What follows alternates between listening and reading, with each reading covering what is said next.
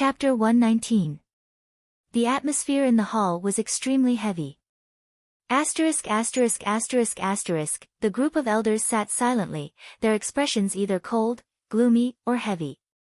Clan leader Gyuebo sat on the main seat, unable to conceal the worry in his eyes. 3 days ago, a river-swallowing toad appeared near the village at the foot of the mountain. This toad seemed to have swam upstream from the Yellow Dragon River, and unintentionally landed here. It is currently blocking a river channel and sleeping inside. If we let it go, the village will be in constant danger.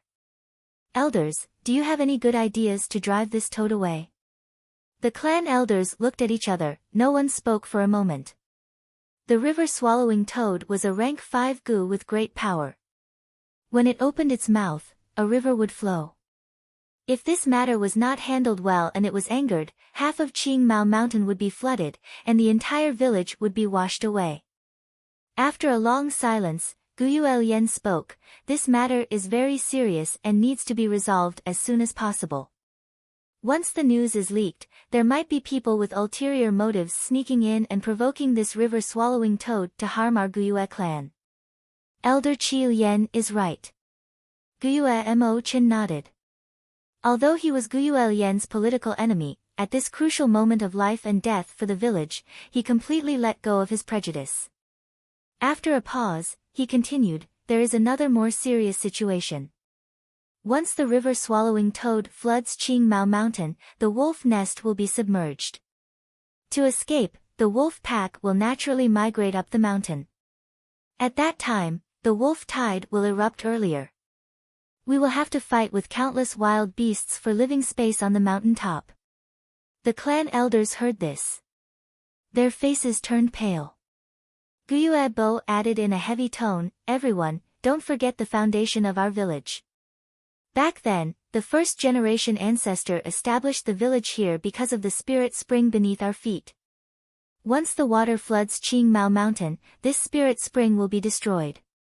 What should we do? Sigh, even if we resist the beast tide and survive on the mountain top. After the flood recedes, the spirit spring will disappear, large numbers of beasts will die, and the surroundings will become barren. Our cultivation resources will be severely lacking. If we're going to die together, why don't we ask for help from the Xiong clan village and the Bai clan village? We're all 3 grasshoppers tied to the same string. I don't believe that they won't do anything. The elders whispered to each other in panic. Some people were already thinking of asking for reinforcements. It's too early to ask for help now. Gyuebo shook his head and rejected the idea immediately. Now is not the most difficult time.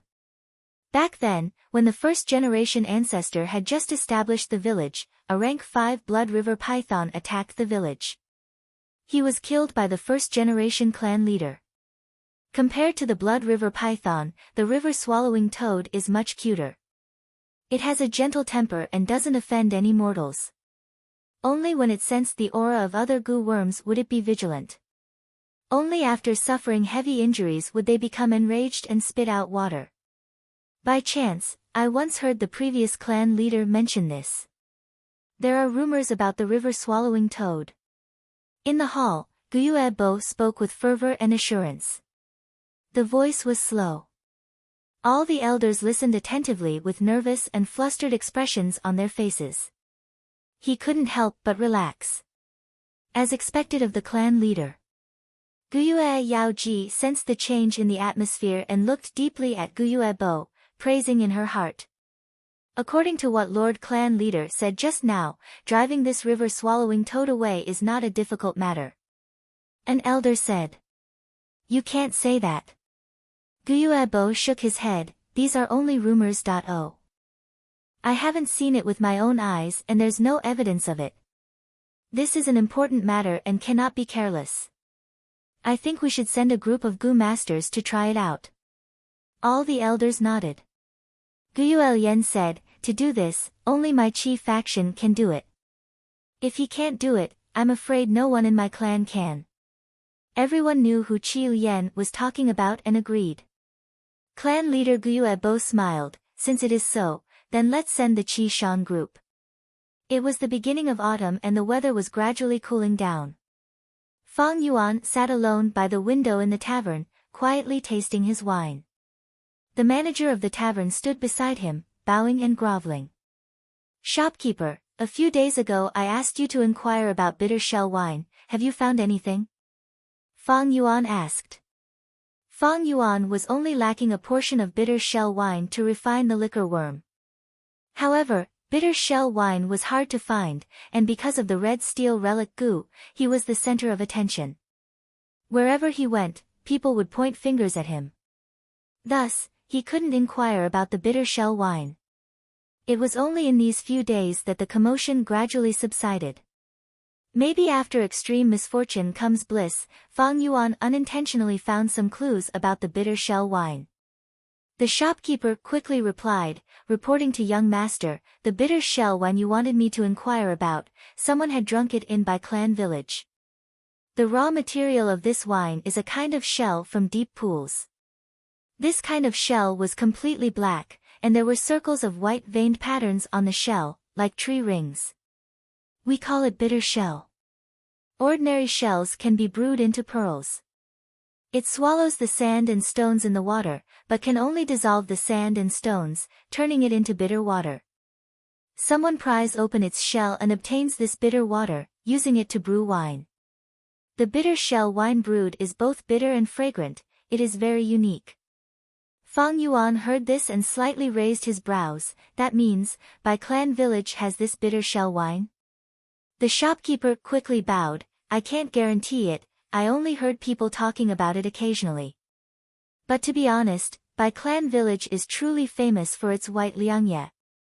This wine, together with my clan's green bamboo wine and Xiong clan's bear gall wine, are known as the three wines of Qing Mao. Bitter shell wine, the servant felt that even if Bai Clan village had it, it wouldn't have much. Even if it doesn't have much, I still have to search for it." Fang Yuan thought. But this matter was troublesome. Bai Clan village had been showing signs of rising these years and was starting to shake Guyue village's position as the traditional overlord. If Fang Yuan entered Bai Clan village without permission, he might be killed by the patrolling Bai Clan Gu masters before he could even see the village's main gate. But even so, Fang Yuan still wanted to try it. After all, this bitter shell wine was much more reliable than the green wormwood wine that was 100,000 li away. Coming back to his senses from his thoughts, Fang Yuan found the old shopkeeper was still standing beside him.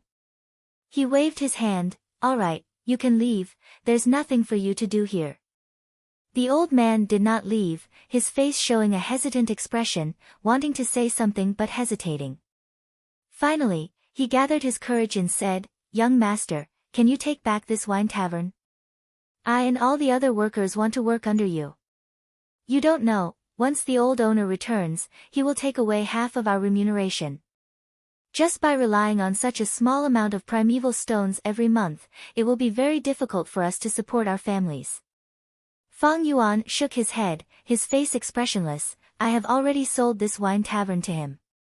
According to the agreement, I can't take it back. Moreover, I don't want to run this wine tavern business. You can leave." "But, young master." The old man stopped in his tracks. Fang Yuan frowned unhappily. "Remember, I am no longer your young master." He had raised the salaries of these people. He only wanted to stir up their passion for work, to use them for himself. But these people thought he was easy to talk to, so they pushed their luck. Right now, he could only rely on selling vitality leaves to be self-sufficient. And he had always been troubled by the bitter wine. Why should he take back the wine tavern for these people? "But young master, we really can't live on anymore. Please be merciful and have pity on us." The shopkeeper plopped down, kneeling on the ground. He begged bitterly. This noise immediately attracted the attention of the surrounding customers. Fang Yuan laughed coldly. He casually picked up the wine jar on the table and smashed it on the shopkeeper's head. There was a cracking sound. Immediately, the jar broke, wine splashed everywhere, and the old man's head was bleeding. "You really think I don't dare to kill you? You blind thing, scram. Fang Yuan's eyes were cold. The shopkeeper was agitated by this killing intent, and his body trembled. He suddenly woke up and hurriedly retreated. No matter which world it was, there would always be a group of weak people, begging for the charity of the strong, shamelessly and inappropriately. It was as if helping them was the demeanor of the strong, and not helping them was the wrong thing to do. Weak people should act like weak people, either accept their fate and be lowly like slaves, or work hard and keep a low profile. The help that the strong gave to the weak was just charity when they were in a good mood. The weak didn't work hard, shamelessly begged the strong, and still wanted a result, entangled.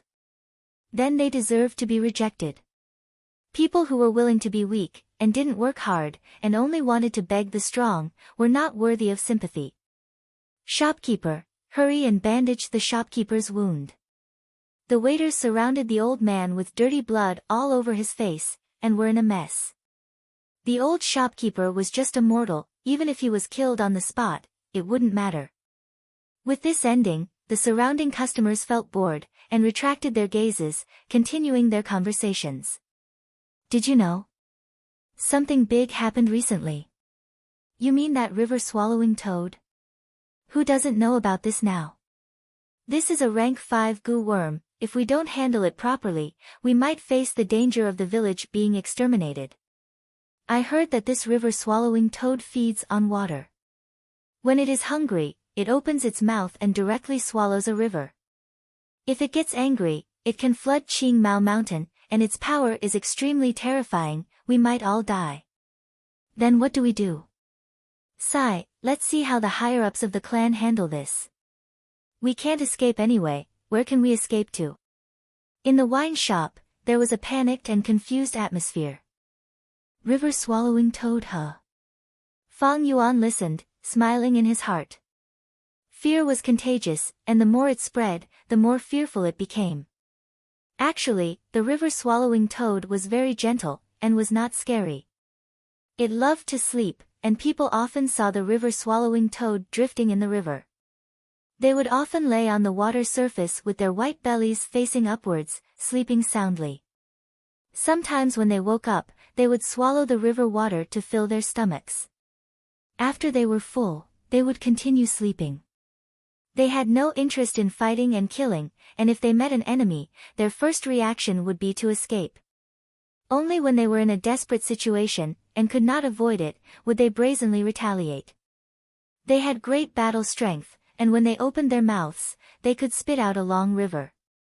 The river water engulfed the land, and in an instant, it could create a swamp country. This river-swallowing toad should be asleep. Following the Yellow Dragon River, it unintentionally entered a tributary, and was brought to the foot of Qingmao Mountain by the waves. Fang Yuan guessed the truth. Chapter 120. It is said that every river-swallowing toad has a river in its stomach. Fang Yuan did not use the river-swallowing toad in his previous life, but this goo left a deep impression on him. This all originated from one person. A normal person, a servant. In his previous life, 200 years later, an extremely special goo master appeared, Jiang Fan. His existence made goo master's jaws drop, and mortals fought to spread his name. Once he appeared, he became a legend. What made him was a river-swallowing toad. Jiang Fan was originally a family servant who managed a fish farm on behalf of his master. One day, a river-swallowing toad was stranded on the riverbank, its belly facing upwards, its head raised, sleeping. Jiang Fan was shocked and scared at first, but slowly, he felt that the toad was not dead. Why was it not moving? The toad corpse blocked the upstream river, causing a lot of trouble for Jiang Fan, who was in charge of the fishing ground. Jiang Fan tried all ways and means to move this toad corpse away. He was just a mortal, how could he move such a heavy river-swallowing toad? The master was cruel and harsh, and if he could not complete the quota every month, he would lose his head. Jiang Fan did not dare to report it. Not long ago, there was a person who did not complete the quota, and reported a legitimate reason, but was killed on the spot by the master. As the deadline approached, the toad corpse continued to block, greatly affecting his profits. Uncontrollably, Jiang Fan became more and more panicked, his temper becoming more and more irritable. Although he knew he could not move this toad corpse, every day he would go over, punching and kicking the toad corpse, crying and throwing a tantrum, venting the fear and anger he felt before his death. But one day, the river-swallowing toad suddenly woke up, opening its sleepy eyes and staring at Jiang Fan. Jiang Fan was so scared his legs went soft. The river-swallowing toad was half asleep, still lying there like a corpse. After a long while, Jiang Fan regained his composure. He was no longer afraid. A person who was about to die. What was there to be afraid of? He climbed onto the river-swallowing toad's belly, raising his head and lying down, looking at the starry sky. Toad, oh Toad. Are you like me, on your last breath, about to die? How would he know the habits of the river-swallowing toad? Looking at the river-swallowing toad's half-dead state, he thought that it was also on its last breath. Tears streamed down Jiang Fan's cheeks as he spoke. The river-swallowing toad squinted its eyes, listening to Jiang Fan's words and also looking at the starry sky. For the next few days, he laid on the soft white belly of the river-swallowing toad, crying and talking at the same time, pouring out the pain and depression of a mortal. Finally, the deadline was reached. The steward came down from the village and came to his fish farm, wanting to collect the fish. Where would Jiang Fan find the fish to hand over? With no other choice, he could only say that he needed time to tidy up, and then ran to the river-swallowing toad to bid farewell. He patted the river-swallowing toad's belly. Old toad, I didn't expect that I would die first. Being able to meet you can also be considered as fate. I hope that your last days will be better. At this moment, the river-swallowing toad moved. Jiang Fan jumped in fright. The river-swallowing toad's movements were getting bigger and bigger. He hurriedly jumped down. Thump! The river-swallowing toad flipped over, its belly facing down and its back facing up. It was finally fully awake. Jiang Fan's entire body was drenched, and seeing this scene, he stomped his feet in anger. Old toad, so you can move. Ayaya, you've killed me. If you had moved a few days earlier, I wouldn't have to die. The river-swallowing toad ignored his words. It woke up and felt hungry. Half of its body was submerged in the water, then it opened its mouth and began to swallow the river water to eat. This scene caused Jiang Fan to be dumbfounded. He watched in shock as the water level of the river dropped at a speed visible to the naked eye. Large amounts of river water were sucked into the river-swallowing toad's stomach, but its stomach did not expand at all, as if it was a bottomless pit. After a while, the river-swallowing toad leisurely stopped eating. The river water level had already dropped to a very low level, and the river bed that was filled with mud was mostly exposed. Standing at the bottom of the river water only reached up to the knees. Jiang Fan stood at the riverbank, dumbfounded. The river-swallowing toad looked at him, and suddenly burped. Then its stomach expanded and contracted, and its mouth opened wide, spitting out large amounts of freshwater seafood. Fish, prawns, turtles, snails, eels, crabs, everything. The river-swallowing toad only ate water as food, and did not eat these freshwater seafood. It spat out all of these things. At this moment, the sky looked like it was raining freshwater seafood. In the blink of an eye, these freshwater seafood piled up into a small mountain. Jiang Fan saw this, and jumped 3 feet high in joy. He shouted, I'm saved, I'm saved. These fish and turtles are enough for me for 3 months. Old toad, it's all thanks to you. He collected the freshwater seafood and handed it to the steward. The steward was shocked and suspicious. How could there be so much? He quickly reported, and the gu masters in the village also noticed the change in the river water. After investigating, they quickly discovered the river-swallowing toad's existence. This is a rank 5 gu.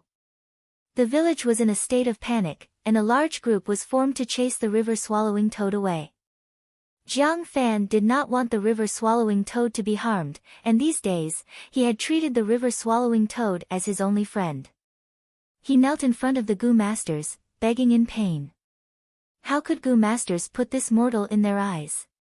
He kicked him away, and was about to kill him. But at this time, the river-swallowing toad rushed over. It was unknown if it treated Jiang Fan as a friend, or if it felt that keeping Jiang Fan by its side was more interesting and could relieve boredom. In any case, it made its move.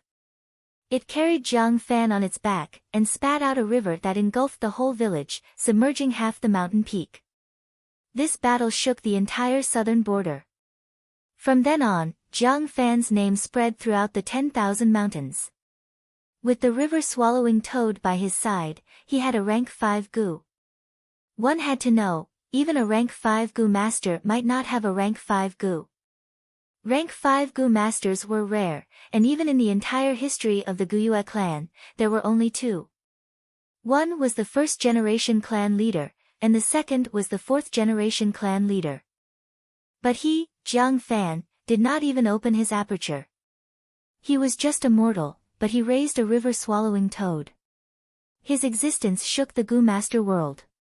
Afterwards, Jiang Fan stayed at the original village.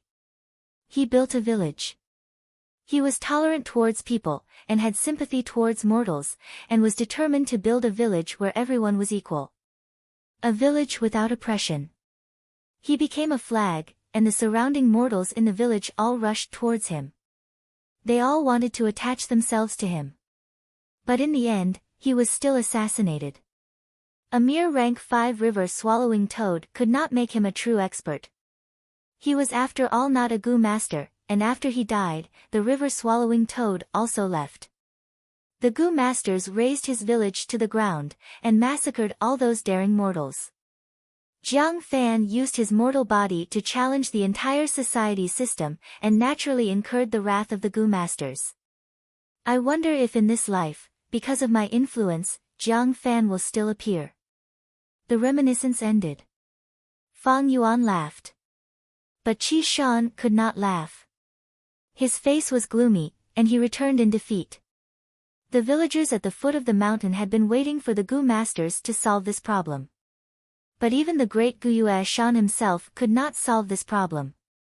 This caused the panic in the villagers to spread rapidly. It reached a peak. They dragged their families, carrying bags of all sizes, and rushed to the village. They naturally did not dare to barge into the village, so more and more villagers knelt at the village's entrance, begging for the Gu masters to show mercy. Let them in. In the hall. What? Such a group of lowly commoners, daring to surround the entrance.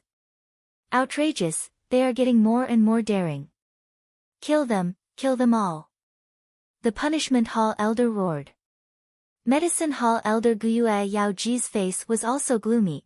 Although these lowly commoners deserve to die, killing one can serve as a warning to the rest. Killing a few that are not pleasing to the eye can disperse this group of people. But it will be a joke to the other villages. Guyue continued, the crucial point now is not this. If even Qi Shan cannot awaken this river-swallowing toad, who else in our clan can? Looks like we really need to ask for reinforcements. Xiong clan is known for their strength. Sai, for the village's safety, asking them to help, even if we have to pay a small price, it is worth it. These words gained the approval of the other clan elders, and even clan leader Guyue Bo was moved. Clan leader and various clan elders, Junior has something to report. Guyue Shan stood in the hall, listening to the clan elders' words. He suddenly bowed and spoke. Guyue Bo nodded. He had an admiring attitude towards Guyue Shan. Qi Shan, what suggestions do you have? Just say them. Qi Shan did not reply, but asked instead, Lords, to awaken this river-swallowing toad, must we rely on one person's strength? Guyue Bo said, according to what the previous clan leader mentioned, the river-swallowing toad has a gentle temperament, and loves to sleep. Even if its body is awakened by someone, it will not get angry. Thus, we ordered you, who has the greatest strength in the village, to awaken it. But the result was a failure. Qi Shan then said, "Then, clan leader, please bestow me a brute force longhorn beetle goo. With the strength of this beetle, along with Junior's innate strength, I can definitely awaken this river-swallowing toad." "You absolutely cannot use the strength of a goo worm." Qi Shan had just finished speaking when an elder immediately rejected his request. "The aura of a goo worm will attract the vigilance of the river-swallowing toad. If this toad feels threatened and goes berserk, who will be responsible for the result?" "That's right." Guyuebo nodded. "If you use a goo worm, even if you awaken the river-swallowing toad, you will not be able to obtain its recognition. You must be alone, and rely on your own strength to awaken it, only then can you obtain its recognition. Goo are the essence of heaven and earth, but their habits are similar to wild beasts. Wild beasts have their own territories, and when wandering beasts encounter the beast king of this territory, they will often engage in a battle. The winner takes the territory, while the loser roams. The formation of the beast tide is also based on this habit of wild beasts. Strong beast groups will invade the surrounding territories. The weaker beast groups will be dragged out, forming the early stage of the beast tide.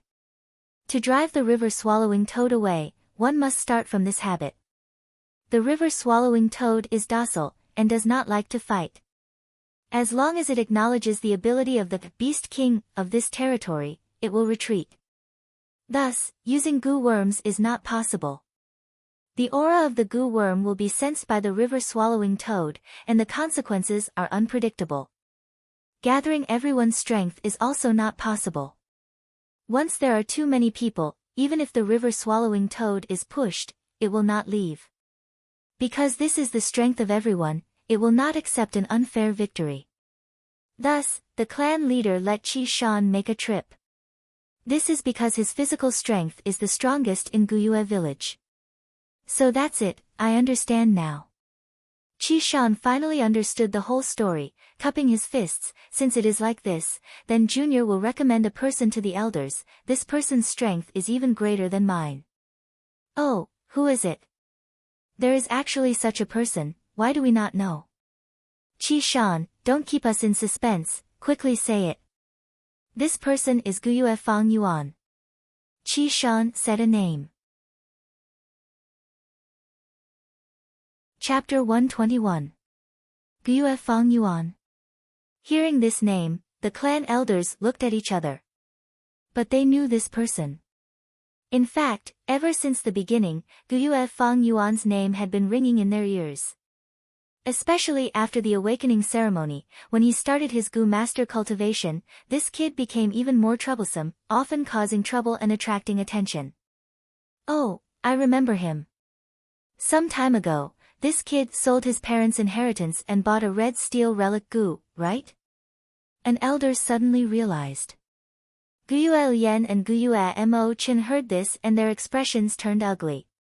If the red steel relic Gu was used by Qi Shan or Mo Yen, it could help one of them reach rank 2 peak stage, and they would be able to contend against Guyue Qing Shu. This was reflected to the higher-ups, and whether it was the Mo faction or the Qi faction, it was a political victory. But who could have thought that this prodigal kid would ruin their plans? But speaking of which, this kid does have some strength. Back then on the stage, he broke the Jade Skin Gu's defense with 2 punches and beat Fang Zheng to the ground, becoming the top scorer. An elder recalled. This time, it was clan leader Guyue Bo's turn to show a trace of embarrassment. Guyue Fang Zheng was specially nurtured by him. Fang Zheng's failure, in a sense, was his clan leader's failure.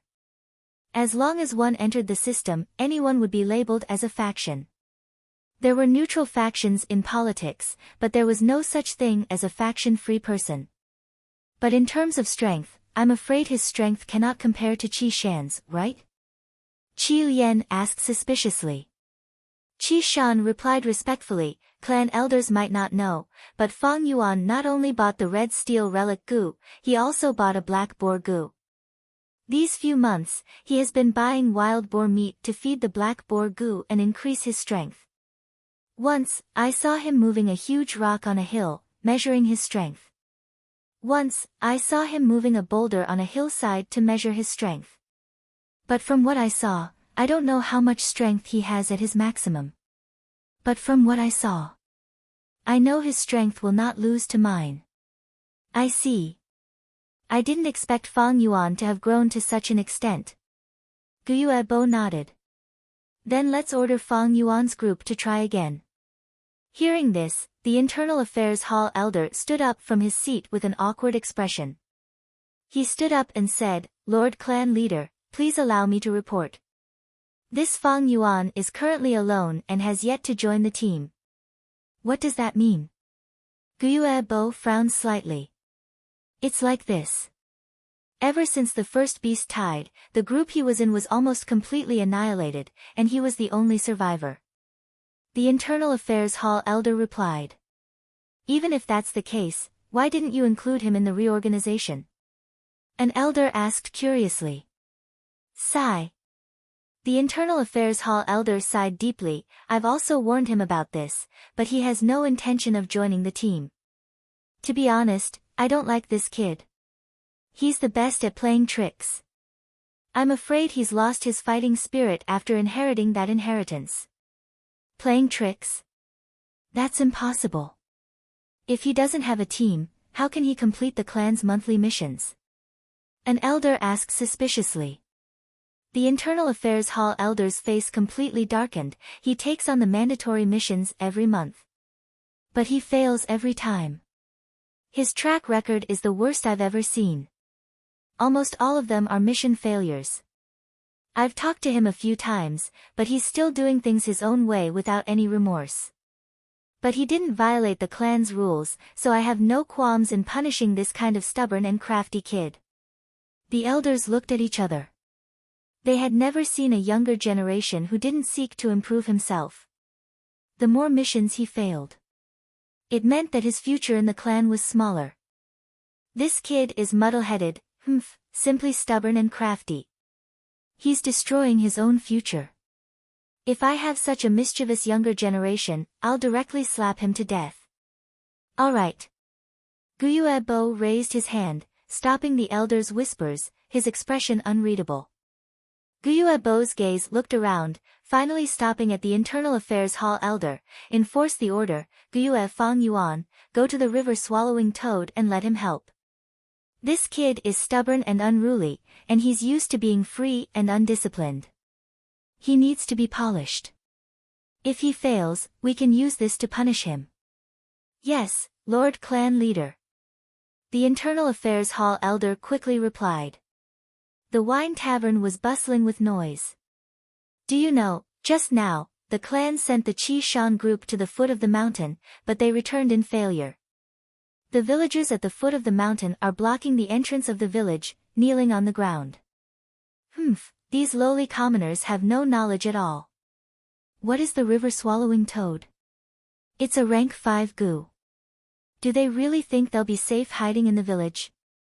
Although they said so, the atmosphere of panic was getting thicker and thicker. These gu masters were forcing themselves to calm down. Fang Yuan listened for a while longer, but there was no new information. Just as he was about to leave, a person walked into the wine tavern. His body was tall and sturdy, and his upper body was scarlet red with bulging muscles. It was Guo Shan. The discussions in the wine tavern immediately stopped, and countless gazes landed on Qi Shan. Qi Shan did not care about these gazes, only sweeping his gaze around and seeing Fang Yuan. So you're here. Under everyone's gaze, he walked to Fang Yuan. Let's go, the clan has already given the order, we'll talk about the details on the way. First, follow me to the foot of the mountain. Fang Yuan's gaze flashed, he could not refuse such an order. Moreover, even if he faced the river swallowing toad, the danger was not high, so he nodded and agreed. Only after Fang Yuan and Qi Shan left the wine tavern, did the wine tavern become noisy again. Shopkeeper, the heavens have eyes. Look, this karma came so quickly. That is a rank 5 gu worm, even the other gu masters are helpless against it. He is so young, wouldn't he just be throwing his life away? I had thought that young Master Fang Yuan would be different from the other Gu masters, being able to empathize with us servants' pain and suffering. To think you are the same. Die, there is no pity in dying. Shopkeeper, your injuries are not for nothing. You didn't suffer this injury for nothing, losing a Gu master's life is definitely worth it. The old shopkeeper's head was already wrapped in white bandages, and right now he was groaning non-stop, weakly leaning against the wall. A few waiters surrounded him, trying to console him. A trace of resentment flashed in the old man's eyes as he listened to these words. Hearing these words, his mood became slightly better. But after listening for a while, he pretended to berate in a low voice, "All of you shut up, are these words something we can say? Aren't we afraid of losing our heads if other Gu masters hear us?" The waiters laughed. "Shopkeeper, you are too careful. The tavern is so noisy, who would hear us talking so softly?" Just as they finished speaking, a Gu master sitting closest to them interrupted. "I heard you." The expressions of the shopkeeper and the waiters changed drastically. They were terrified to the extreme. "Lord." The old shopkeeper did not care about the dizziness in his head, and quickly went to the Gu master to beg for mercy. This male Gu master raised his hand, stopping him. "What you said is very good, I like it. Fang Yuan, this little bastard, his death is not to be regretted. Say something like this again, if you say it well, I will reward you greatly." The male Gu master took out a yuan stone and smacked it. Smacking it on the table. If Fang Yuan was here, he would recognize this person. It was the healing Gu master from the small beast tide.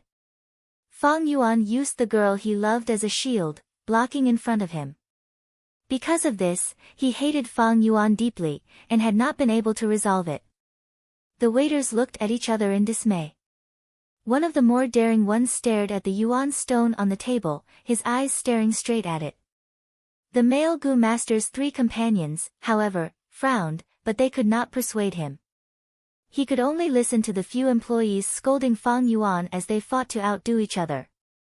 Early autumn. A beautiful scenery. In the forest, the leaves were deep and shallow. The green leaves reflected the yellow leaves, and the yellow leaves faintly contrasted with the red leaves. In the paddy fields, patches of yellow rice grains rippled with the autumn wind. In some lush green vegetable fields, the tender leaves were fresh and delicious. Fang Yuan sped along the mountainside, following the Qi Shan group to the foot of the mountain, and saw this rank 5 river-swallowing toad. Its body was huge, like a small mountain. It laid in the riverbed, blocking the river. The river upstream was filled with water, about to overflow. But downstream, the flow was almost cut off, with only a small amount nourishing the riverbed. The river-swallowing toad's belly was facing upwards, snow-white and delicate, covered with a layer of luster. Its back, on the other hand, was the color of a clear blue sky. It was also smooth, without the warts on a normal toad's back. It was currently lying down, snoring loudly. But it did not snore, sleeping peacefully and gently. Feeling its aura, the 2 liquor worms in Fang Yuan's aperture shrunk into a ball. The black boar Gu swept away its cheerful mood, flying very low. The moonglow Gu residing in his right palm, retracted its light. Only the spring-autumn cicada was still sleeping peacefully. Fang Yuan also kept the moonglow Gu into his aperture. As long as he did not activate these Gu worms, their aura would not leak out. Placing them in the aperture was very safe. "Fang Yuan, the rest is up to you," Qi Shan said. On the way here, he explained most of the situation. Fang Yuan also approved of this method. Of course, the simplest method was to use the spring-autumn cicada.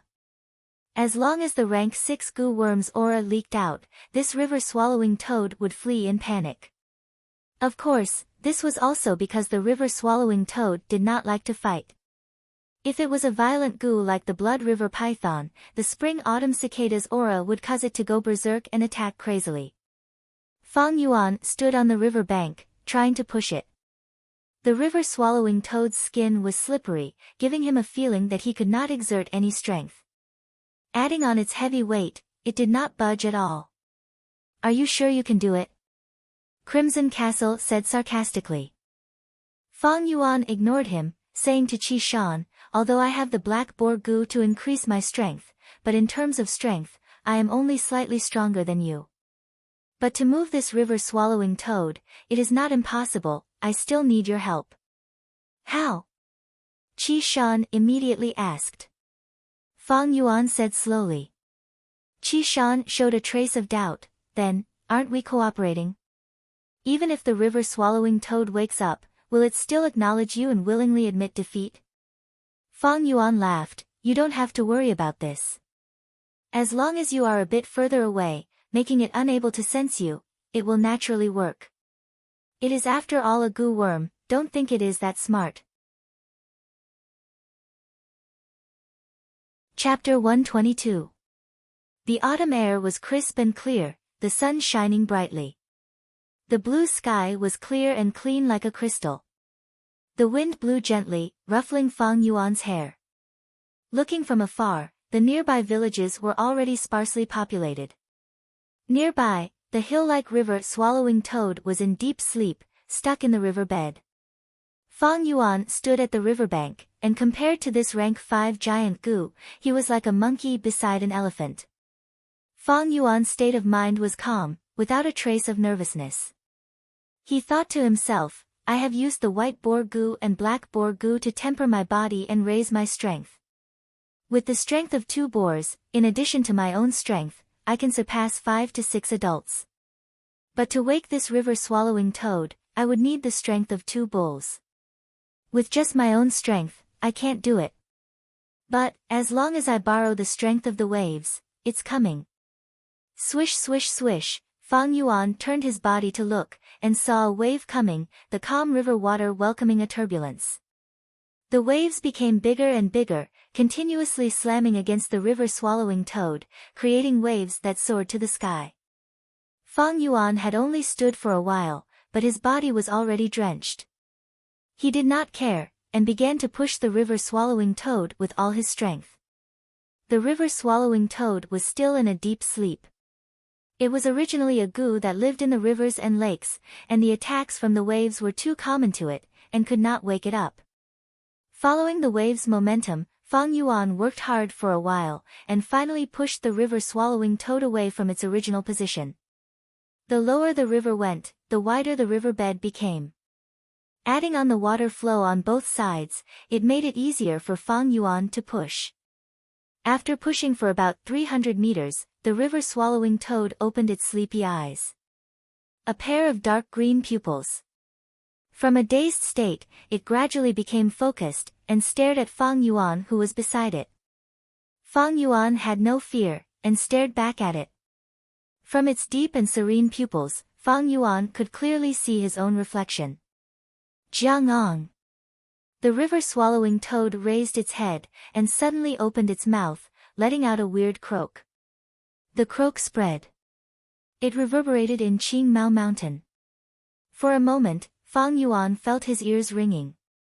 The river-swallowing toad lowered its head, its huge mouth sucking at the incoming river water.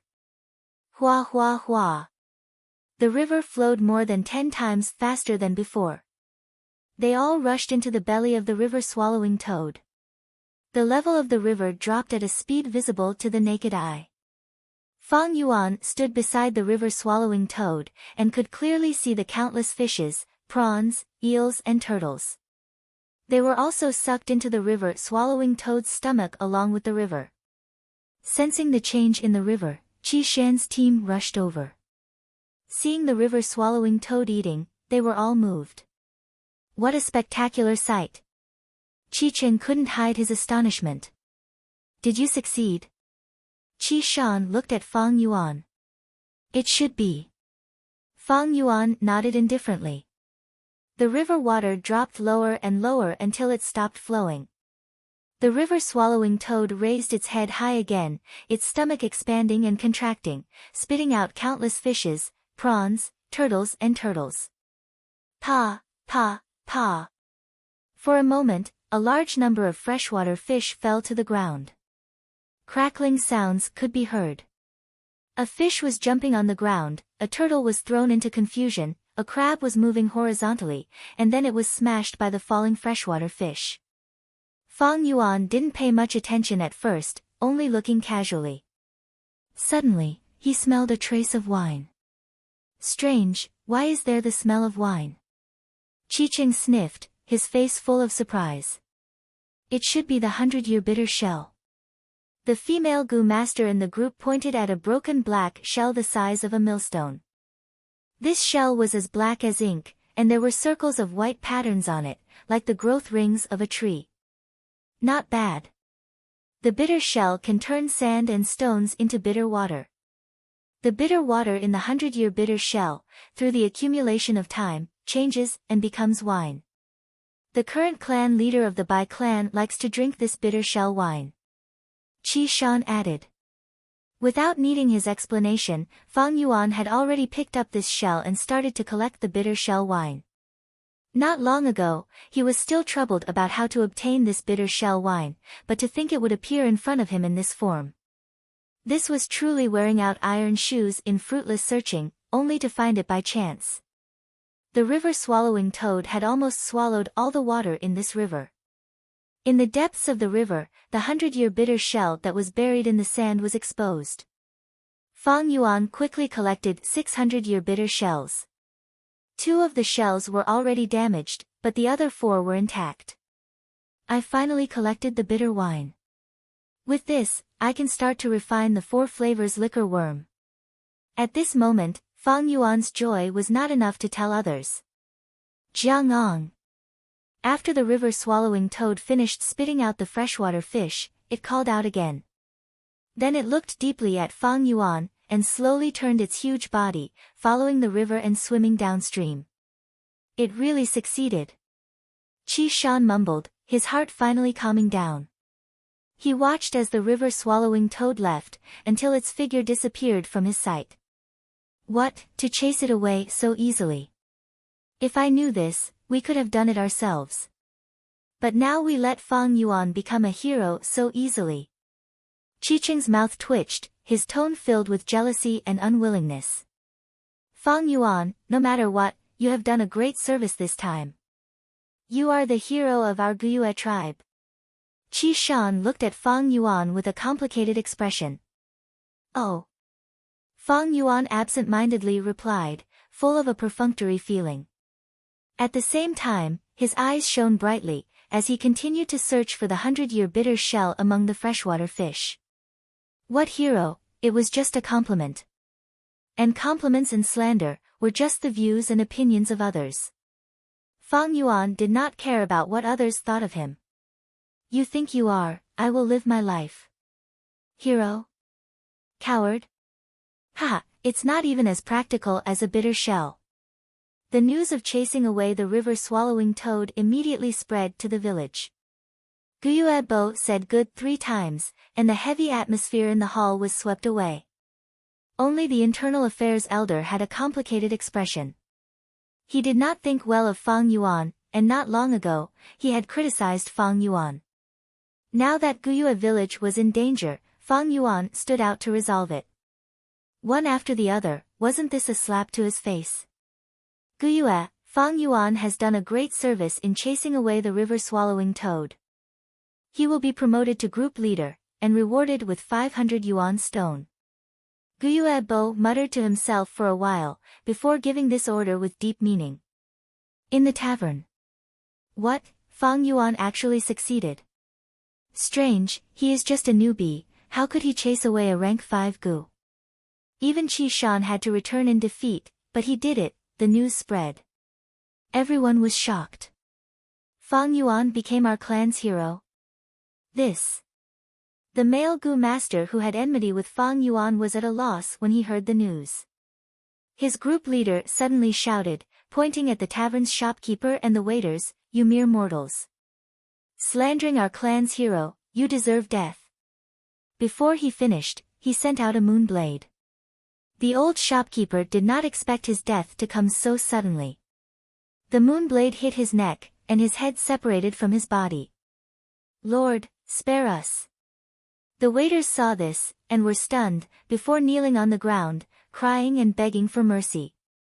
"Group leader, what are you doing?" The male Gu master stood up. "What am I doing?" His group leader's eyebrows twitched, sighing heavily. "Times are different now, ah hi. Fang Yuan has become a hero, and will definitely be noticed by the higher-ups. Tell me. If the matter of us slandering him is spread out by someone with ulterior motives, what will happen? There are many investigative Gu masters here. If there are people who don't like us and speak ill of us to the clan elders, our future will be ruined." The male Gu master broke out in cold sweat. The male Gu master broke out in cold sweat. It was indeed so, the clan's kinship was paramount. Fang Yuan was dealing with rank 5 Gu worms outside, risking his life to protect the clan.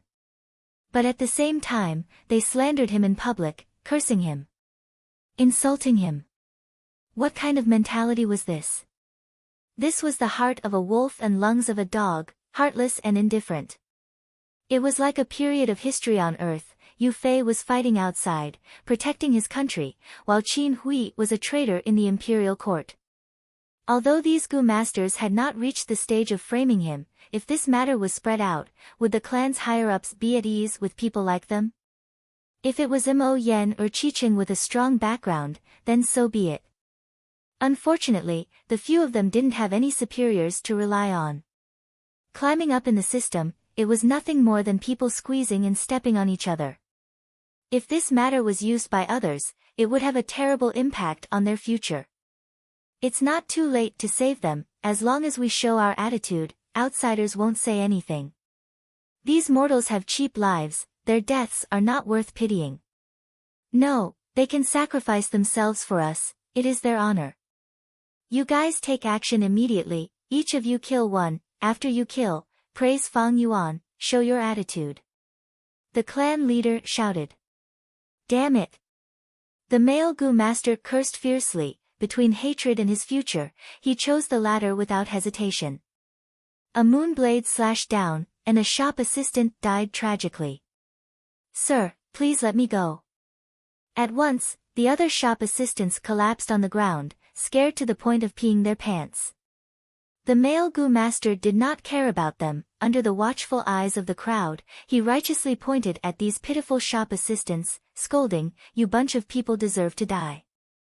What kind of hero is Guyue Fang Yuan, relying on his own strength to protect the clan? What kind of courage did you eat? How dare you slander him?" The male Gu master said, his brows tightly furrowing.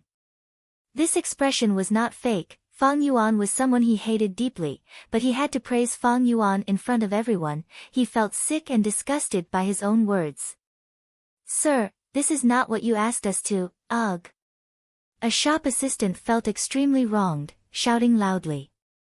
But he had just shouted halfway when his voice stopped abruptly. A moonblade flew over, cutting him to death.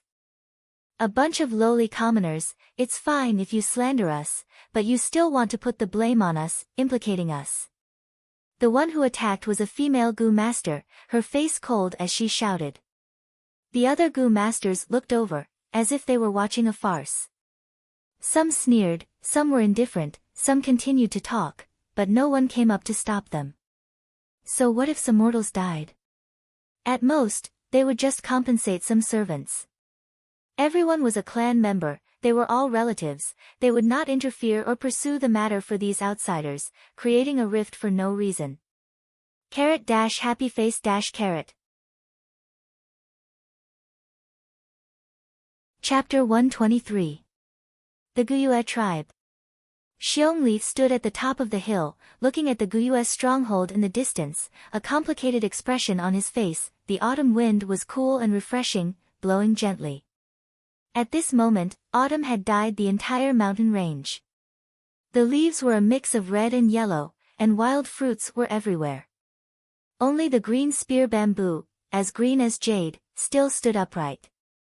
Once upon a time, the Guyue clan was like the green spear bamboo on this mountain, evergreen all year round, the #1 overlord. But now, he seems to be in dire straits.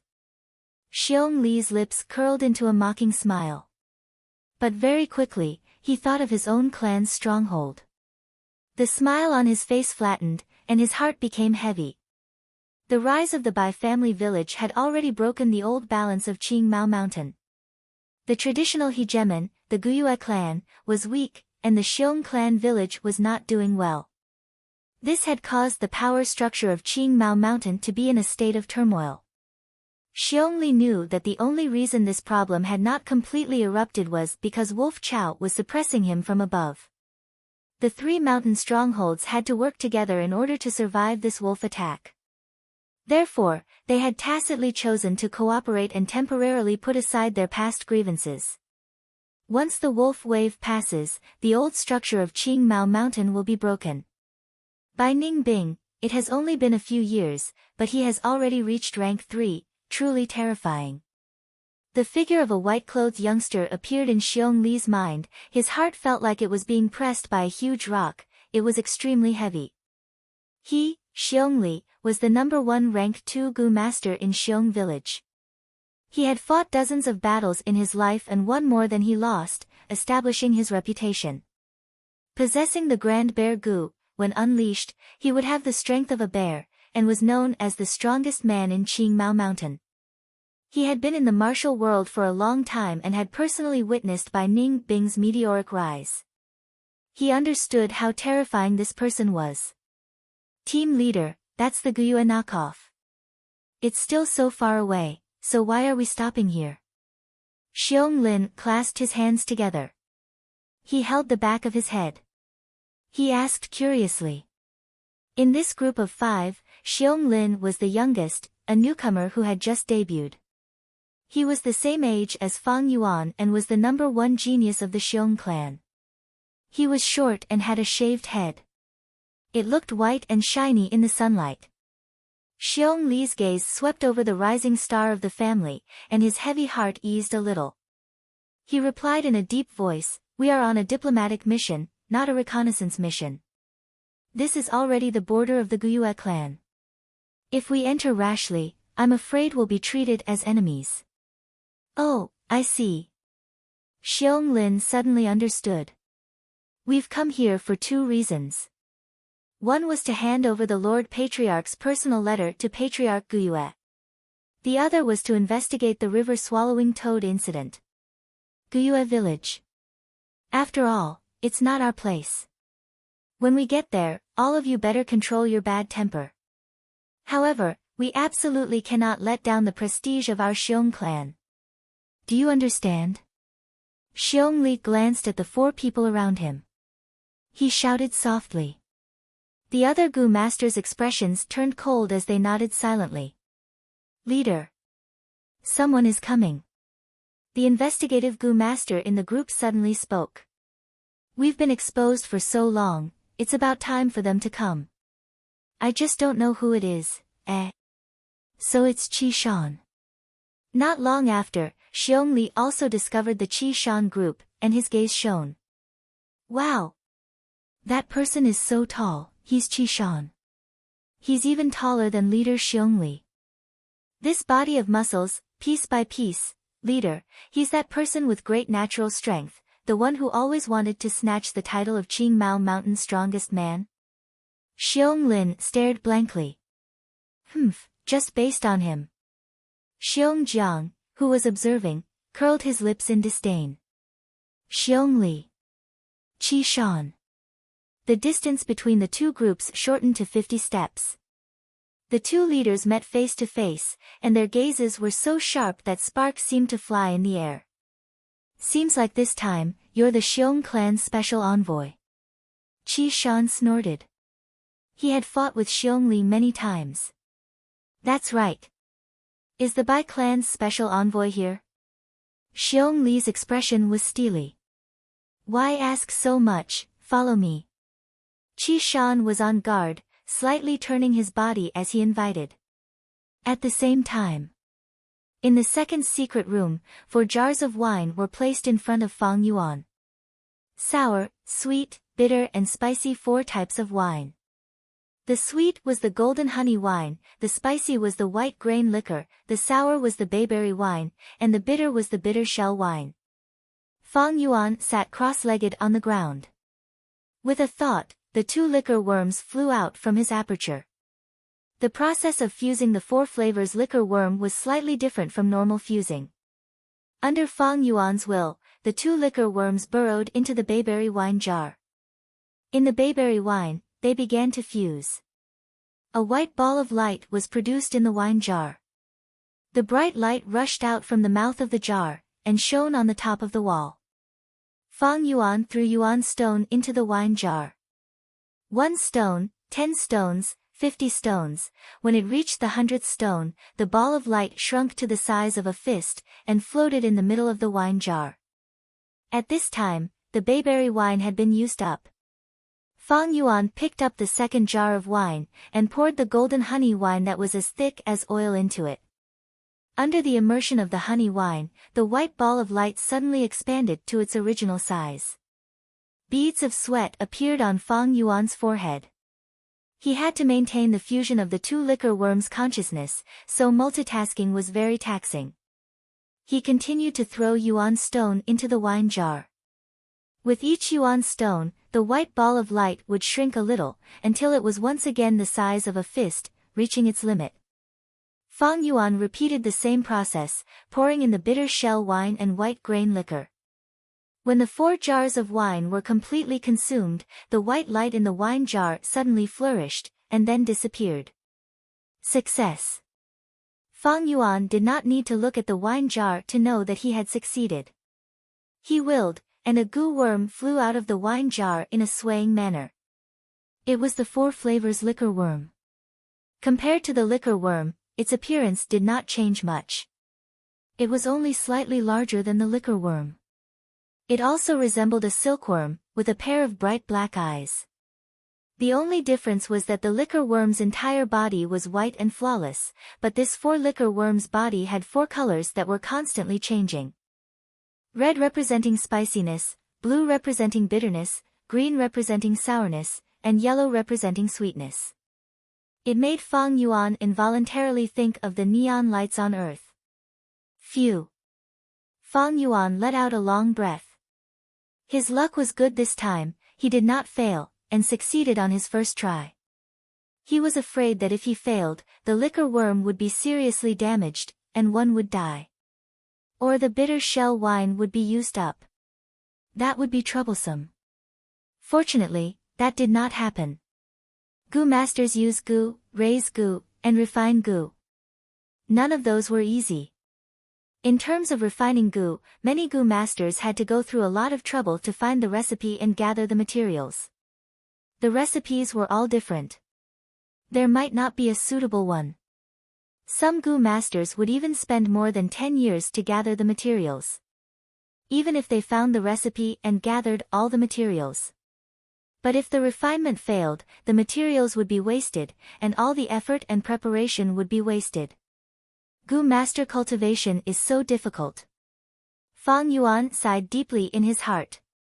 Refining goo was considered easy in the early stages of cultivation. At rank 4 and rank 5, one might not even succeed once in 10 tries. The success rate of rank 6 was even lower than 1%. Every failure in the refinement of a high-level goo meant a huge loss of resources. But once it succeeded, the gains would be considerable. Take Fang Yuan's newly refined 4 flavors liquor worm for example, it could refine rank 2 primeval essence and advance by a small realm. Fang Yuan used a red steel relic goo. Advanced to middle stage. Now he used the 4 flavors liquor worm. That was upper stage primeval essence. This meant his battle strength would increase by 2 times. At the same time, it would nourish his aperture. Cultivation would be twice the result with half the effort. But everything has its pros and cons. Fang Yuan used the 4 flavors liquor worm to refine his primeval essence, which would lead to an increase in yuan stone expenditure. Just the income from selling vitality leaves was not enough to balance his cultivation expenditure. Next, I need to refine stealth stone goo into stealth scales goo. This is another expenditure. Every time a Gu master refines, no matter if they succeed or fail, they would expend a sum of yuan stone. To refine the 4 flavors liquor worm, Fang Yuan had already expended over 400 yuan stone. After he chased away the river-swallowing toad, the clan rewarded him with 500 yuan stone. 500 yuan stone was enough for other Gu masters to spend for a long time, but Fang Yuan used almost all of it here. Fortunately, he had sold his family assets and used more than half of it to buy the red steel relic Gu, so he still had some money left. In the short term, he did not need to worry too much. Only, this stealth scales Gu needed to be refined. After Fang Yuan killed the Stone Monkey King, he obtained this stealth stone Gu. But this Gu lacked practicality. It could only conceal itself.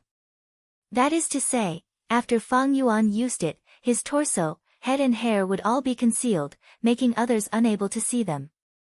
But the clothes he was wearing, the wrist guards and leg bindings, and the bamboo shoes he was wearing would still be there, visible to the naked eye. The Stone Monkey King did not have this concern, it was a wild beast and did not need clothes. But Fang Yuan was in an awkward situation. To display the best effect of the stealth stone Gu and make others unable to see him, he had to take off all his clothes. If he did not take them off, even if he was invisible, others would still discover a set of walking, rank 2 Gu master martial attire. The stealth stone Gu was only a rank 1 Gu, but when it advanced to the rank 2 stealth scales Gu, this problem would be solved. The stealth scales Gu could make a Gu master's clothes invisible. If the Stone Monkey King used the stealth scales Gu, then even if Fang Yuan's clothes covered its body, they would still disappear. If the Stone Monkey King used the stealth scales Gu, then whether or not Fang Yuan could defeat the Stone Monkey King was still a matter of suspense. To refine the stealth scales Gu, other than the stealth stone Gu, there were also other materials. But these materials were rather common, so Fang Yuan had already asked Jiangye to help him gather them. If I successfully refine the stealth scales Gu, not only would it be much easier to enter and exit the secret cave, I would also be able to move freely in the wolf pack. With this life-saving method, I can attack and defend at will. Fang Yuan pondered. It was getting late, so he kept the 4-flavor liquor worm and returned it to his aperture, leaving the cave entrance and heading towards the village. He had successfully chased away the river-swallowing toad, and immediately became the focus of everyone's attention. It was not convenient to move around these days, so he had some reservations. If he stayed in this secret cave for too long, it would arouse the suspicions of others. At the entrance of the village, a contest of strength had already ended. Xiong Li's group stood proudly, while Qi Shan's group and the Gu masters guarding the entrance all had solemn expressions. Xiong Li's body was not as tall as Qi Shan, but right now his gaze carried a sense of superiority. He slowly said, "Qi Shan, you are indeed born with great strength and have talent. But I have the brown bear innate strength Gu, and have already nurtured the strength of a bear. You saw the result of the battle just now, you are still not my match. You want the title of Qing Mao Mountain's strongest man, dream on." At the side, Xiong Jiang snorted coldly. Qi Shan's face was ashen. He knew that the other party had purposely challenged him, and his actions were filled with political intentions. Right now, he had lost, and it was no longer a personal matter, but a humiliation to the Guyue clan's name. What's there to be proud of beating me? You guys don't know, but I am no longer the strongest person in the clan. If you have the ability, then beat Fang Yuan first. Qi Shan had no choice but to bring up Fang Yuan. Oh, Fang Yuan. I heard that the Guyue clan has produced an A-grade genius, called Fang Zheng. Who is Fang Yuan? Xiong Li asked curiously. Qi Shan snorted coldly and answered, Fang Yuan is Fang Zheng's brother. He is also gifted, having great strength from birth, and at the same time he has a Gu worm to increase his strength. Earlier, the rank 5 river-swallowing toad was pushed 100 steps away by his strength alone. If you don't believe me, you can go to the village and ask around. Xiong Li's group's expression changed. Rank 5 river-swallowing toad. Fang Yuan. This name was immediately engraved in their hearts. Chapter 124. Swoosh swoosh swoosh. 3 consecutive moon blades the size of washbasins drew a deep blue arc in the air. Swoosh swoosh swoosh. In an instant, 16 to 17 jade-eye stone monkeys died on the spot. The stone monkey group chasing Fang Yuan was immediately halved. Fang Yuan stood on the spot, not retreating, but raised his right palm again, striking the air 3 times. Another 3 moon blades crashed straight into the group of stone monkeys. Wherever they went, the stone monkeys toppled over. The stone monkey corpses fell to the ground, breaking into pieces of rubble. The eyeballs that had turned into jade pearls also rolled on the red ground. Fang Yuan checked his aperture, and found that there was still more than half of the dark red primeval essence left. The Moonglow Gu's Moonblade required 10% of light red primeval essence to activate. If Fang Yuan was at rank 2 initial stage, he could only activate it 4 times in a row. At middle stage, it would increase to 8 times. At upper stage, the number would double again, rising to 16. Although Fang Yuan had not reached rank 2 upper stage, with the 4 flavor liquor worms refined upper stage primeval essence, he could be considered a pseudo-upper stage, and his battle strength rose sharply. Originally, he had to fight and retreat when he was chased by 70 to 80 stone monkeys, but now, he could kill most of them with just the Moonblade attacks. Only a dozen or so of them would escape at the sight of him.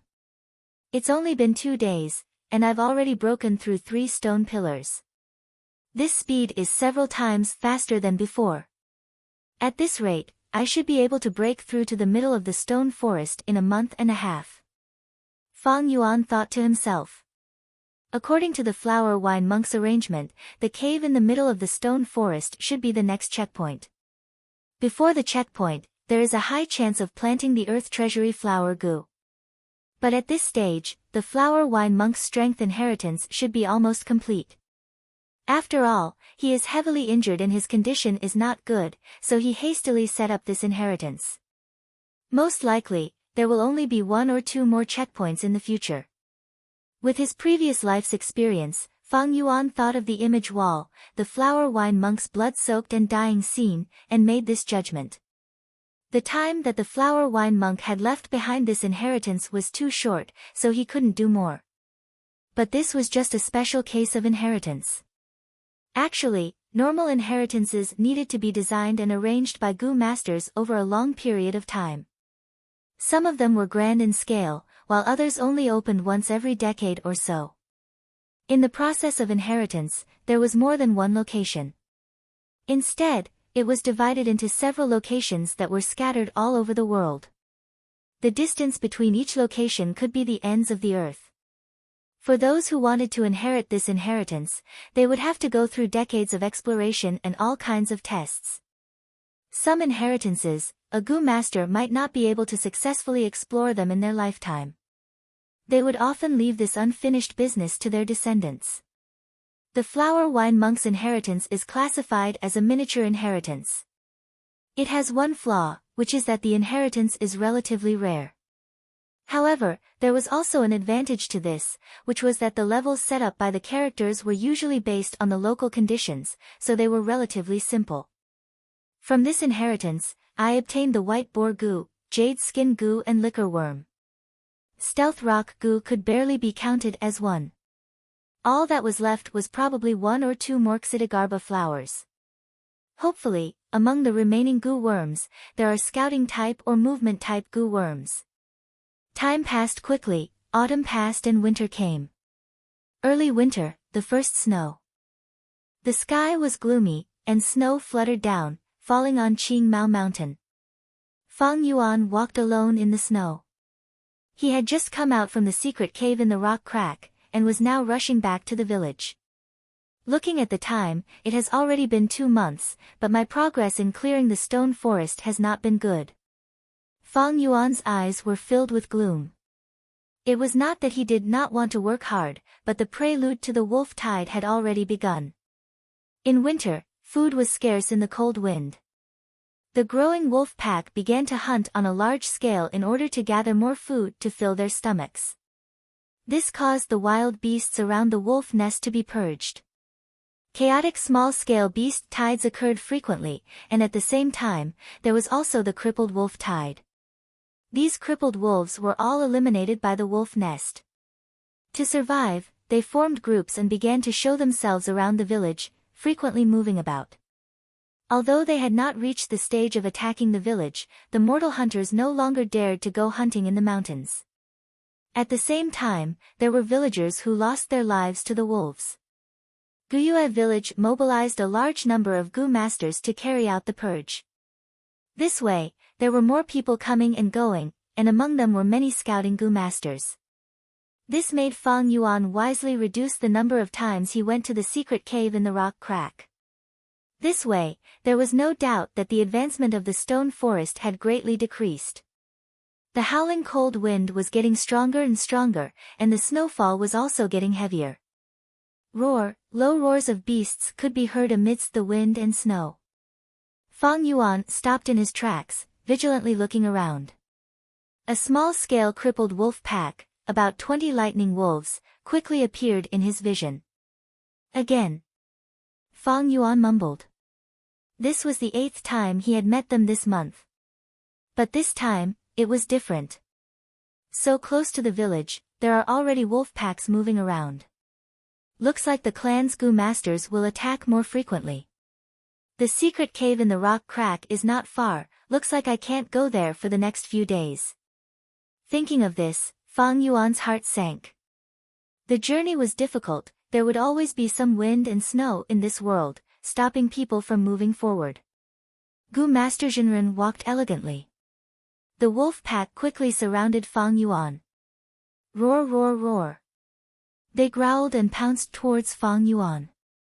Moonglow Gu. Fang Yuan's heart moved, and a moonblade flew out. The eerie blue moonblade split the wind and snow, hitting the crippled wolves consecutively. 3 were killed in an instant, and when it reached the 4th, the crippled wolf suddenly rolled on the ground, cunningly dodging the moonblade. These crippled wolves, although most of them were missing arms or legs, or were blind or missing a tail, they had rich battle experience and were extremely cunning. If a normal rank 2 middle stage Gu master met with such a pack of crippled wolves, especially after being surrounded by them, his life would be in grave danger. But Fang Yuan was not afraid in the face of danger. His rich battle experience and the high-level dark red primeval essence refined by the 4-flavor liquor worm were his trump cards. Kill, kill, kill. Under the siege of the crippled wolves, he agilely moved, calmly dodged, and decisively attacked.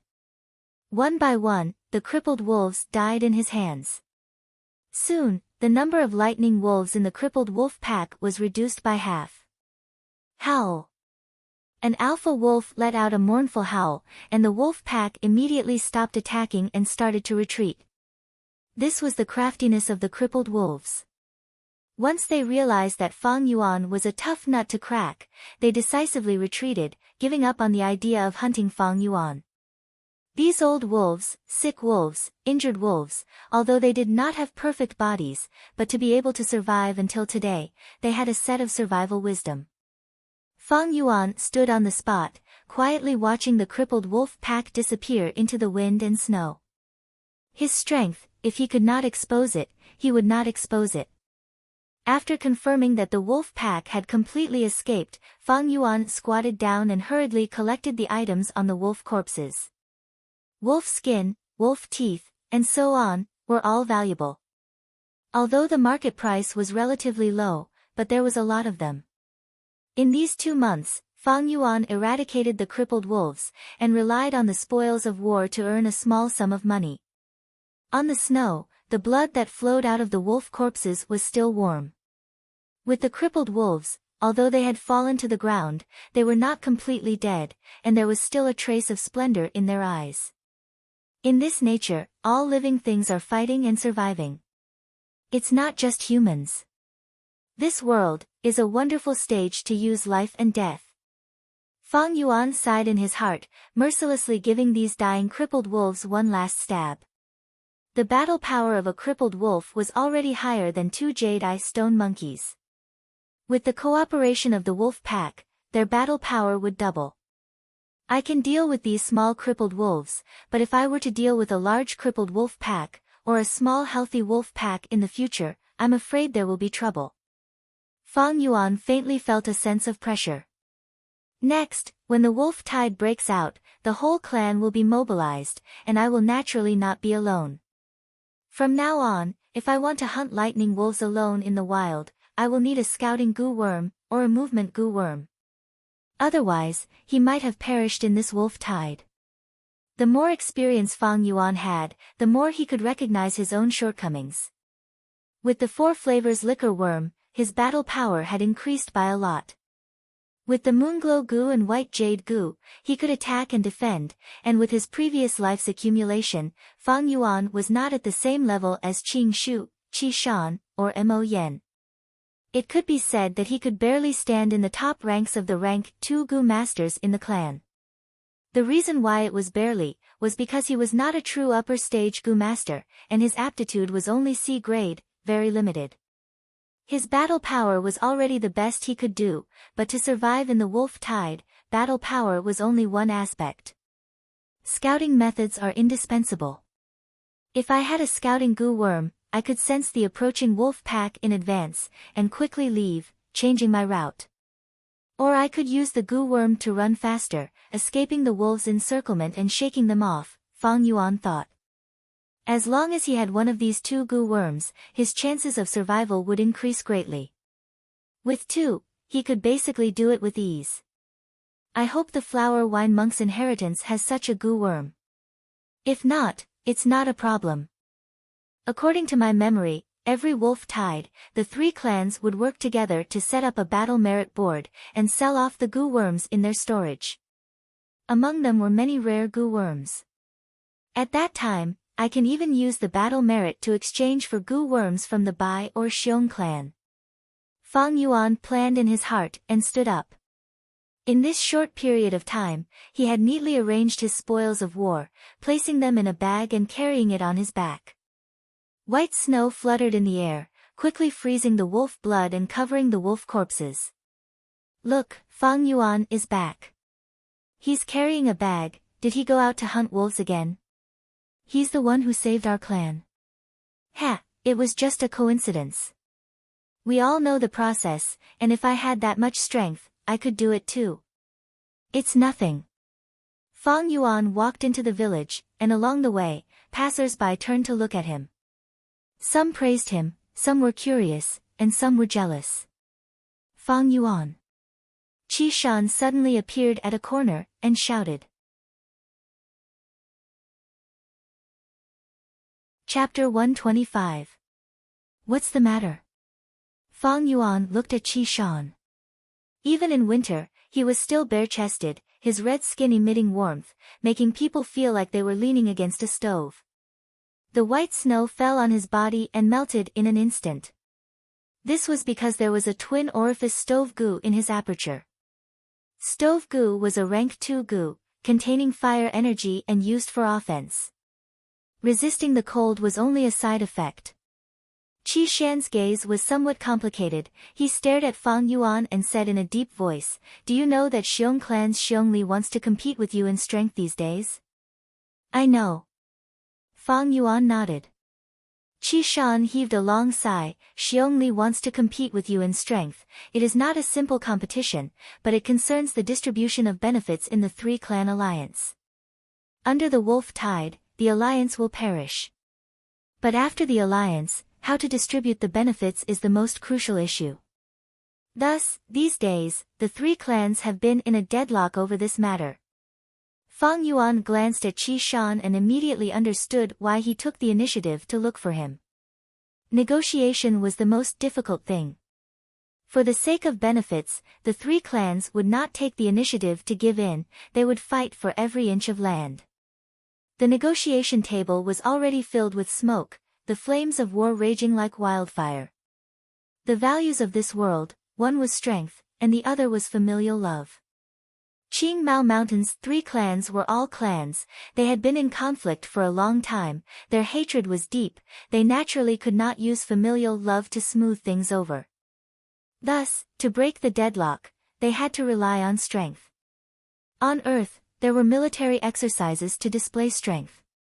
This world had the same result, there were also gu fights and sparring to show off one's strength and fight for greater benefits. This was the reason why Xiongli wanted to spar with Fang Yuan and compete in strength. As expected, Qi Shan said, I have fought with Xiongli before, he has brown bear innate strength gu. He has already nurtured the strength of one bear. He also has grand bear gu. He can increase the strength of one bear again. Adding them together, it is the strength of 2 bears. I am far from his match, even if I don't want to admit it. But the title of Qing Mao Mountain's #1 Herculean is well deserved. He paused and continued, let's discuss the matter as it stands. You and I don't have much of a difference in strength, so you won't be his opponent. But you cannot lose, because you are the hero who awakened the river-swallowing toad and saved Qing Mao Mountain. If you lose, the interests of our Guyue clan will suffer. So, for the sake of the family's interests, please abandon your personal reputation and choose to avoid the battle. Fang Yuan silently looked at Qi Shan. Qi Shan lowered his gaze, I know this matter is very difficult for you. After all, choosing to avoid a battle was destructive to one's reputation for bravery. But the family's interests were the most important. If you lose, I'm afraid the family will have to make even more concessions. The family nurtured us, so we naturally have to contribute to the family. Isn't that right? The family needs you. You sacrificing your own reputation for the sake of the family, this is also a matter of course. But this started because of me. In my own name, I'll compensate you with something. Consider it my sincerity. With that, Qi Shan handed a large bag of money to Fang Yuan. Fang Yuan took it and weighed it, and could not help but laugh, so my reputation is only worth 200 yuan stone? Qi Shan could hear the mockery in his words. His eyes flashed, and he said solemnly, Fang Yuan, don't be angry. Previously, I was trying to persuade you, but in reality, I came here with a mission. I want you to avoid the battle, this is a secret order from the higher-ups of the family. Whether you want to listen or not, you have to listen. Please take care of yourself. Finishing, he turned and left, leaving deep footprints on the snowy ground. Fang Yuan looked at Qi Shan's back, his eyes revealing a light of understanding. In order to fight for the greatest benefits, the family has probably already used the matter of me chasing the river-swallowing toad as a bargaining chip on the table. After all, the presence of the river-swallowing toad here is a threat to Qing Mao Mountain. As for the Xiong village, to get rid of this bargaining chip, they secretly ordered Xiongli to challenge me. To the family, I am only a chess piece. Xiongli is also a chess piece, and Qi Shan is even more so a chess piece. It is laughable that some people are willing to become chess pieces, and even feel proud of it, thinking that it is natural. This is because they have been successfully brainwashed by the family. But I never wanted to fight with Xiongli. The so-called reputation is only the praise of others. It was unknown how many heroes had been imprisoned by this shackle since ancient times. But to me, what's the pity in letting it go? Hee, I have to thank Qi Shan for gifting me 200 yuan stone for free. Thinking of this, Fang Yuan secretly laughed coldly. Why did he attract Xiong Li's challenge? It was only because he wanted to save the village's reputation. Why did Qi Shan want to challenge Xiong Li? It was only because of the reputation of Qing Mao Mountain's strongest man. The so-called reputation was only a flatbread for vanity. How many people had been tempted, how many people had been fettered, how many people had been trapped. What a pity, what a pity. The snow was still falling slowly. The entire Guyue village stood quietly in the snow. The people beside him walked hurriedly on the road. What a joke, these people are all trapped by an illusory flatbread. Fang Yuan's eyelids drooped, under his eyelashes, his dark and serene eyes were half hidden. The light in the snow shone on his face. The young man's face was pale, revealing a sense of coldness. Suddenly chuckling, Fang Yuan recited softly, "The white snow is pure white, I walk alone in the world. I walk alone with no worries, my lonely shadow comes and goes." He took a step forward, continuing to walk. Along the way, the people were hurrying, but Fang Yuan walked alone. Whether it was the clansmen, the white snow, the village, they were only a blurry background. After a while, he returned to his rented house. The bamboo building, wine shop and so on, were all sold by him. He still lived in the rented house, although the environment was very simple. Fang Yuan was not demanding, as long as he had a place to stay. Sitting cross-legged on the bed, Fang Yuan began to cultivate. In Gu master cultivation, breaking through a large realm required aptitude and talent. But breaking through a small realm was purely a matter of painstaking effort. As long as there was enough time, the aperture walls would be constantly nurtured, and could continue to improve. According to the agreement, at dusk, Jiang Ye arrived at Fang Yuan's residence. "Lord Fang Yuan, these are the primeval stones for this trip, please check." He entered the room and respectfully handed over 5 money bags, which were naturally filled to the brim with primeval stones. Yuan stone far exceeded 400 pieces. The wolf tide was approaching, and the Gu master's demand for the vitality leaves had also increased. This caused the price of the vitality leaves that Fang Yuan was selling to increase. Fang Yuan gave Jiang Ye 9 vitality leaves. At the same time, he asked, "The things I wanted you to buy earlier. Have you done it?" Jiang Ye, however, showed a shocked expression, shaking his head. "Lord Fang Yuan, the timing is not right. The wolf tide is approaching. The clan has already implemented a control over resources. The other things are fine, but that fish scales goo, its value is only slightly lower than the jade skin goo. I have already done my best. But I am afraid there will not be any results in a short time." Fang Yuan frowned. The fish scales goo was used to fuse with the stealth stone goo, to refine the stealth scales goo. Without the fish scales goo, he could not fuse the stealth scales goo. But even with the control over resources, it is not impossible to get the fish scales goo. In the end, it is because Jiang Ye's ability is too small. It seems the matter of refining the stealth scales goo will have to be delayed. Fang Yuan sighed in his heart. But he was not discouraged. In this world, 10 out of 10 things do not go one's way. This was the normal state of life. The so-called smooth sailing was just a beautiful blessing. Bai clan produces fish scales goo, and the clan also has fish scales goo. It is just that the quantity is small. It seems this matter will have to wait until after the alliance.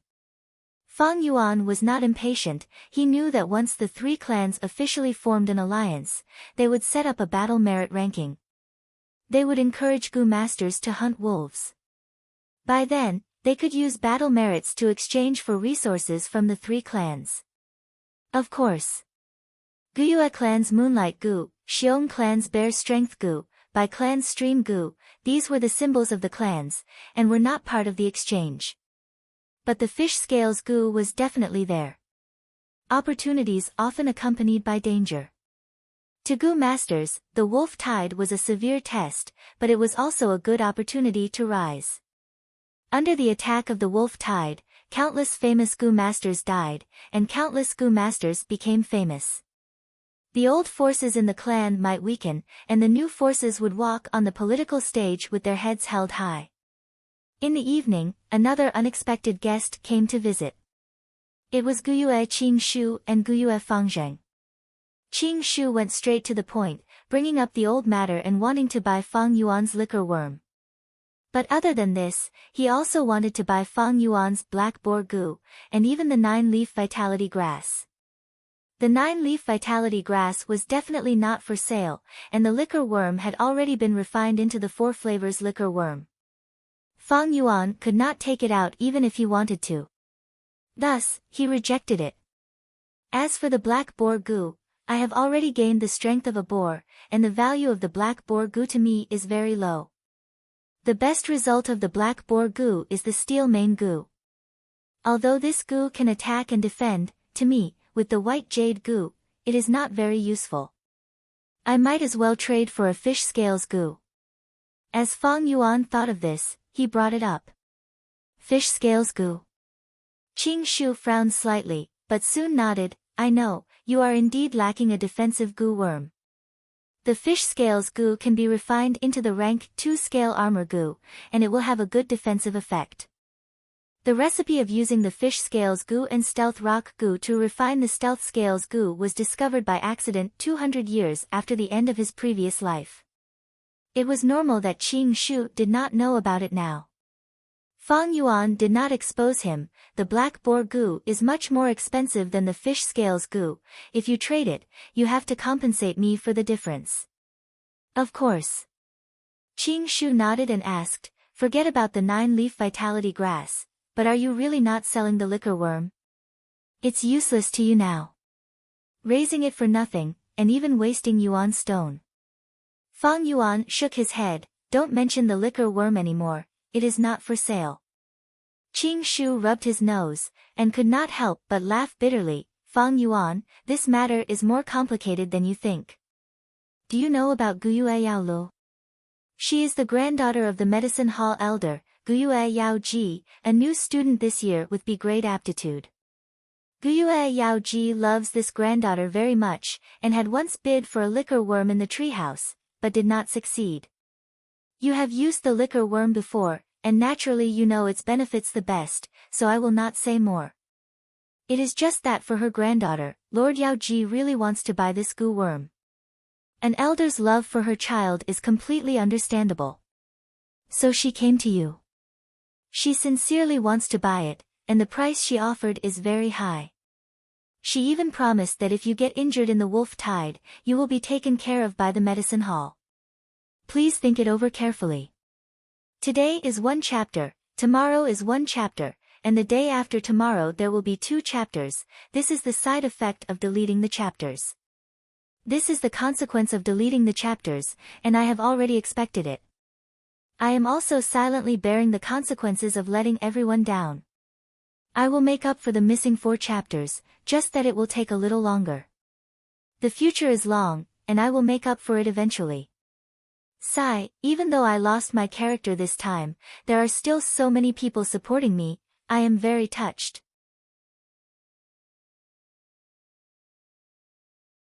Chapter 126. I see. Fang Yuan rubbed his chin, but then shook his head. I am not selling this liquor worm. Since Yao Ji insists on buying it, why don't you go find the goo master who bought it? Hearing this, Qing Shu's face turned gloomy. He sighed deeply. Sigh, I don't know which clansman bought this liquor worm, but kept it a secret. We can't investigate it, and we can't just casually search other people's apertures, right? This is taboo, a taboo. For such a small matter like the liquor worm, it's not good to incur public anger. But I can understand this clansman, hiding it with a treasure is human nature. Qing Shu did not know that the real buyer was sitting right in front of him. But Qing Shu had never suspected Fang Yuan. In his mind, Fang Yuan already had the liquor worm, he would not buy a second one. What was the use of buying it? If he knew the recipe for the 4-flavor liquor worm, then he would definitely suspect Fang Yuan first.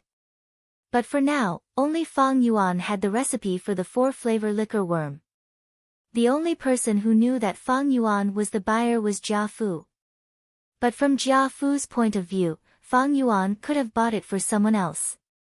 Maybe for family, maybe for a lover, there was nothing wrong with that. Wasn't Yao Ji in the same situation, buying the liquor worm for her granddaughter? No matter what, I will not give in on the matter of the liquor worm. Fang Yuan's attitude was firm, and he did not relent, laughing coldly in his heart. This was the system. On one hand, the system was strong, but on the other hand, it was a kind of restriction. Guyue Yao Ji was a rank 3 goo master. She was clearly stronger than Fang Yuan, but due to the system, she could not openly snatch it. Due to the rules of the system, and taking care of her reputation, she could not forcefully buy it. At the side, Fang Zheng suddenly persuaded, "Brother, the liquor worm is useless to you, why guard it? Granny Yao Ji is very kind. I have met Sister Yao Lu a few times, she is a good person, she will definitely treat the liquor worm well. And the liquor worm is also very helpful to her. Helping others is the source of happiness. Brother, you saved the village, I am really happy for you." This made my face light up. "But why do you have to hold on to it this time? Aren't you being a little too petty by doing this?" Fang Yuan's expression immediately turned serious. He said coldly, "My good brother, are you teaching me a lesson? The booze bug is my business. Even if it rotted in the palm of his hand. It's not up to you to tell me what to do." He was not really angry, but his attitude was the mask of his heart. By expressing his attitude, Qing Shu would understand his determination to reject. Looks like Fang Yuan is determined to refuse. He had deliberately brought Fang Zheng here, but he had made a mistake. The relationship between these two brothers has never been harmonious, and now they've outsmarted themselves. Guyue Qingshu's eyes flashed. "Fang Zheng, why don't you go out for a walk first?" Fang Zheng still wanted to say something. But Qing Shu stretched out his hand to stop him. Fang Zheng clenched his teeth and finally obeyed Qing Shu's order. "Anyway, I can't understand this. Brother," he said, opening the door. "I do things. I don't need your understanding, Fang Zheng."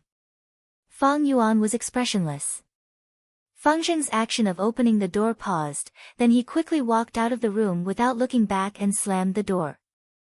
This action made the atmosphere in the room even more awkward. "If there's nothing else, please go back, Brother Qing Shu." Fang Yuan directly asked him to leave. He. Qing Shu laughed dryly, trying to ease the atmosphere. But Fang Yuan's face was as cold as ice, and there was no change. But he was gentle by nature, and did not get angry. Touching his nose, Qing Shu smiled awkwardly. "There is indeed one more thing. It's about the 9-leaf vitality grass. The 9-leaf vitality grass is not for sale." Fang Yuan rolled his eyes. I know.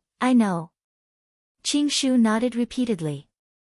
"It's about the vitality leaves. This is a personal matter of my group. I hope you can supply the vitality leaves you produce to us. Of course, we will give you some compensation." Fang Yuan did not reject business. "Alright, each vitality leaf is 65 yuan stone." Qing Shu was speechless at the price. According to the market price, the clan's original selling price was 55 yuan stone.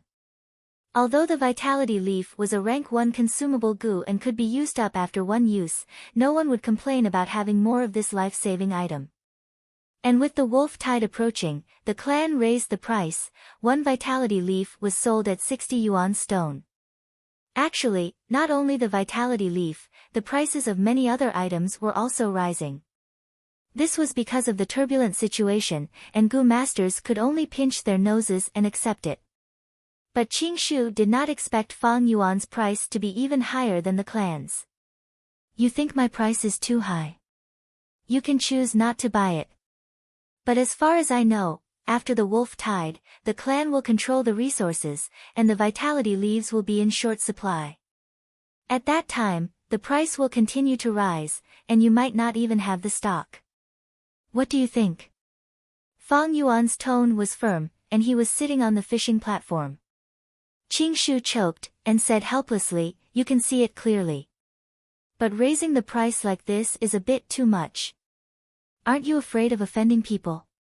If you lower the price, you can use it to build up your connections. But if you raise the price like this, the clansmen will resent you for getting rich like this." Fang Yuan raised his head and laughed. "The wolf tide is approaching, a small character like me might die any day. Why would I care about these minor details? You are no longer a small character. Interpersonal relationships are not minor details." Qing Shu looked deeply at Fang Yuan, and then lightly shook his head, "But, everyone has their own thoughts and choices, I will not force them. But you need to be careful, Lord Yaoji will not let this go so easily, goodbye. Qing Shu did not mention the matter of buying the vitality leaf again. Fang Yuan's price had scared him. He was a smart person, and smart people do not buy things on impulse, but reason. Smart people would have a price in their heart, and if it exceeded this price, they would calmly stop. Fang Yuan seemed to have only raised the price by 5 yuan stone, but Qing Shu definitely wanted to buy more than one vitality leaf. The wolf tide would last for at least a whole year, and the amount of vitality leaf consumed would be very large. Accumulating like this would be a lot. Thank you for your reminder, take care, I won't send you off. Fang Yuan watched Qing Shu leave. His heart was clear, knowing that Qing Shu would definitely come back. It was because he had greatly underestimated the severity of this wolf tide. In such a wolf tide, death could come to everyone at any time, and there was no worry about selling the vitality leaf. In Fang Yuan's memory, it had even been raised to a high price of 100 yuan. Of course, this price was also when the wolf tide was at its fiercest. What Fang Yuan needed to do now was to adapt to the situation. Slowly raising the price. As time passed, the winter wind became colder. This year's winter was colder than in previous years for the 3 mountain strongholds of Qingmao Mountain. Take Guyue's mountain stronghold for example. More and more crippled wolves appeared around the mountain stronghold. The clan issued a large number of missions, and almost all of them were related to exterminating the crippled wolves. In December, the number of crippled wolves reached its peak, and the situation took a turn for the worse. It reached a terrible level. There was even a village at the foot of the mountain. It was a situation where it was slaughtered by a large wolf pack. Fortunately, there were more than 10 Gu masters stationed in the village. They retreated in time. This made the clan higher-ups heave a sigh of relief. The death of a Gu master made them feel heartache for a long time. As for the mortals, they were all servants, so if they died, so be it. In this world, there was no such thing as human rights. A Gu master's life was more precious than 100 mortals' lives. This was the common view of everyone. But casualties were unavoidable. Thus, at night in the mountain stronghold, there were often faint cries of sorrow and sorrow. The crippled wolves were just the prelude, the true wolf tide was even more terrifying. The crippled wolves were just the prelude. The real wolf tide would be even more terrifying. This year's wolf tide might not be the same as the past. Under such pressure, the deadlock negotiations made rapid progress, and the alliance of the 3 strongholds was formed. Under this kind of pressure, the deadlock negotiations progressed quickly, and the alliance between the 3 brigades was formed. Alliance Slope, 3 strongholds meeting. Alliance Slope, 3 village alliance meeting. The snowflakes were like white fluff, slowly drifting down. Hundreds and thousands of Gu masters gathered here, forming a huge scale. The alliance slope was an ordinary slope. However, in history, the second-generation leader of the Guyue clan had facilitated the first alliance between the 3 clans here.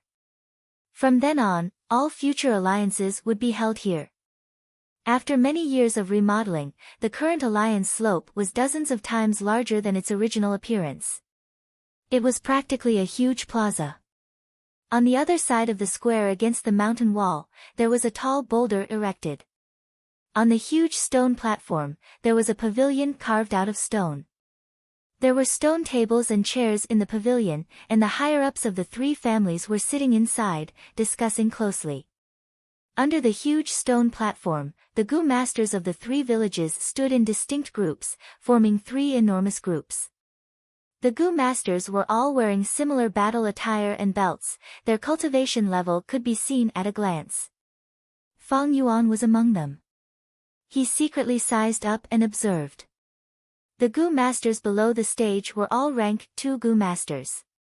Rank 1 Gu masters were mostly in charge of logistics, while rank 2 Gu masters were the true main force. As for rank 3 Gu masters, they were all clan elders. For a mid-sized clan like the Guyue clan, every generation of painstakingly accumulating, they would only have over 20 clan elders. Fang Yuan was observing, and so were the other Gu masters. Countless gazes intertwined, some with hatred, some with curiosity, and some with vigilance. The Gu masters of the Guyue clan were generally skinny. The Gu masters of the Xiong clan were all sturdy, and from their appearance, one could tell that they had great strength. The Bai clan's people, probably because they lived under the waterfall at the back of the mountain, had pale skin and carried a yin aura. That long hair is Guyue Qing Shu, rank 2 peak stage, the number 1 rank 2 in the Guyue clan. Someone pointed. Mo Yen.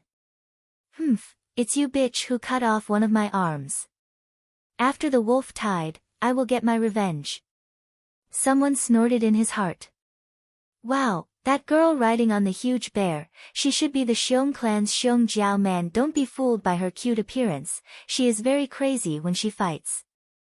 Do you see that white fat woman? That is Bai clan's Bai Zhong Shui, a rank 2 upper stage expert who possesses the water dolphin Gu. She is very unrestrained and lustful. You newbies have to be careful, don't get pushed down by her. The grudges between the 3 clans were already very deep. The discussions on the alliance slope became louder and louder, becoming a noisy scene. Many Gu master seniors were pointing and introducing the experts of the other 2 clans to the newbies, reminding them to be careful in the future.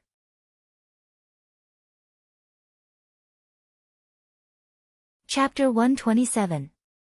The traditional overlord Guyue tribe, the newly rising Bai tribe, the Xiong tribe that cannot be underestimated. Fang Yuan's gaze swept over the crowd, observing the entire situation. Guyue tribe had Qing Shu, Qi Shan and Mo Yen, while Xiong tribe and Bai tribe also had outstanding rank 2 Gu master elites. Adding on the stone tower, the various tribe leaders and elders, the alliance slope could be said to be a gathering of heroes. I wonder which one is Bai Ningbing.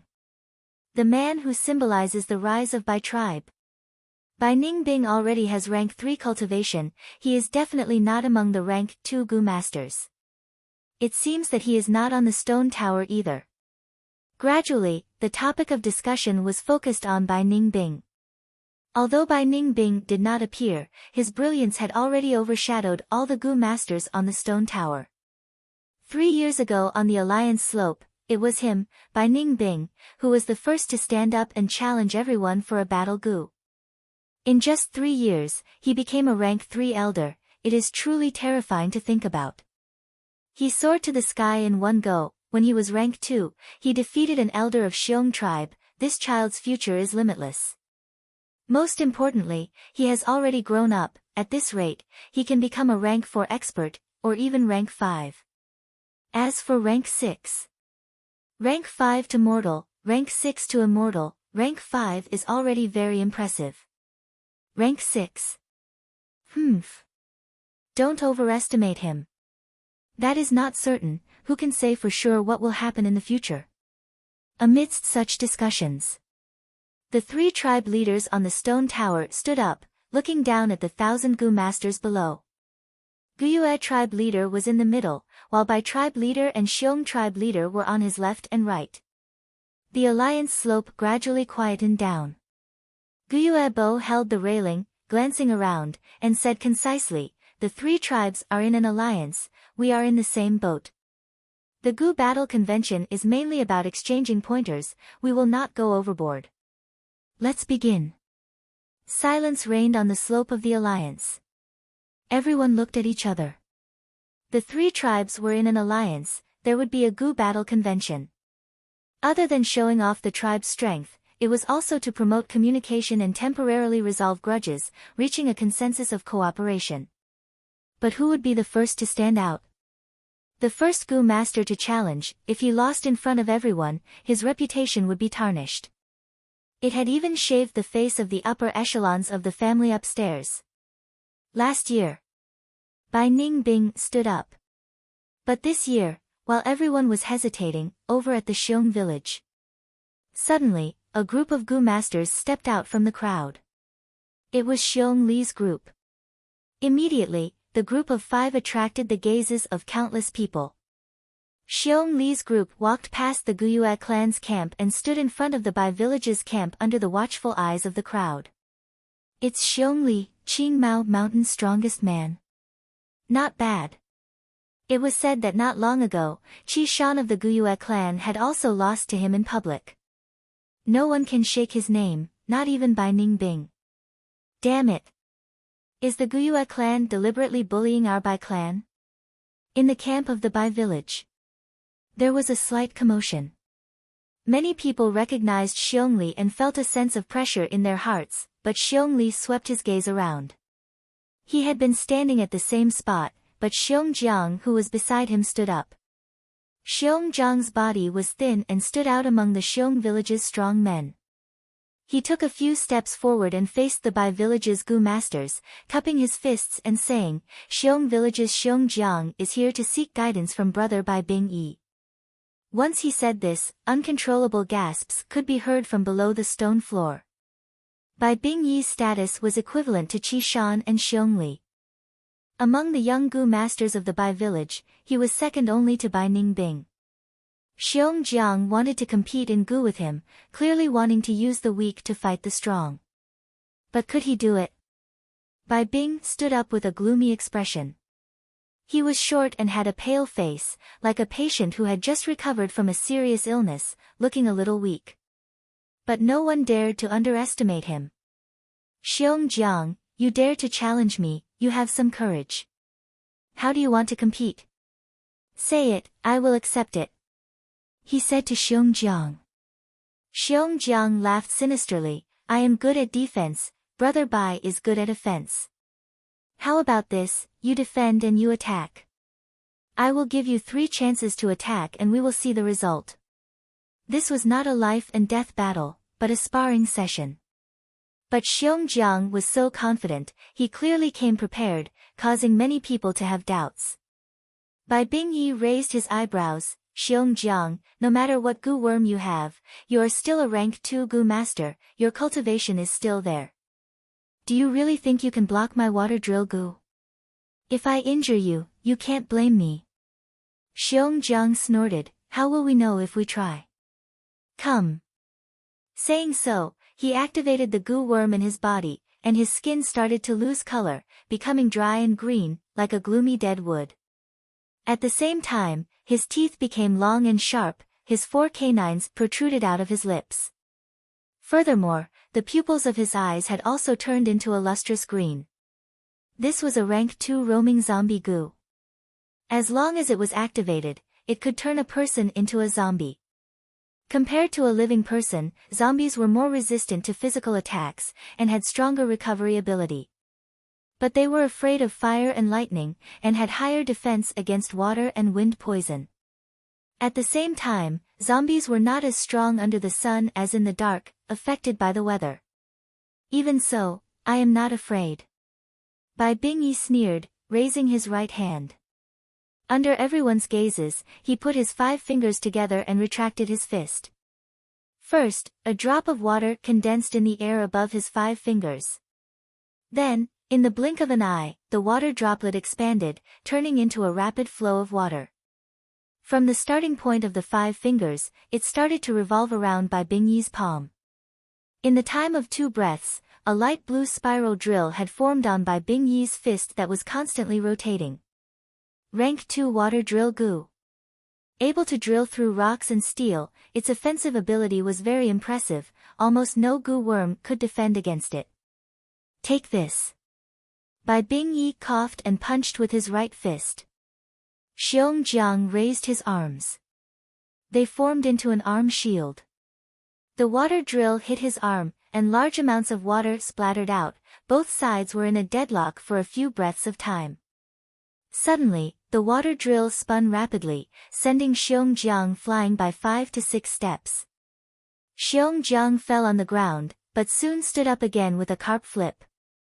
However, the muscles on his arms were almost completely crushed by the water current, revealing the pale bones of his arms. Bai Clan's Gu masters saw this. They could not help but cheer. Only a few people frowned deeply. He. Xiong Jiang laughed sinisterly, not caring about his injuries. He had turned into a zombie, his sense of pain had already fallen to zero. Bai Bingyi stood on the spot, but his pale face suddenly changed, and he spat out a mouthful of blood. Bai Clan's Gu master's cheers stopped abruptly. How can this be? Someone shouted. It is the Shadow Death Gu. Bai Bingyi stared at his feet. Xiong Zhang's shadow was strangely distorted, spreading out on the snowy ground. Xiong Jiang and Bai Bingyi were connected together. It seems I have won, Brother Bai. With this Shadow Death Gu, I will receive many injuries. You will have to bear 1/10 of it. I specialize in defense, while you are an offensive type Gu master, your body is not healthy, even if it is 1/10 of the damage, you will not be able to bear it. Xiong Jiang said plainly. Bai Bingyi wiped the blood on his mouth, and stared at Xiong Jiang deeply for a while, before saying, Good. Very good indeed. You have a clever mind and superior skills. I have lost. He admitted defeat in front of everyone. Too despicable. Simply sinister and shameless. To think he actually had a Shadow Death Gu, Senior Bai Bingyi was completely tricked by him. Bai Clan's Gu masters burst into a commotion. Xiong Jiang cupped his fists, You flatter me. If we really fought, I believe the final victor would still be Brother Bai. The Shadow Death Gu has a limited range after all, it can only bully close combat Gu masters. Brother Bai, please take care of the wolf tide this time. Of course. Bai Bingyi's expression eased a little, and nodded. Bai Clan's Gu masters' voices also weakened.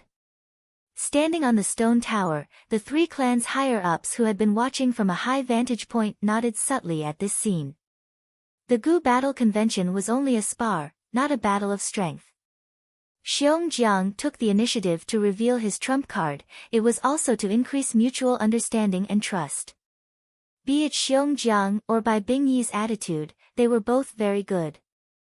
With this handling, even if Bai Clan's Gu masters did not admit it, they could not help but feel some admiration for Xiong Jiang. After all, the strong were always respected. Xiong Li group has made a good start. Guyue Bo lightly praised. Ha ha ha. The Xiong clan leader chuckled. Xiong Jiang had given him face. On the other hand, the Bai clan leader's expression was a little ugly. But Xiong Li group did not stop there, the 5 of them left Bai clan and arrived in front of Guyue clan. After challenging Bai clan, they want to challenge our Guyue clan? Oh no, this time it is Xiong Li himself. Guyue clansmen could not help but feel a little nervous, many people's gazes gathered on Qi Shan, Mo Yan and Qing Shu. But who knew that Xiong Li shouted, Who is Fang Yuan, please come forward. I heard you could drive away that river-swallowing toad alone, why don't we compete in strength? In an instant, the crowd was in an uproar. Xiong Li stood up, but he did not challenge Qing Shu, Qi Shan or Mo Yan, instead choosing a new junior. Fang Yuan, who is Fang Yuan? This was the first time some Gu masters from other clans had heard of this name.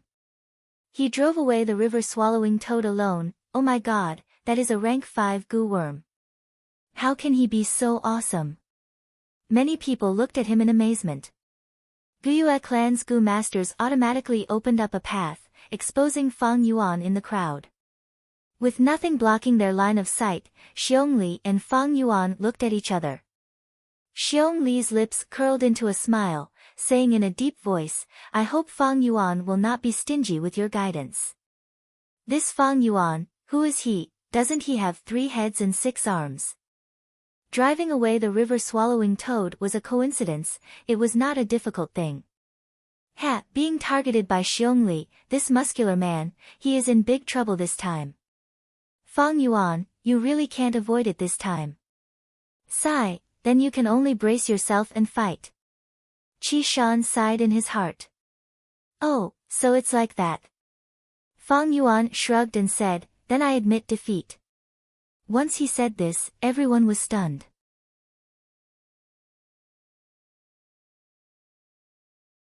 Chapter 128. Admit defeat. Fang Yuan's words were still reverberating in everyone's ears. At once, almost all the rank 2 Gu masters below the rock tower looked at Fang Yuan in shock. Fang Yuan ignored them, standing on the spot with his arms crossed, his expression calm. Admit defeat? He actually admitted defeat, did I hear wrongly? That is Fang Yuan. He doesn't even have the guts to fight, hee. I have to admit, Xiong Li's aura is really strong. But even if he loses, he should at least go through the motions. Directly admitting defeat is not only a coward, but also a disgrace to the clan. Gradually, the whispers were like ripples on the surface of a calm lake. After the initial shock, many Gu masters' gazes turned to disdain, contempt and gloating. Many Guyue clan Gu masters stood up uneasily. The gazes from Xiong clan and Bai clan Gu masters were like invisible needles, stabbing at their self-esteem. Fang Yuan was a Guyue clan member, he directly admitted defeat, causing them to lose face as well. How can he admit defeat? Fang Yuan, you are a Guyue clan man, step out and fight Xiong Li. But, even if he loses, it is not a big deal. If he doesn't even have the courage to fight, that is the true disgrace. Some of the Guyu clan's Gu masters shouted, urging Fang Yuan to go out and fight. Fang Yuan's expression did not change, listening to these words was like listening to a group of dogs barking. The so-called reputation, face, glory, it was just a painting. A shackle placed on the members' necks by those in power. These Gu masters were just dogs with a rope tied around their necks. Xiong Li stared at Fang Yuan, suddenly laughing, what a disappointment. To think that Guyue clan's bravery is like this? These words made the Guyue clan Gu masters' expressions turn ugly. Bursts of laughter came from the Xiong clan village. Even the Bai clan's Gu masters looked at Guyue's tribe with mocking gazes. The people around Fang Yuan also moved. They all distanced themselves from him, looking ashamed to be associated with him. Soon, there was no one within 5 steps of Fang Yuan. Fang Yuan stood there alone. He did things his own way, out of place, but his expression was calm. Others valued the reputation of bravery, but Fang Yuan scoffed at it. This involuntarily caused everyone to hate Fang Yuan. Because Fang Yuan's contempt for reputation was a denial of the public's values. Denying these values was equivalent to denying the masses who had been living according to these values. Others were naturally unwilling to deny their own value and feel that their lives were wrong. Therefore, naturally, he began to resist and reject Fang Yuan subconsciously, rejecting Fang Yuan. Those with a weak spirit would be defeated by this rejection, and thus change themselves to become more popular. But Fang Yuan needed this rejection. There were more and more secrets on him, and he needed to be alone. At the same time, these people had no value in befriending him.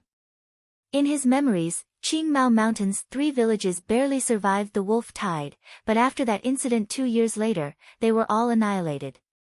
From then on, Qingmao Mountain became an icy land of death. What Fang Yuan needed to do was to use this time to grow as much as he could, and leave the clan in time to avoid being killed. Seeing such a disadvantageous situation, Qing Shu, the number 1 rank 2 Gu in the Guyue village. He had no choice but to stand up. Xiong Li, why don't we spar? Hee, how do you want to spar? Although Xiong Li was smiling, his expression revealed a serious expression. Guyue Qing Shu did not look at Xiong Li, but slightly raised his palm, secretly activating his primeval essence. His gaze was lowered as he looked at the green vines that were slowly growing out of his palm. He said slowly, let's test your strength. If you can break free from the binding of my green vines, then I'll consider it my loss. How about that? Hee, not a bad suggestion, let's do it. Xiong Li grinned, his eyes shining brightly. He thought to himself, I already have the strength of 1 bear, and with the strength of the Grand Bear Gu, I have the strength of 2 bears added together. Although the green vines are tough, with the strength of 2 bears, I can definitely break free. Xiong Jiang had already won against Bai Bing Yi, if I win against Qing Shu, I will definitely gain a lot of face. Qing Shu smiled warmly and did not speak anymore. He only stretched out his palms and spread them out. 2 green vines grew longer and longer from his palms, like 2 agile green pythons, climbing up Xiong Li's body and coiling around him. Xiong Li's hands were at his waist, and the green vines coiled around his arms. In an instant, there were more than 10 vines, tightly binding his hands and waist together. The other Gu masters stared at this duel without blinking. Please.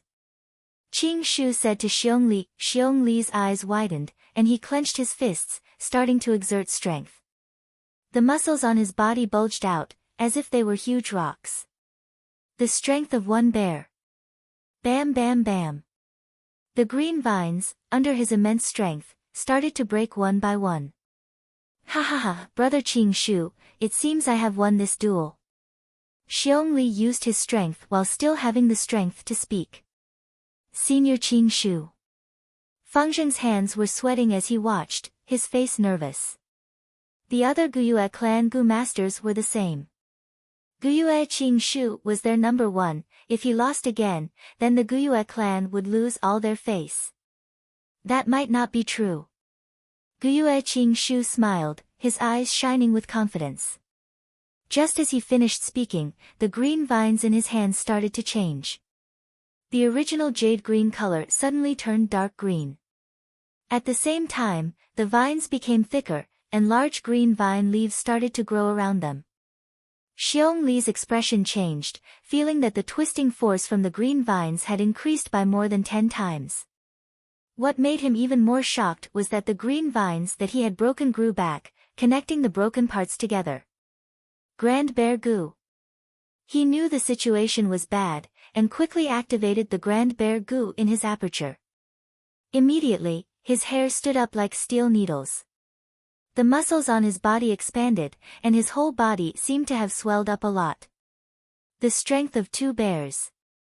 The green vines creaked, but under such terrifying strength, they were still tenacious and unwavering, firmly restraining Xiong Li. Xiong Li's face was flushed red, and he used his greatest strength, trying to break the green vines. But in the end, he had only broken one of them, and it was difficult for him to continue any further. I lost. He took the initiative to remove the strength of the Grand Bear Gu, and said while gasping for breath. Thank you for letting me win. Qing Shu cupped his fists. He kept the green vines. Lord Qing Shu, you are really good. The Guyue clan Gu masters cheered. As expected of senior Qing Shu, big brother can't be compared to him at all. They can't be compared at all. Fang Zheng stood beside Qing Shu and looked at him. His eyes shimmered with a hint of reverence. Xiong Li looked at Guyue Qing Shu with a complicated gaze. He was improving, and obtained the brown bear innate strength Gu, but Qing Shu was also improving. Although he did not know what method he used, but this was his opponent. As for that Fang Yuan, he was just a newbie, and was nothing to worry about. It really is the wood charm Gu. Fang Yuan looked at Qing Shu from afar, and thought to himself. Xiong Li, who was facing Guyue Qing Shu, did not notice. On Guyue Qing Shu's hair, there were already 2 fresh green leaves. This was a sign of using the wood charm Gu. The so-called wood charm Gu was a tree spirit. Using the wood charm Gu, one could turn into a tree spirit and fight.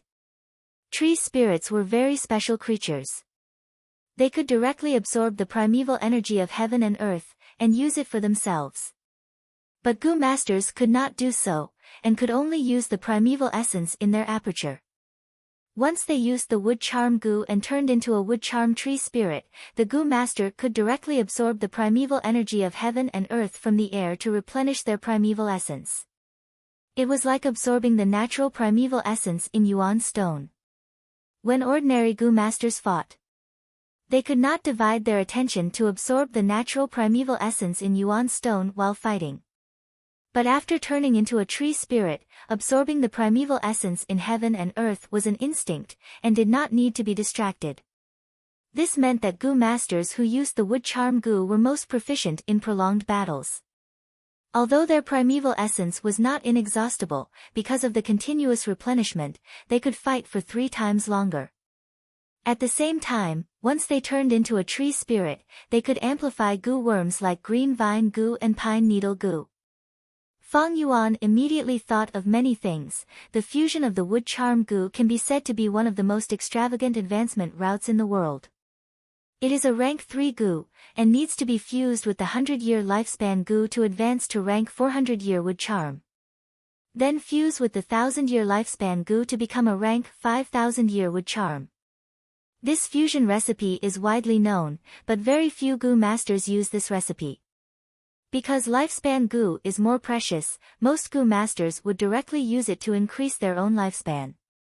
In this world, if there were no disasters or illnesses, humans could only live to 100 years old. 100 years was the limit of a human's lifespan.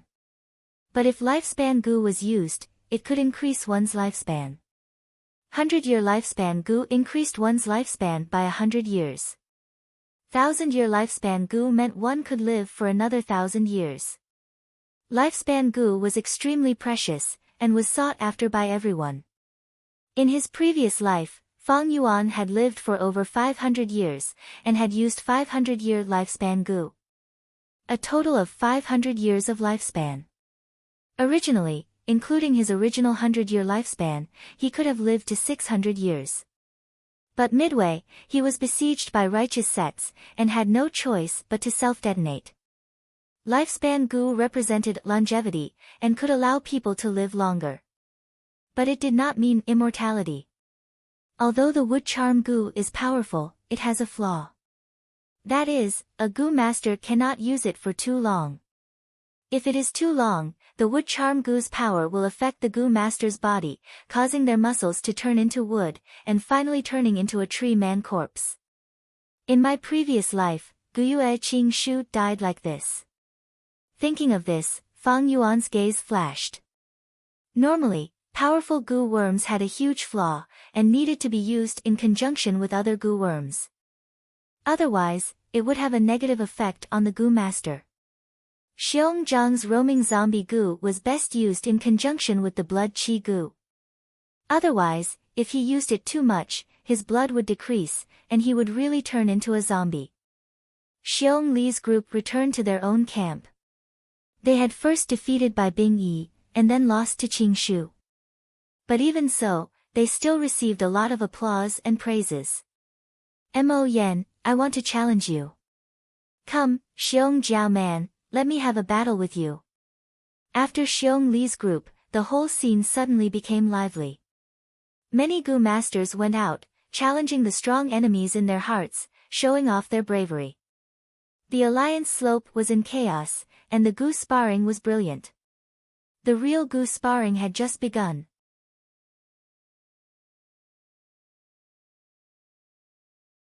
Chapter 129. All the way until the evening, the goo competition finally ended. On the alliance slope, the goo masters from the three clans were no longer as divided as before. Goo masters filled the entire hillside, and only 3 groups of people could be vaguely seen. Goo competition was a form of venting, and also a form of compromise. In this world where strength was the #1 value, having strength would gain respect, and there would be a basis for cooperation.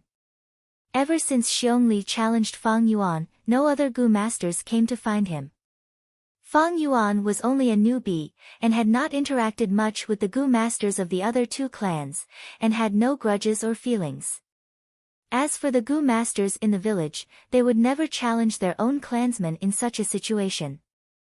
Especially when Fang Yuan admitted defeat, it made the other goo masters lose interest in him. Such a lazy, cowardly opponent, even if they won, what was there to brag about? There were 2 ways to not be stepped on. One was to become an expert, so strong that no one dared to step on you. The second was to become dog shit, and no one would bother to step on you. Fang Yuan did not care about dog shit or the reputation of an expert. He always did things by fair means or foul, and only cared about the results. No one challenged him, and this made him feel relaxed. The disdainful and contemptuous gazes of the surrounding people, he turned a blind eye. If he could not even endure these gazes, how could he talk about pursuing the demonic path? The alliance meeting ended successfully. Guyue clan, Bai clan and Xiong clan had temporarily reached an agreement. First, issue a decree. The three clans temporarily threw away their past grudges and fought against the wolf tied together. In times of danger, they had to help each other. At the same time, internal killings were prohibited and an investigation team was set up. Once discovered, the killer would be banished from the clan, and the three clans would work together to punish the killer, and the killer would have to pay with his life. If the killer escaped, his family would pay with their lives. Even if the goo master died. The goo worms retrieved from the corpses had to be handed over, and those who used them privately would be charged with murder. After the goo worms were handed over, they could be exchanged for merit points. Second, set up a battle merit board. With each group as a unit, it would display the battle merits of the three clans. One lightning wolf eyeball could be exchanged for 10 merit points. Merit points could be exchanged for goo worms, yuan stone, and other resources. The appearance of the battle merit board naturally aroused the goo master's unparalleled passion. The result of a goo battle spar could not represent the result of a real battle. Take Xiong Jiang and Bai Bingyi for example. Other than the water drill goo, Bai Bingyi naturally had other offensive methods. But Xiong Jiang's shadow bond goo's effective range was only 10 meters. Moreover, there were many factors that could affect the outcome of any battle. Goo battle sparring lacked a certain degree of persuasiveness, but the merit board provided a fairer stage for competition. The goo masters of the three clans did their best to hunt lightning wolves, striving for a better ranking on the battle merit board. This wasn't just about his own glory. More importantly, it concerned the reputation of the clan. This was especially true for the top 3 of the war merit list, where the competition was unprecedentedly intense. Almost every other day, there would be some changes in the rankings of the top 3. Soon, more than a month had passed. Winter passed and spring came. All living things sprouted. After a battle, Fang Yuan stepped on the snow on the ground. Panting slightly, he surveyed the battlefield around him. On the battlefield, there were more than 10 lightning wolves lying on the ground, all dead. Wolf blood and dismembered corpses could be seen everywhere, and the air was filled with a thick stench of blood. Howl, at this time, wolf howls could be heard from not far away. Fang Yuan's expression changed slightly. With his experience, he knew that a wolf pack was quickly approaching. If it was any other goo master, after an intense battle, the primeval essence in their aperture would be insufficient, and they would have already wanted to retreat. But Fang Yuan did not care about this, and continued to squat down, collecting the eyeballs from the wolf corpses. His movements were practiced and efficient, but even so, when he finished collecting, he was already half surrounded by the wolf pack. This was a medium-sized wolf pack, with more than 100 crippled wolves. Their green wolf eyes revealed a savage aura, staring at Fang Yuan without letting up. Fang Yuan kept the wolf eyes, smiling as he stood up. Then his figure rippled like water, slowly disappearing from the spot. The pack of wolves that were charging over immediately became restless for a while. Many crippled wolves stopped in their tracks, showing signs of hesitation and doubt. After all, they were all wild beasts, and could not understand such a magical scene. But, this is also because lightning wolves mainly use their eyes to observe, and not their noses. Lightning wolves are the magical creatures of this world. Their vision is as sharp as a goshawk's, but their sense of smell is no better than a human's. My stealth scales goo can counter wild beasts like lightning wolves, but it cannot hide from a dog's nose. Fang Yuan was very clear. He had already successfully refined the stealth scales goo before the goo battle gathering. It was like a carp fossil, gray, lying in Fang Yuan's primeval sea, letting the primeval water flow over its lifelike scales. And the fish scales goo that Fang Yuan lacked was naturally exchanged with the black boar goo and Qing Shu.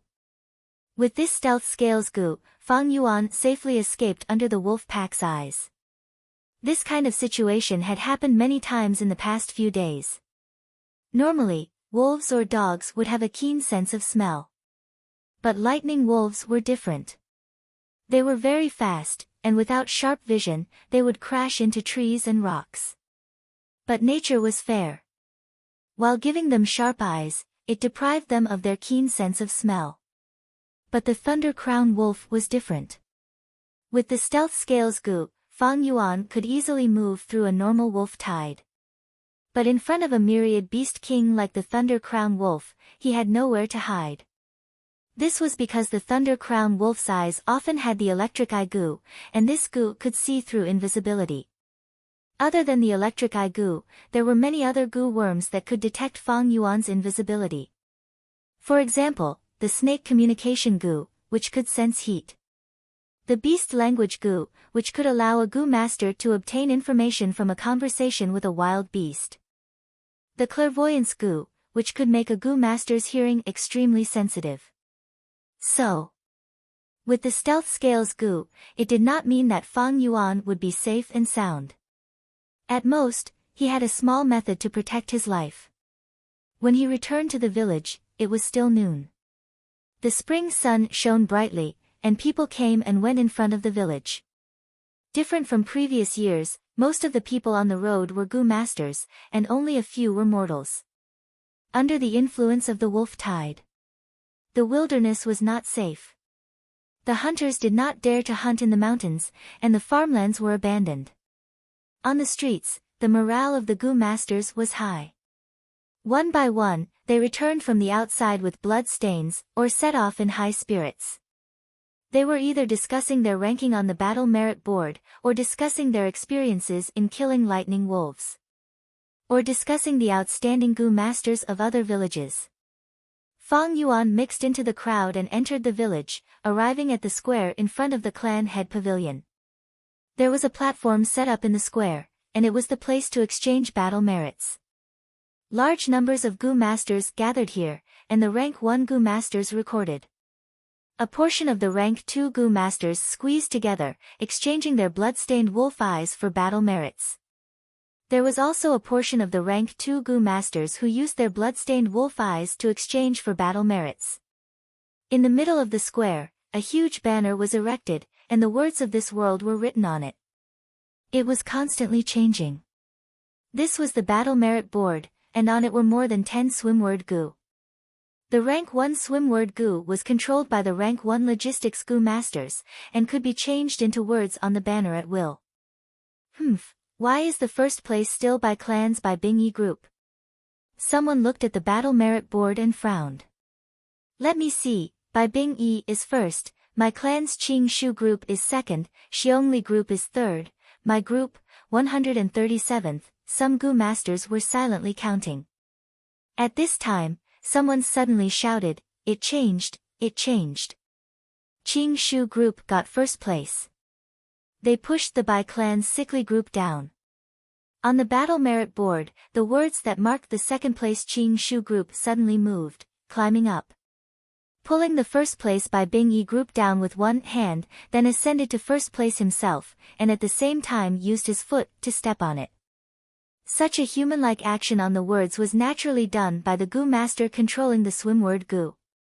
Seeing this interesting change, the Gu masters in the square burst into laughter, and gave the Qing Shu group a thumbs up, praising them endlessly. The rank 1 Gu master controlling the swimword Gu was even more excited, his face glowing with excitement. Lord Qing Shu, you are indeed the number 1 Gu master among us rank 2 Gu masters. Lord Qing Shu, you are really good. Guyue Qing Shu walked in the crowd, waiting with a smile. Behind him, Guyue Fangzheng clenched his fists and followed suit, his expression showing excitement. The surrounding praises assaulted him, filling the young man's burning heart that thirsted for glory. This made Fangzheng feel that he was walking on a bright path, and unknowingly, his recognition towards the clan deepened. Big brother. He was surprised to see Fang Yuan standing silently in the crowd, watching with his arms crossed. Big brother, you're still alone, all by yourself. No wonder your group was at the bottom of the battle merit board from the start. Only by opening your heart and joining the group can you feel the warmth and happiness of the clan.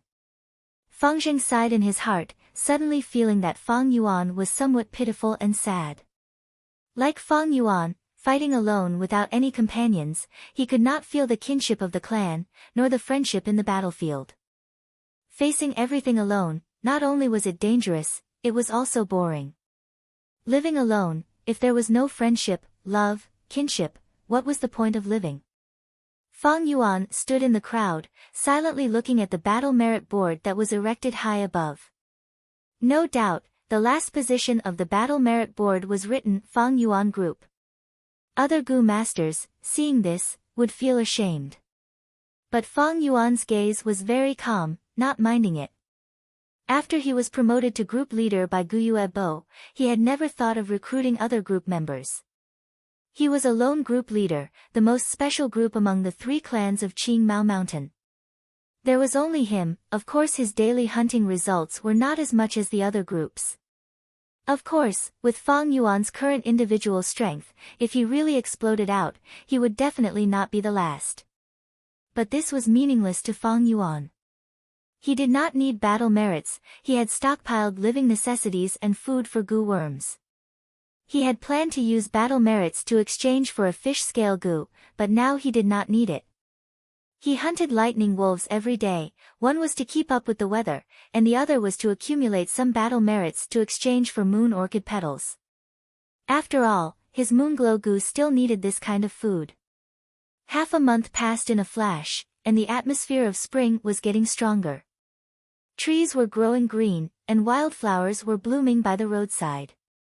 The warm spring wind was intoxicating, and the Gu masters were singing triumphantly in battle, the situation getting better.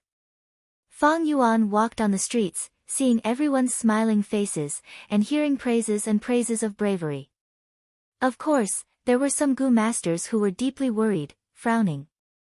These Gu masters were mostly elderly, with rich life experiences, and knew that the true wolf tide would only come in summer and autumn.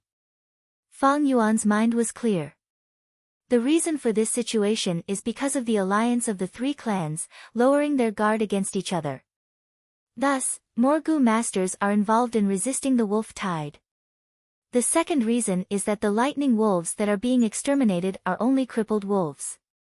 The third reason is that spring has arrived, and the lightning wolves in the wolf tide are busy mating and reproducing.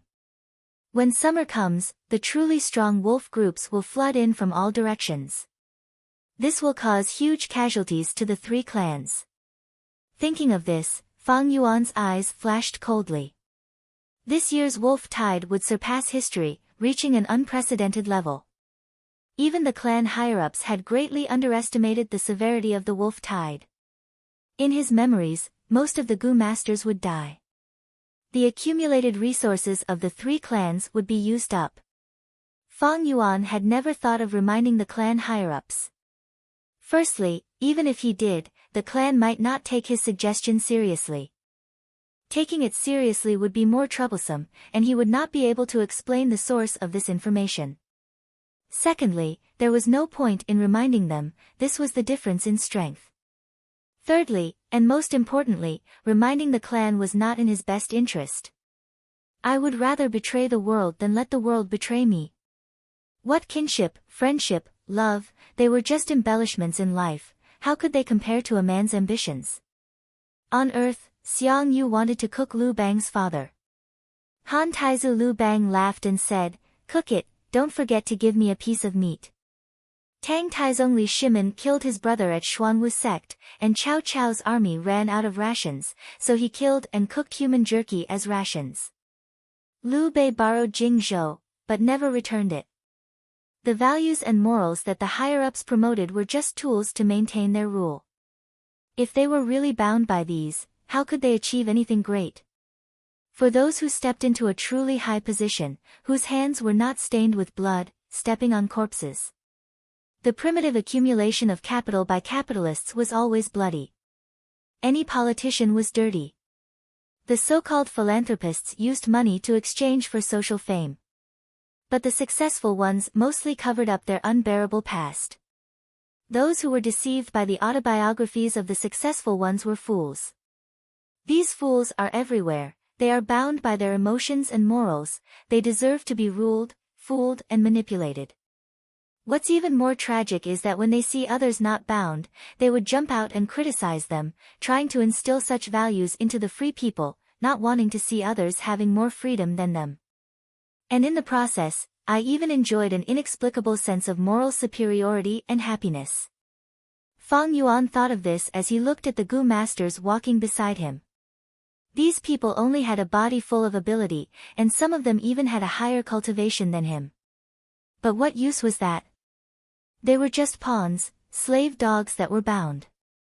Actually, what truly restricted a person's achievements was not their talent, but their thoughts. In any organization, from birth, a person would be instilled with values and brainwashed. If you want to achieve something extraordinary, you have to break out of the collar of your mind. Unfortunately, most people were tightly bound by the chains, forced to move forward, and even treated the chains as a symbol of glory. Fang Yuan thought to himself, and could not help but laugh coldly. After exiting the gates of the stronghold, he collected his scattered thoughts. There was an important matter today, he was preparing to enter the rock crack secret cave again.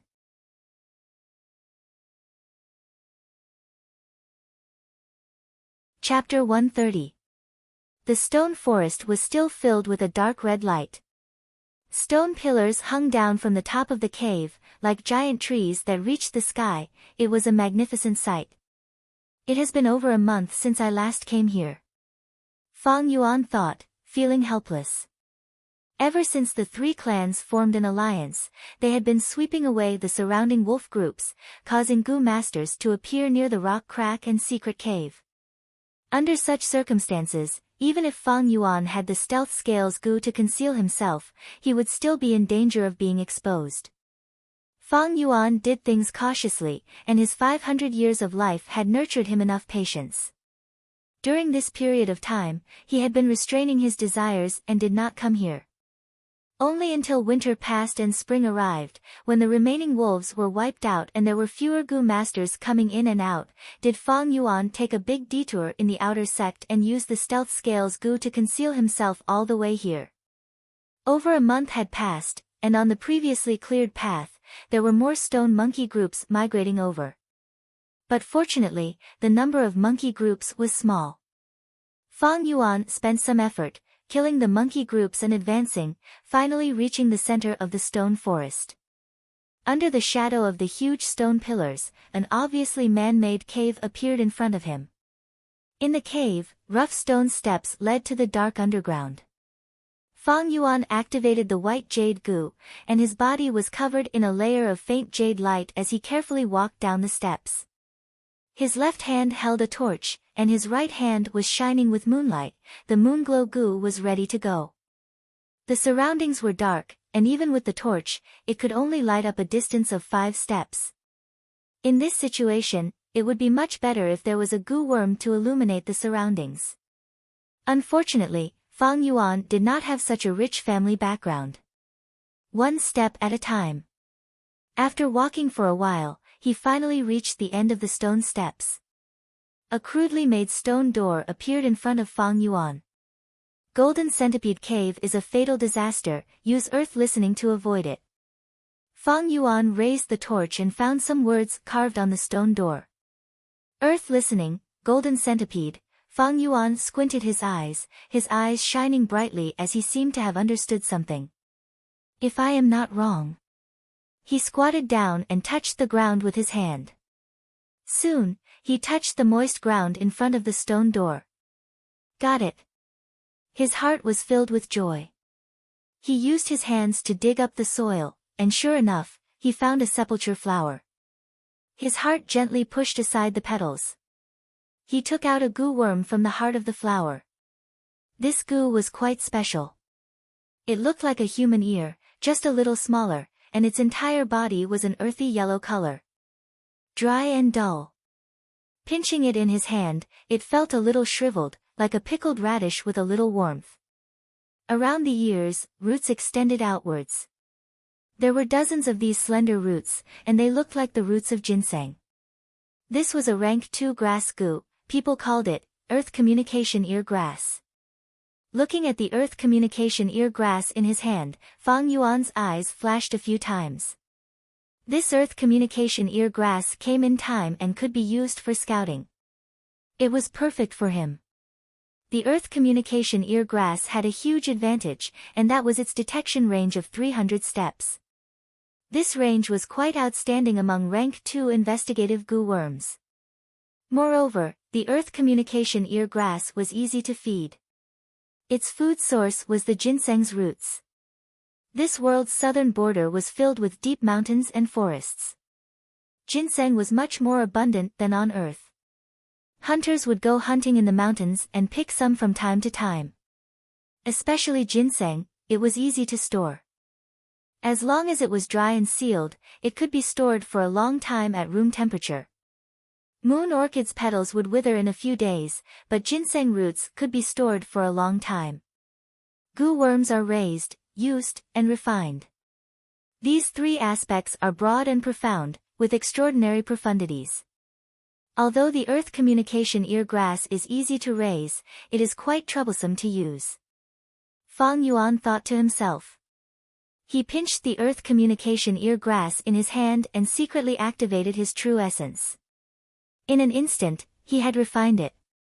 The earth communication ear grass was very outstanding, and its detection range was comparable to many rank 3 goo worms. But the heavens were fair. To use the earth communication ear grass, refining it was not enough, there was a price to be paid. Like the zombie goo and wood charm goo, they had to be used together with other goo worms. Otherwise, if they were used for a long time, the goo master's body would be corroded and turn into a real zombie or tree man. Many goo worms cannot be used just by refining them, as they require some special conditions. This earth communication ear grass is one of them. If I had this goo, I would be able to scout out the situation and be able to move freely in the wolf tide. I could even make use of this wolf tide to achieve some goals. Fang Yuan pondered for a while, and decided to use this earth communication ear grass. The gains were greater than the losses, so even if he had to pay the price, it was nothing for the future. No matter which world, without effort, how can there be gains? Fang Yuan laughed coldly in his heart, and kept the earth communication ear grass in his aperture. He looked deeply at the stone door, and turned to leave. If he was not wrong, there was a danger on the other side of the stone door. He needed to use the earth communication ear grass to avoid it. Fang Yuan left the secret cave, but did not return to the village. Instead, he walked a few rounds outside, and after killing a few lone wolves and obtaining a few pairs of wolf eyeballs, he returned. He was still last on the battle merit board. Walking on the street, some goo masters who recognized him looked at him with mocking and disdainful gazes. Fang Yuan did not care, and continued to do as he pleased. In the following days, he used his meager battle merit points to exchange for ginseng roots, and fed the earth communication ear grass, allowing it to recover to a state of full vitality. Most of the clan's attention was drawn by the wolf tide, and no one paid attention to Fang Yuan. If it was before, perhaps his uncle and aunt would still pester him, but ever since Fang Yuan sold the family assets, there was no more movement from them. It was hard to do things openly, but easy to do things secretly. Soon, Fang Yuan quietly and smoothly completed some preparations. This night, the moon was bright and the stars were sparse. The moon was like a jade plate hanging high in the sky, and the gentle night curtain was like a veil, covering Qingmao Mountain. From time to time, a wolf's howl could be heard from afar. Fang Yuan shut the doors and windows tightly, and stood naked on the floor of the rented house. On the small table in front of him, there was a basin filled with warm water, and next to the basin was a white cloth, and on the white cloth was a sharp dagger. Even the floor he was standing on was covered with a thick layer of cloth. Strands of moonlight passed through the cracks of the window, shining on the table. Fang Yuan's expression was indifferent, and he grabbed the dagger. On the shiny blade, it emitted a cold light, and could be used as a mirror. Under the dim light, the young man's eyebrows were reflected on the dagger. It emitted a kind of coldness. At this moment, Fang Yuan could not help but think of a martial arts manual on Earth, Sunflower Treasured Manual. The first sentence on the first page of his Sunflower Treasured Manual was, to train in this technique. Castrate yourself. To obtain strength quickly, there must be sacrifice and sacrifice. So what if you castrate yourself? Without this kind of cruel decisiveness and sacrifice, how can you achieve your ambitions, and realize your ambitions? Wanting to get something without sacrifice, that is a fairy tale to deceive children. In Fang Yuan's current situation, to be able to use this earth communication ear grass, what's the price to pay? Thinking of this, Fang Yuan laughed coldly. He used the pad of his finger to gently stroke the cold blade. Softly chanting, the moon was like frost in the night, the blade was especially cold. Without killing in the harsh winter, how can spring be seen? As soon as he finished speaking, he struck like lightning. His hand rose and the blade fell, blood splattered. A piece of meat fell on the table, Fang Yuan's entire right ear was cut off. Blood spurted out. At that moment, he first felt his ear go cold, and then an intense pain assaulted him. He gritted his teeth, and took a deep breath. Resisting the pain, he summoned the earth communication ear grass from his aperture. This earth communication ear grass had been raised by him to be full of life. It was already different from when he just took it out. When he first took it out from the earth treasury flower, it was dull and shriveled, but now it was warm and meaty, fat and big as an adult's palm. Touching it in his hand, it was full of elasticity, like the ear of a Buddha statue on earth. Fang Yuan pressed the earth communication ear grass to the wound on the side of his head, and a wave of red steel primeval essence poured into it. The roots of the earth communication ear grass immediately received a burst of energy, and started to grow at a visible speed, taking root at Fang Yuan's wound. This was another wave of pain. Fang Yuan felt as if there were tens of earthworms drilling into his brain from the wound. This feeling was not only painful, but also disgusting. Normally, during this process, Gu masters would use other Gu worms to numb their nerves. But Fang Yuan did not have such conditions, and could only rely on his steel-like willpower to forcibly endure it. After all, it was a young man's body, and Fang Yuan's body could not help but sway as he endured such intense pain. More and more roots extended into the wound. Slowly, the earth communication ear grass and the bloody wound fused together, becoming Fang Yuan's new right ear. In the end, the wound no longer bled, and there was not even a scar. But Fang Yuan's face was pale, and the pain only decreased slightly, but it still tormented him. Veins popped out on his forehead, and his heart beat rapidly. At this point, he was already halfway to success, but Fang Yuan's body still needed time to adapt to the earth communication ear grass. He first took out a mirror, and looked at himself in the faint moonlight. In the mirror, his face was pale, and his brows were slightly furrowed. The left ear was small, while the right ear was more than twice the size, and was somewhat deformed. Fang Yuan was not surprised, and after looking at it for a while, he felt satisfied that there were no problems. He put down the mirror, and took out a cloth, dipping it in the warm water in the basin, and started to wipe the bloodstains on his body. He was not wearing any clothes, so it was very easy to clean up the bloodstains. Some of the bloodstains flowed to his feet, but were absorbed by the cotton cloth that was laid on the floor beforehand. Fang Yuan cleaned up the bloodstains, and finally picked up his original right ear from the table. He snorted coldly, and activated the Moonglow Gu in his palm. Then, he minced his right ear into minced meat to destroy the evidence. The remaining basin of blood was carried by Fang Yuan to the bottom of the bed, and a piece of coal was thrown in. After doing all this, Fang Yuan lay down on the bed. The pain had already decreased by more than half, but it still tormented him. Fang Yuan felt waves of pain in his head, and along with his heartbeat, it was throbbing. After an unknown amount of time, he finally fell into a deep sleep.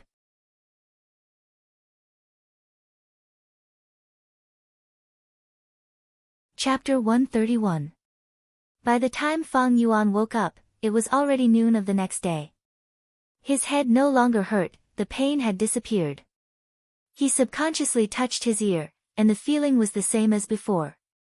It was as if the ear-cutting incident last night had never happened. He got up from the bed. The first thing he did was to find a mirror and look at himself. In the mirror, a young man's face was revealed. He wasn't handsome, but his pair of pitch black and deep eyes made him seem extraordinary, revealing a trace of an unusual cold charm. The young man's ears were the same size, no difference. When he planted the earth communication ear grass last night, Fang Yuan's right ear was fat and big, the earlobe almost reaching his chin. But now it had become normal, and from the outside, there was no difference at all.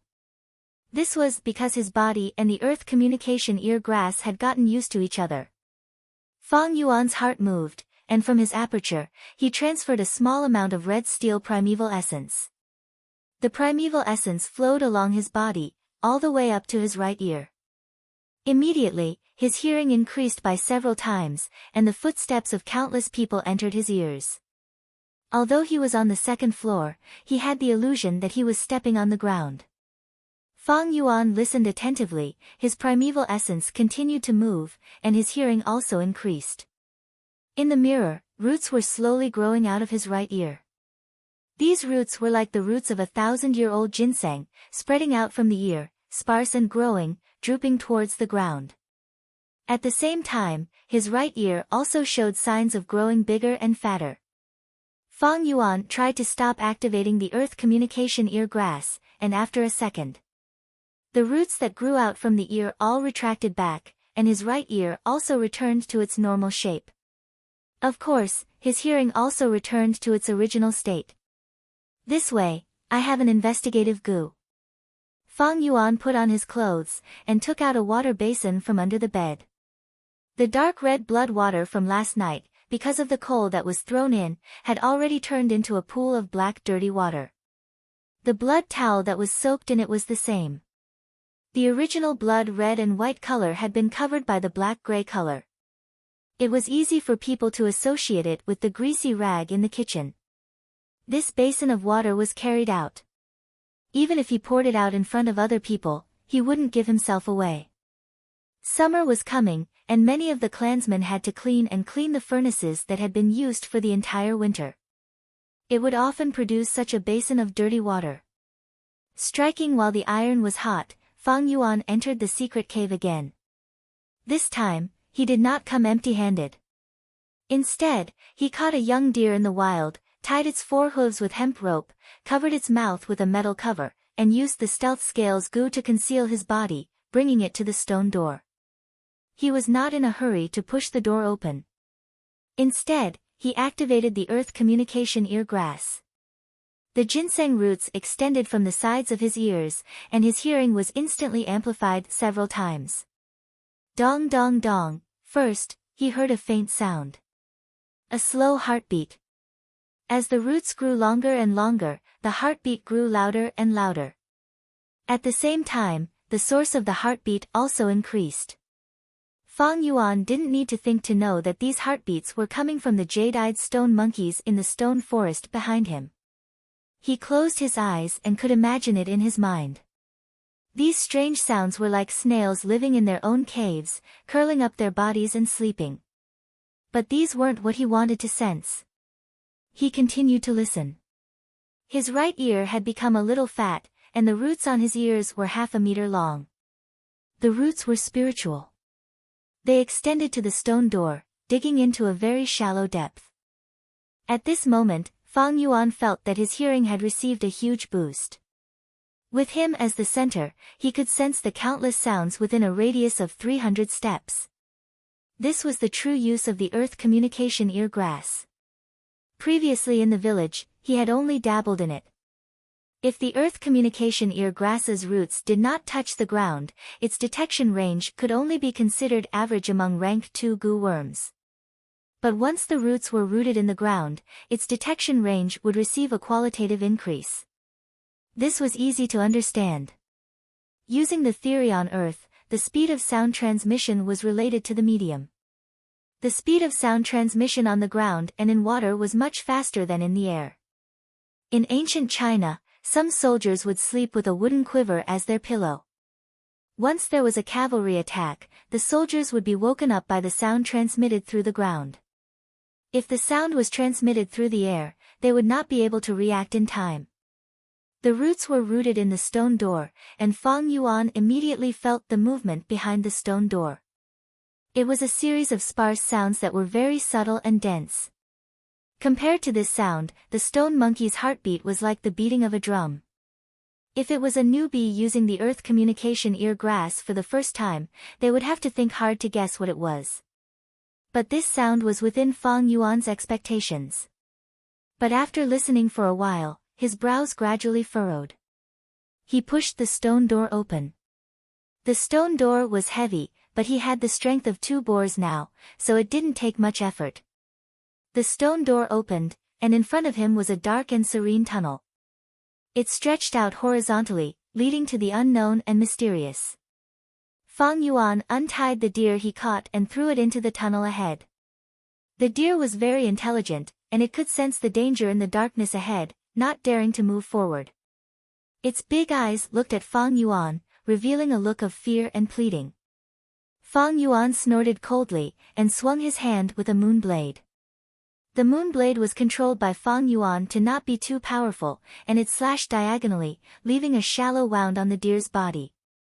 Blood gushed out, and under the pain, the deer's fear of Fang Yuan took over, and it frantically ran forward in the darkness. The darkness quickly swallowed it. Fang Yuan urged the earth communication ear grass again, and this time, the roots were rooted in the wall beside him. With his hearing improved, the first thing Fang Yuan heard was the deer's hurried footsteps, its heartbeat, and then a sudden wave of sparse sounds. In the Golden Centipede Cave, one could use the earth communication ear grass to avoid disaster. Fang Yuan knew that these sparse sounds were the sound of centipedes crawling. Suddenly, he heard the deer's frightened cry.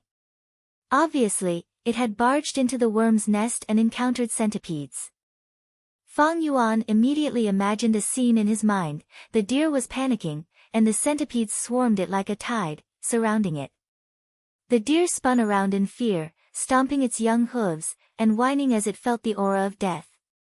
The countless centipedes climbed onto its body. The deer fell to the ground, rolling around and struggling violently. But after a short while, its heart stopped beating. The centipedes covered its body, and started to devour the deer's flesh. Fang Yuan's gaze suddenly focused, and he suddenly heard a special sound. The buzzing sound was like a buzzing chainsaw. It was filled with an insolent, rude, and barbaric aura. If it were a newbie, they would be very confused. But with Fang Yuan's rich experience, he immediately guessed the identity of the voice's source. A rank 3 wild goo worm, chainsaw golden centipede. This was the king of the centipedes, the true killer of the Golden Centipede Cave. Fang Yuan could totally imagine it, a meter long, 2 fists wide golden centipede, suddenly turning from stillness and crawling. On both sides of the centipede's body, there was a row of sharp, silver serrated teeth. As it crawled, these serrated teeth also moved rapidly, like a chainsaw. The chainsaw golden centipede's arrival immediately caused the centipede group to go silent. It came in a fierce manner, and everywhere it went, the centipede group would scatter, revealing the deer's body that still had more than half left. It climbed onto the deer's body, and opened its mouth, absorbing the deer's blood and devouring the deer's meat. When it encountered the deer's skeleton, it rolled up its body, and used the serrated teeth to lightly twist, easily grinding the bones into powder. Even the white jade goo's defense cannot withstand the chainsaw golden centipede's sawing. It seems that the flower wine monk wants me to use this earth communication ear grass to avoid this chainsaw golden centipede. But I have the spring autumn cicada, it is not impossible to subdue this chainsaw golden centipede. A thought appeared in Fang Yuan's mind. He was excited at the sight of the prey. The chainsaw golden centipede was an excellent goo worm, and if he could use it, it would definitely be a powerful method. But to subdue this chainsaw golden centipede underground, even a rank 4 goo master would have to spend a lot of effort. Capturing and killing were 2 completely different things, the former's difficulty was much higher than the latter. Wild goo worms were mostly cunning, and if the chainsaw golden centipede saw something amiss, it would burrow into the ground and escape. If a goo master did not have the ability to burrow into the ground, how could he pursue it? But Fang Yuan had the spring-autumn cicada. As long as he caught this chainsaw golden centipede and leaked a trace of its aura, it would definitely make this worm cower, not daring to move. The spring-autumn cicada was rank 6, and its aura had a strong deterrent effect on rank 1 to rank 4 goo worms. But against rank 5 goo worms, the effect was not great. As for other rank 6 goo of the same rank, there was no deterrent effect at all. This phenomenon was very interesting. Actually, thinking about it, human society was the same. Facing outstanding people, people would often admire and worship them. But towards people who were only slightly better than themselves, they would dare to offend them, thus it was usually competition and jealousy.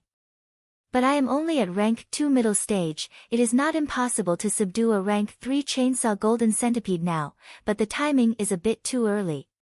Fang Yuan muttered. A rank 2 goo master was of course most suitable and handy to use rank 2 goo worms. Of course, rank 2 goo masters could also have rank 3 or even rank 4 goo worms. But this was not a common phenomenon. Firstly, the higher the rank of the goo worm, the higher the cost of feeding it. Secondly, the higher the rank, the more inconvenient it was to use the goo worm, and a certain price had to be paid.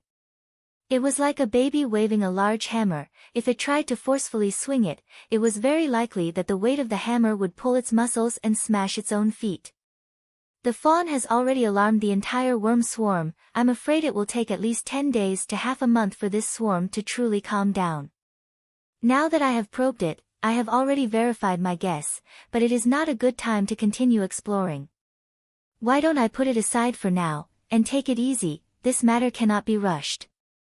Thinking of this, Fang Yuan closed the stone door again, and used the stealth scales goo to retreat.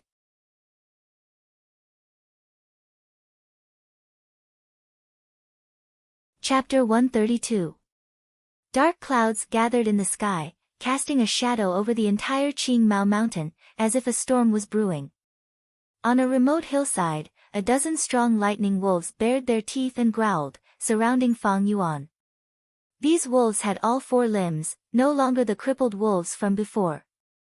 If it was any other rank 2 goo master, being surrounded like this alone, they would be in despair. But right now, the situation was the exact opposite. Fang Yuan stood at his original position, calm and collected. As for the lightning wolves surrounding him, there was a hint of nervousness and fear in their expressions. The battle had already been going on for a while. On this bloody battlefield, a few lightning wolves had already fallen, silently showing off Fang Yuan's achievements. Kill! Fang Yuan shouted in his heart. As the person being surrounded, he took the initiative to attack. He took a step forward and pounced towards a lightning wolf on his left. This lightning wolf was so frightened that it took a small step back. Then, its fierce nature was stimulated. Its strong limbs suddenly jumped, pouncing towards Fang Yuan. In the air, the lightning wolf opened its mouth, revealing a mouthful of sharp fangs. Fang Yuan laughed loudly. He did not dodge, but swung his right hand. Whoosh! An eerie blue moon blade flew out horizontally, piercing through the air and hitting the lightning wolf's open mouth.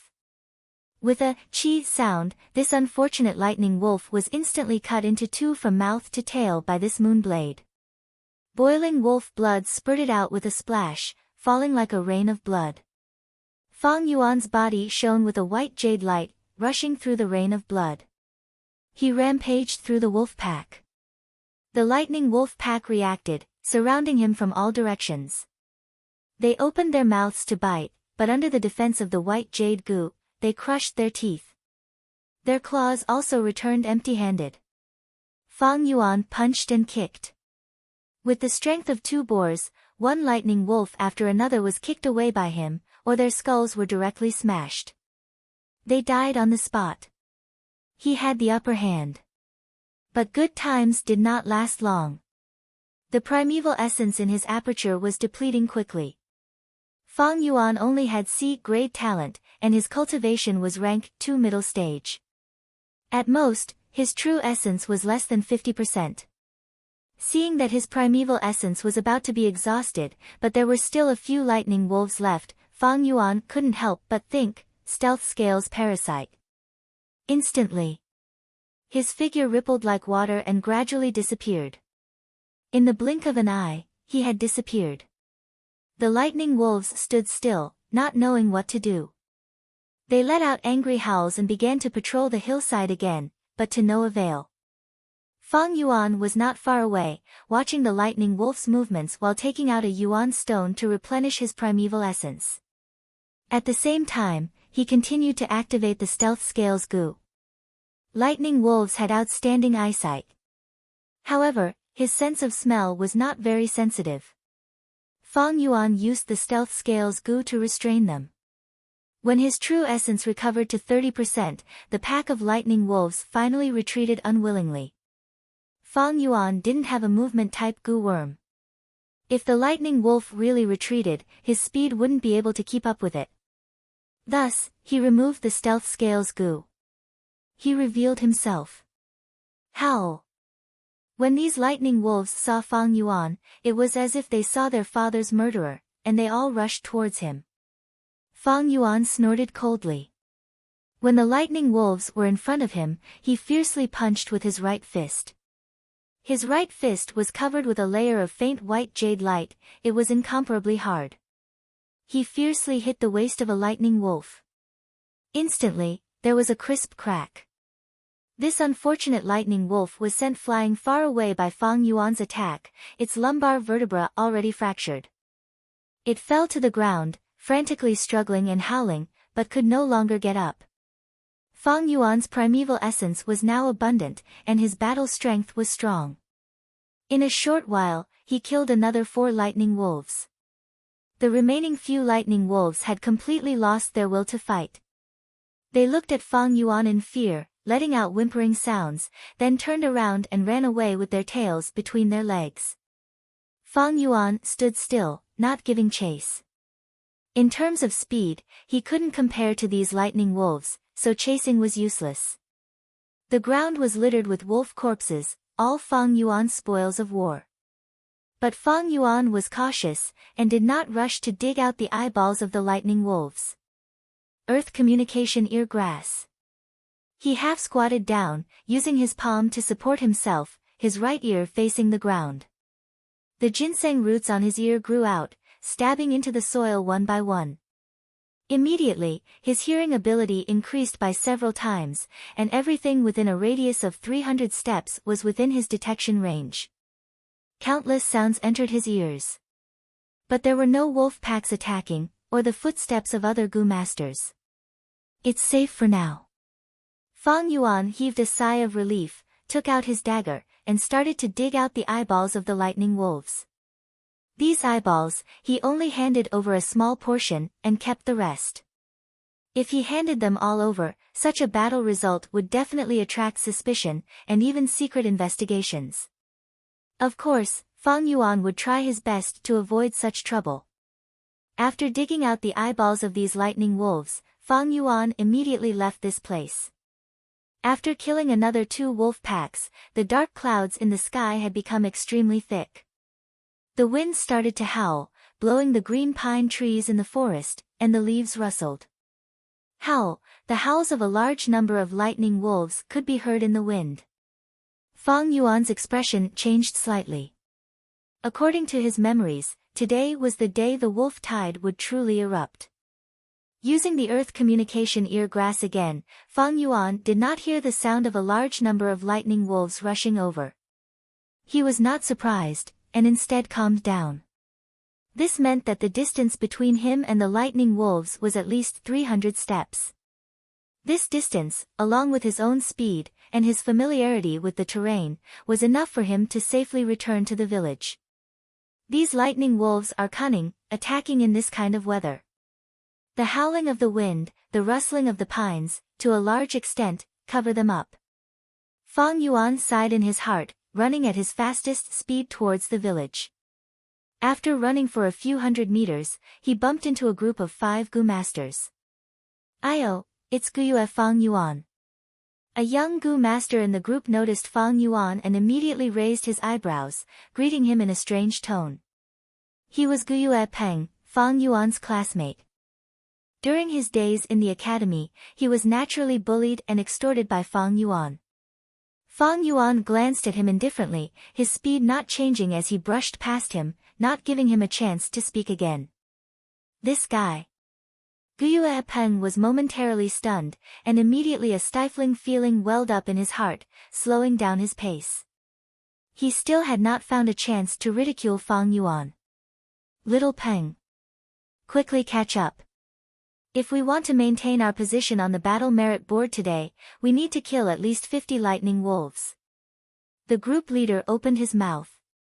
Guyue Peng's angry expression immediately disappeared, and he hurriedly caught up with the group leader's footsteps. "My current group. Rank 75 on the battle merit board. That Fang Yuan is at the bottom of the 200 rankings. Such a difference is like heaven and earth. Speaking of which, I am also very lucky to meet a senior like the group leader who takes care of the newcomers. From the Wolf Tide till now, I have already gained a Gu worm with the battle merit that I have received. My future is bright, how can Fang Yuan compare to me?" Thinking about it, Guyue Peng felt much more balanced in his heart, and even felt a sense of bliss. In this world, what can one achieve by fighting alone? Many people add fuel to the flames, the strength of unity is even greater. Clansmen are still the most reliable. With the help of the clan's strength, us newcomers can have a better and safer development. That Fang Yuan. What an idiot, he really thinks he's someone. Coincidentally solved the problem of the rank 5 river swallowing toad, and now his tail is up in the sky. Although he became the group leader, he didn't even recruit a single member, he deserves to be at the bottom. Hee hee. But come to think of it, with such a weird personality, how can he recruit members? Thinking of this, Guyue Peng's footsteps became much lighter. After running for a while, he strangely did not encounter a single wolf pack. Guyue Peng raised his head to look at the sky. Although it was still afternoon, the sky had already turned dusky. The wind whistled over, and the dark clouds above their heads were extremely dense. They were churning rapidly, brewing thunder and torrential rain. But Guyue Peng was not the least bit afraid, and his lips curled into a mocking smile. He thought in his heart, he, Fang Yuan returned in such a hurry, it must be because he is worried about this rainstorm. What a coward, what can a rainstorm do to him? Right at this time, the group leader's expression suddenly changed, and he gasped with his mouth wide open. "Group leader, what happened?" The other four's gazes were naturally attracted to him. In this Gu master group, this group leader was in charge of scouting. Although he was also a rank 2 Gu master, his scouting Gu worm naturally did not have a large range like Fang Yuan's earth communication ear grass. At this moment, his face was pale, and he did not have the desire to explain further. "Run!" He screamed in fear, and under the shocked gazes of the other 4, he turned and ran. Quickly follow group leader. The other group members were not stupid, and after they reacted, they immediately broke into a run. Howl! Continuous wolf howls came from behind, and from the sound, one could tell that there were more than 1,000 lightning wolves. The 5 people in the group were all pale, breathing heavily as they ran with all their might. "Wait for me." Guyue Peng ran with all his might, but he was still at the back. He screamed for help in panic. He could already feel the breathing of the lightning wolves behind him. But what made him despair was that the group leader who usually took care of him did not even turn his head around. The companions who usually patted their chests and talked about brotherhood and family, did not seem to hear his screams. Howl! Behind Guyue Peng's ears, a wolf's howl suddenly came. The next moment, he felt a huge pressure from behind him, and in an instant, he fell to the ground. He fell on the ground, feeling dizzy from the fall. He subconsciously used all his strength, and turned his head to resist. Kacha! In the sky, a lightning snake suddenly flashed. In the darkness, a bold lightning wolf's figure was immediately illuminated. Its body was twice the size of a normal lightning wolf, the fur on its body stood up, and in the corner of its mouth, silver-sharp teeth could be seen. Gyue Peng's pupils shrunk to the size of a needle, and a thought reverberated in his mind: 100 Beast King. The wolf pack in the wolf den was huge, and not only were there 10,000 Beast King level Thunder Crown wolves, there were also 100 Beast King level Bold Lightning wolves and 1,000 Beast King level Frenzy Lightning wolves. In the next second, the Bold Lightning wolf opened its mouth, and with a crisp sound, it bit off Gyue Peng's entire head. Fresh blood and brain matter splattered all over the ground. The Bold Lightning wolf lowered its head, and started to suck the blood from Gyue Peng's neck, and gnawed on its flesh. Countless lightning wolves ran past its body. Rumble, the sound of thunder never stopped. Hua hua hua, the heavy rain started to pour. The real wolf tide had arrived.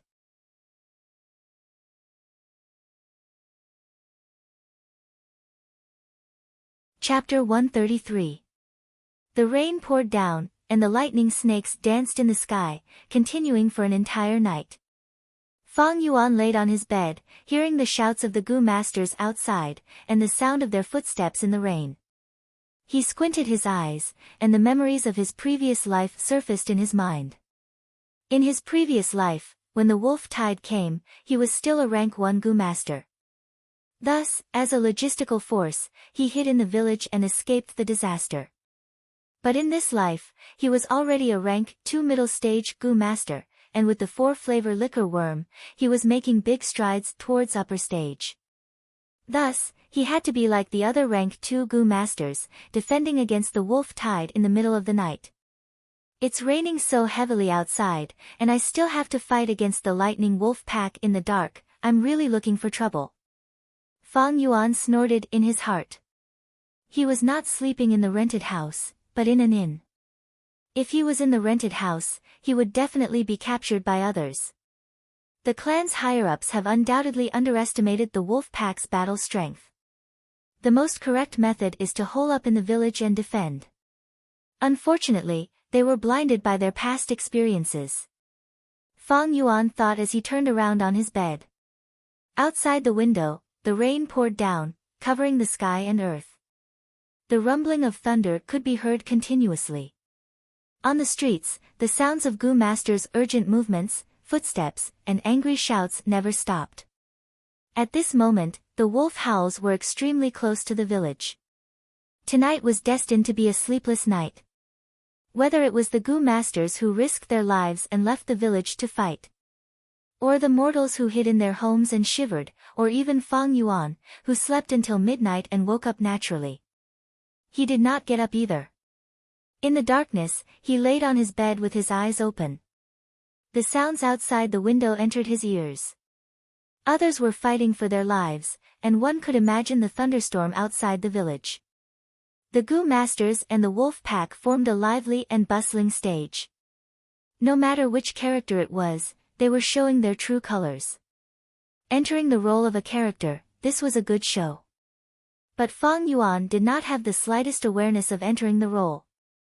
Instead, he felt an indescribable loneliness. Boundless loneliness.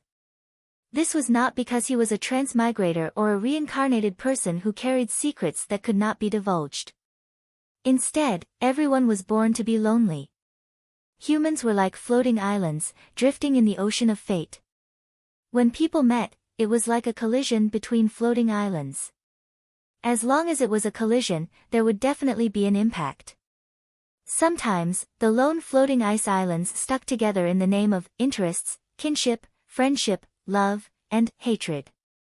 But in the end, they will all be separated. Walking alone to destruction. This is the truth of life. It was a pity that people were always afraid of loneliness. They were always greedy for lively crowds and were unwilling to be idle. Because when they faced loneliness, they would often face pain. But once a person could face this kind of pain, they would often have talent and courage. Therefore, there is a saying, the outstanding must be lonely. This is the taste of loneliness. Every time I taste it, my determination to pursue the devil's path is strengthened. Fang Yuan's eyes flickered, and he couldn't help but think of the story of the human ancestor. Speaking of which, Renzu obtained Attitude Gu. Attitude Gu was like a mask, Renzu was heartless. He couldn't wear it. Because before, Renzu had already given his heart to the Hope Gu, and from then on, he was no longer afraid of difficulties. But if Renzu wanted to use Attitude Gu, he needed a heart. Renzu felt troubled, and asked Attitude Gu for advice. He said, "Oh Gu, attitude can sometimes say everything. You know the problem I am facing now, so I want to ask you for advice." Attitude Gu said, "This is actually not difficult. Oh Renzu, you are currently lacking a heart, you only need to find a new one." Renzu was puzzled, and asked again, "Then how do I find a new heart?" Attitude Gu sighed, "The heart is nowhere, but also everywhere. Finding a heart is both difficult and easy. With your situation, you can get a heart now." Renzu was overjoyed, "Quickly tell me how to get it." Attitude Gu warned him, "This heart is called loneliness. Oh human, are you sure you want it? After you get it, you will feel endless pain, loneliness, and even fear." Renzu did not take Attitude Gu's warning to heart, and continued to ask. Attitude Gu could not go against Renzu's orders, and answered, "You only need to look at the sky when there are stars in the night, and don't say anything. When the sun rises, you will get the heart of loneliness." That night, it was a good night with stars in the sky. Renzu followed Attitude Gu's words, and sat alone on a mountain, looking at the night sky. Before this, his life was difficult, and he had to constantly struggle for survival. He had no time to look at this beautiful and mysterious starry sky. Now, as he looked at the starry sky, his thoughts drifted. He could not help but think of himself, thinking of how petty and weak he was, living a precarious and muddle-headed life. Sigh, although I have the Hope Gu, Strength Gu, Rules and Regulations Gu, and Attitude Gu, it is still extremely difficult to survive in this world. Even if I die tomorrow, it would not be surprising. If I die, will this world remember me? Will there be people who are happy for my existence, and will there be people who are sad for my departure?" Thinking of this, Renzu shook his head. In this world, he was the only human, how could there be anyone else? Even with the Gu accompanying him, he still felt an unforgettable feeling, loneliness. The heart of loneliness. At this moment, when the human ancestor felt lonely, a brand new human heart suddenly appeared in his body. The sun rose from the horizon, and shone on Renzu's face. But Renzu did not feel happy, instead, he felt endless pain, despair, bewilderment, and fear. He could not endure this loneliness and fear, he felt darkness and the end of the world had arrived. Thus, he howled in pain, and stretched out his finger, gouging out his eyes. His left eye landed on the ground, and turned into a young man. He had a head of golden hair, and a robust body. Once he appeared, he knelt at Renzu's feet, shouting, "O Renzu! My father, I am your eldest son, verdant great Sunday." At the same time, Renzu's right eye also turned into a young girl. She held on to Renzu's arm. She said, "O Renzu, my father, I am your second daughter, Desolate Guyue." Renzu laughed loudly. Tears flowed down from his empty eye sockets. He said good 3 times, "I have children, I can finally bear the pain of my lonely heart. From now on, there will be people who will be happy for my existence, and people who will be sad for my departure.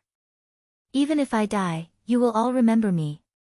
But finally, he heaved a long sigh, "I have lost my eyes, I can no longer see the light. From now on, the 2 of you will watch this world for me." The heavy rain continued for the entire night, until dawn. Only then did the rain stop. Fang Yuan left the inn, the pedestrians on the street all had heavy or sorrowful expressions. This night, the clan's losses were not light.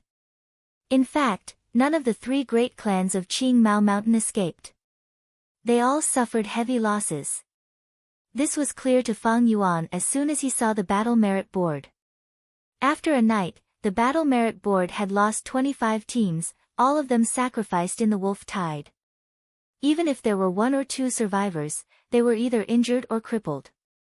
Gyue Peng's team was also among them. For the next 10 days, the situation became even worse. From bad to worse. First, 100 Beast King Bold Lightning Wolf appeared, and then there was news of 1,000 Beast King Frenzy Lightning Wolf in the wolf tide. Such news made the rank 2 Gu masters who were out tremble in fear. If they met a Frenzy Lightning Wolf, they would need at least 3 teams to work together to deal with it. This did not even include the ordinary Lightning Wolf packs around the Frenzy Lightning Wolf. The 3 great clans had no choice but to send out rank 3 elders to deal with the crisis. Under such circumstances, the Gu masters' daily lives were filled with danger and were long and arduous. Even if Fang Yuan had the stealth scales Gu, he had to be careful.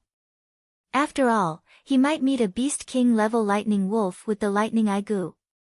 Fortunately, he had paid a price earlier and could use the Earth Communication Ear Grass. This Gu's detection range was very large, allowing him to avoid large wolf packs every time. As such, the weather became hotter and hotter until the end of July. Although the situation was not optimistic, under the cooperation of the 3 great clans, the situation was already under control.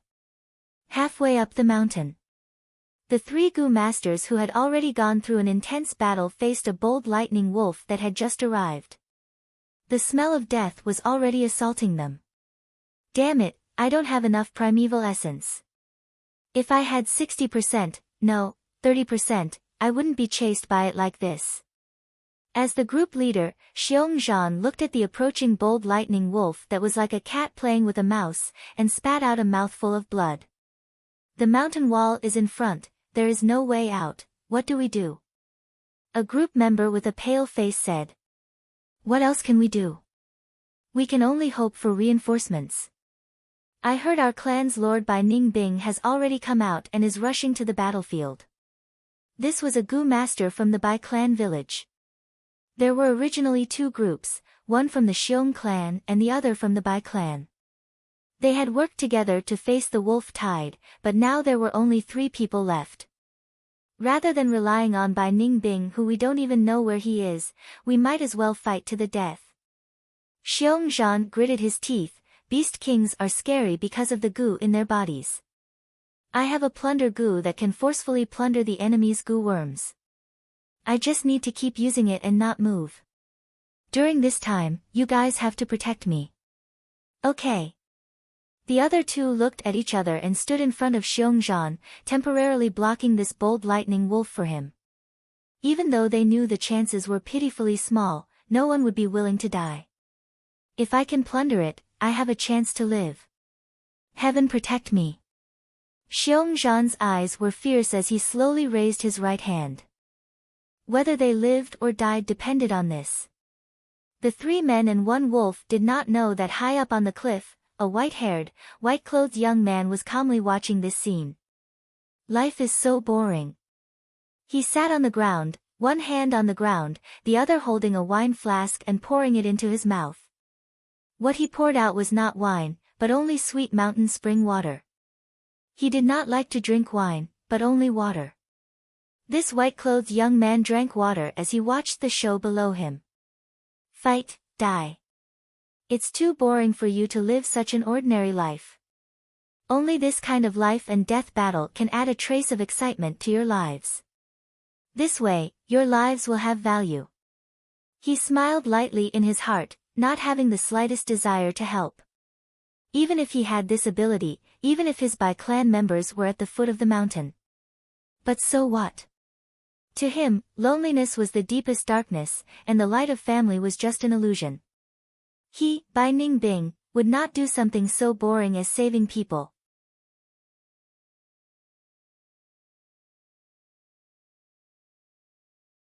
Chapter 134. Guzhenren 132_Guzhenren's full text free reading _section 132, 3 steps of fragrant grass on the cliff. Bai Ningbing watched with interest. Under the cliff he was sitting on, an intense battle of life and death was unfolding. The bold lightning wolf walked slowly, slowly getting closer. Two Gu masters blocked in front of it with a serious expression. Behind them, Xiongzhan was half-squatting on the ground, his left hand grabbing his right wrist, his right hand in a claw shape, aiming at the bold lightning wolf. Plunder Gu. Suddenly, he shouted, the primeval essence in his body surging towards the Plunder Gu. A formless suction force burst out.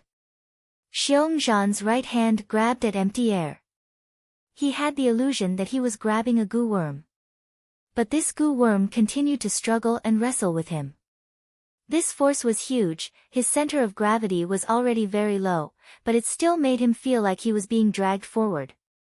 The success rate of the Plunder Gu is very low, but I have to succeed this time, otherwise it bodes ill. He gritted his teeth so hard that they emitted cracking sounds. The veins on his forehead bulged, and his face was filled with malevolence as he fought with all his might. Xiongzhan had no way out. If he did not succeed, he would die. Under the stimulation of death, he desperately poured primeval essence into the Plunder Gu. With the injection of primeval essence, the Plunder Gu residing in his right palm burst out with an even stronger suction force. The bold lightning wolf felt something was wrong and howled, suddenly launching a frenzied attack. The two Gu masters resisted with difficulty. Just as Xiongzhan was about to succeed, his expression suddenly changed. Damn it! I don't have enough primeval essence. He suddenly spat out a mouthful of blood, his expression extremely withered. Once the plunder failed, there would be a backlash. This was a flaw of the Plunder Gu. Howl! Without the Plunder Gu's restraint, the bold lightning wolf opened its mouth, howling loudly. The symbiotic Gu worm released its strength, causing lightning to flash between its teeth. Blue electric currents gathered together and shot out fiercely. The lightning passed between the two Gu masters, directly hitting the half-squatting Xiongzhan. Xiongzhan did not even have time to howl. He was turned into a piece of charred meat by the lightning, dying instantly. Run! The remaining two Gu masters no longer had any will to fight, fleeing in two different directions. The bold lightning wolf caught up to a person and pounced on him, crushing his throat. Finally, only the Bai clan Gu master was left. He was blocked by the bold lightning wolf and could only retreat step by step to the edge of the cliff. Ah! I'm going to die. With his back against the cliff, he raised his head and howled in despair. He vented the fear in his heart. But his voice suddenly stopped. He saw Bai Ningbing on the mountain wall above his head. Lord Bai Ningbing. Lord Bai Ningbing. Is it really you? After being stunned for a moment, he suddenly shouted and cried tears of joy. Oh, I've been discovered. Bai Ningbing chuckled and slowly raised her right hand. He pointed his right index finger downwards, and an icicle appeared and shot downwards. The icicle shot towards the Gu master who was crying for help. Through his skull, from the top of his head to his jaw. Oh! His face was still filled with the ecstasy of surviving a disaster. Then, he fell to the ground with a plop. This gave the bold lightning wolf a fright. It looked at Bai Ningbing above, the corner of its mouth splitting open, revealing its teeth that were covered in lightning. Ignorant beast. Bai Ningbing looked at it indifferently. With a light leap, he jumped down from the 5-meter-tall mountain wall. In the air, he clasped his palms together, and frost energy spread in all directions. Then his palms separated to the left and right, and an ice blade formed. This ice blade was 7 meters long, like a Japanese katana from Earth, its whole body covered in transparent ice. The hilt was held by Bai Ningbing's pale hand. The bold lightning wolf's lightning shot up from below. Bai Ningbing sneered, and 2 puffs of pure white water vapor came out of his nose. With a whoosh, the water vapor circled around his body and formed a water ball shield. The water ball continued to revolve on its own, and the bold lightning wolf's lightning struck this water ball barrier, causing it to dissipate. The water ball broke, revealing the white-clothed young man. Die. The young man's black eyes suddenly turned pure blue, like two blue crystals, showing ruthlessness and indifference. Blade light flashed. Bai Ningbing lightly landed on the ground, a drop of blood dripping from the translucent white ice blade in his hand. The bold lightning wolf was like a statue, standing still. After a breath's time, blood spurted out of its neck, and its huge wolf head fell to the ground, rolling a few times. As for its body, it fell down. The electric current goo that was residing in its body shot out like lightning, towards Bai Ningbing. Bai Ningbing lightly flicked his wrist, and a blade light flashed in the air. Under his blade, the lightning current goo exploded into a field of eerie blue electric currents, and perished. Bai Ningbing slowly walked towards Xiongzhan's corpse. The other goo worms are all ordinary goods. But this plunder goo is interesting. He found the plunder goo from Xiongzhan's corpse, and kept it in his pocket. Although the three clans' agreement stipulated that after a goo master dies, even if the successor obtains the goo worm of the deceased goo master, they must hand it over. But Bai Ningbing did not care about this rule. Even if it was exposed, so what? He was the symbol of Bai clan's rise, and would definitely receive the clan's protection. Bai Ningbing was very sure of this. It's just that, this wolf tide is really boring. He caressed the ice blade with his hand, feeling the bone-chilling coldness of the ice blade. Thinking about it, fighting with people is more interesting. He yawned, and suddenly smiled. I wonder how Qing Shu, Xiongli and the others have grown. After being in closed-door cultivation for so long, maybe they can give me some surprises, who knows. Days later. In the crowded plaza, Fang Yuan looked up at a huge banner. On the banner, there were words written using the U word goo. The content was all the resources provided by the three clans. These resources included a wide range of resources, such as food to feed goo worms, rice for humans, salt, oil and other daily necessities, as well as goo worms and yuan stone.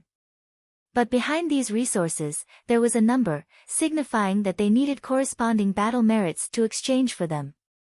A wolf eye could be exchanged for 10 battle merits. 5 battle merits was equivalent to a gene of rice.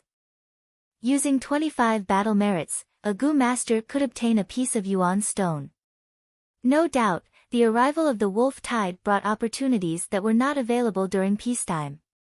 The battle merit board and this resource board had stimulated countless goo masters, willing to shed blood and fight day and night against the lightning wolves.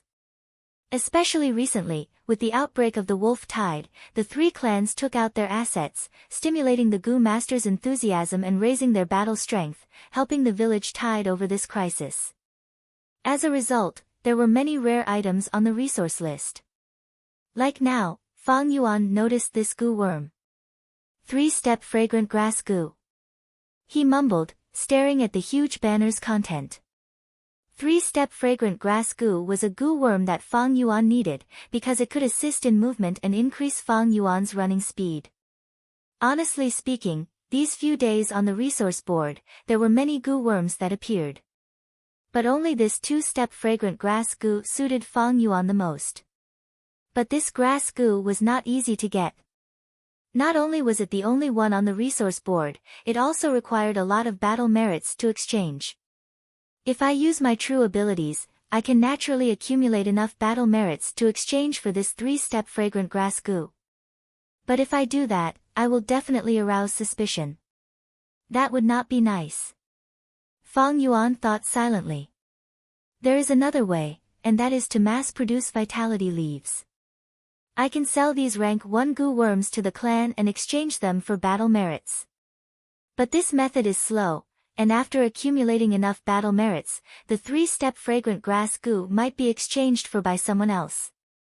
Fang Yuan shook his head inwardly. This method had its drawbacks, and naturally could not be used. Then what should he do? He looked at the resource board and the battle merit board, falling into deep thought. Towards things like battle merits, he had a clearer and deeper understanding than anyone else. Battle merits were a type of emergency currency. During peacetime, the market used yuan stone. Yuan stone was a hard currency, and because it had a high commodity value, it would never depreciate. But during the wolf tide, the demand for yuan stone would explode, and it could no longer be used as a currency. Thus, an emergency currency was needed to temporarily replace it. Thus, battle merits were born. With this auxiliary currency like battle merits, we can temporarily stop the economy from collapsing. Just like on Earth, when there is a war, the government will issue large amounts of paper money. Of course, if there is too much paper money, it will cause inflation. Battle merits are the same, the longer it goes, the more it depreciates. But during the village's life and death situation, without battle merits, just using yuan stone is even more unreliable. I can only choose the lesser of two evils. Thus, after the wolf tide, there will always be signs of economic depression. Such a crude economic system is not worth mentioning. If I had rank 3 cultivation, I would be able to easily play around. Unfortunately, my strength is insufficient, and I cannot bear the risk. If I force it, I will be playing with fire. Fang Yuan sighed in his heart. The crucial point was that his cultivation was not high, and his strength was not strong. Without strength, just having intelligence was useless. Thus, in Ren Zhu's story, Ren Zhu chose to trade with Strength Gu, and in exchange for strength, he gave up on intelligence. That is because strength is the foundation. As Fang Yuan was thinking, he heard people discussing beside him. Did you know? Bai Ningbing made a move again. Which Gu master is unlucky this time? It's Xiong clan's Xiong Li, that dejected one. What is this Bai Ningbing doing? Last time, he injured Qi Shan, and now he is dealing with Xiong Li. Under the wolf tide, he is still so reckless. He has always been doing things his own way. He is already a rank 3 Gu master, but he still went to find trouble with a rank 2 Gu master. To show fairness, he even used a Gu worm to suppress his strength to rank 2 realm. So boring, it is hard to understand. Bai Ningbing he is just a dead man. But, this reminds me. Fang Yuan heard this, and his heart moved. He thought of a way to quickly obtain large amounts of battle merits. Gu Venerable 132_Gu Venerable's full text free reading _section 132, 3 steps of fragrant grass updated.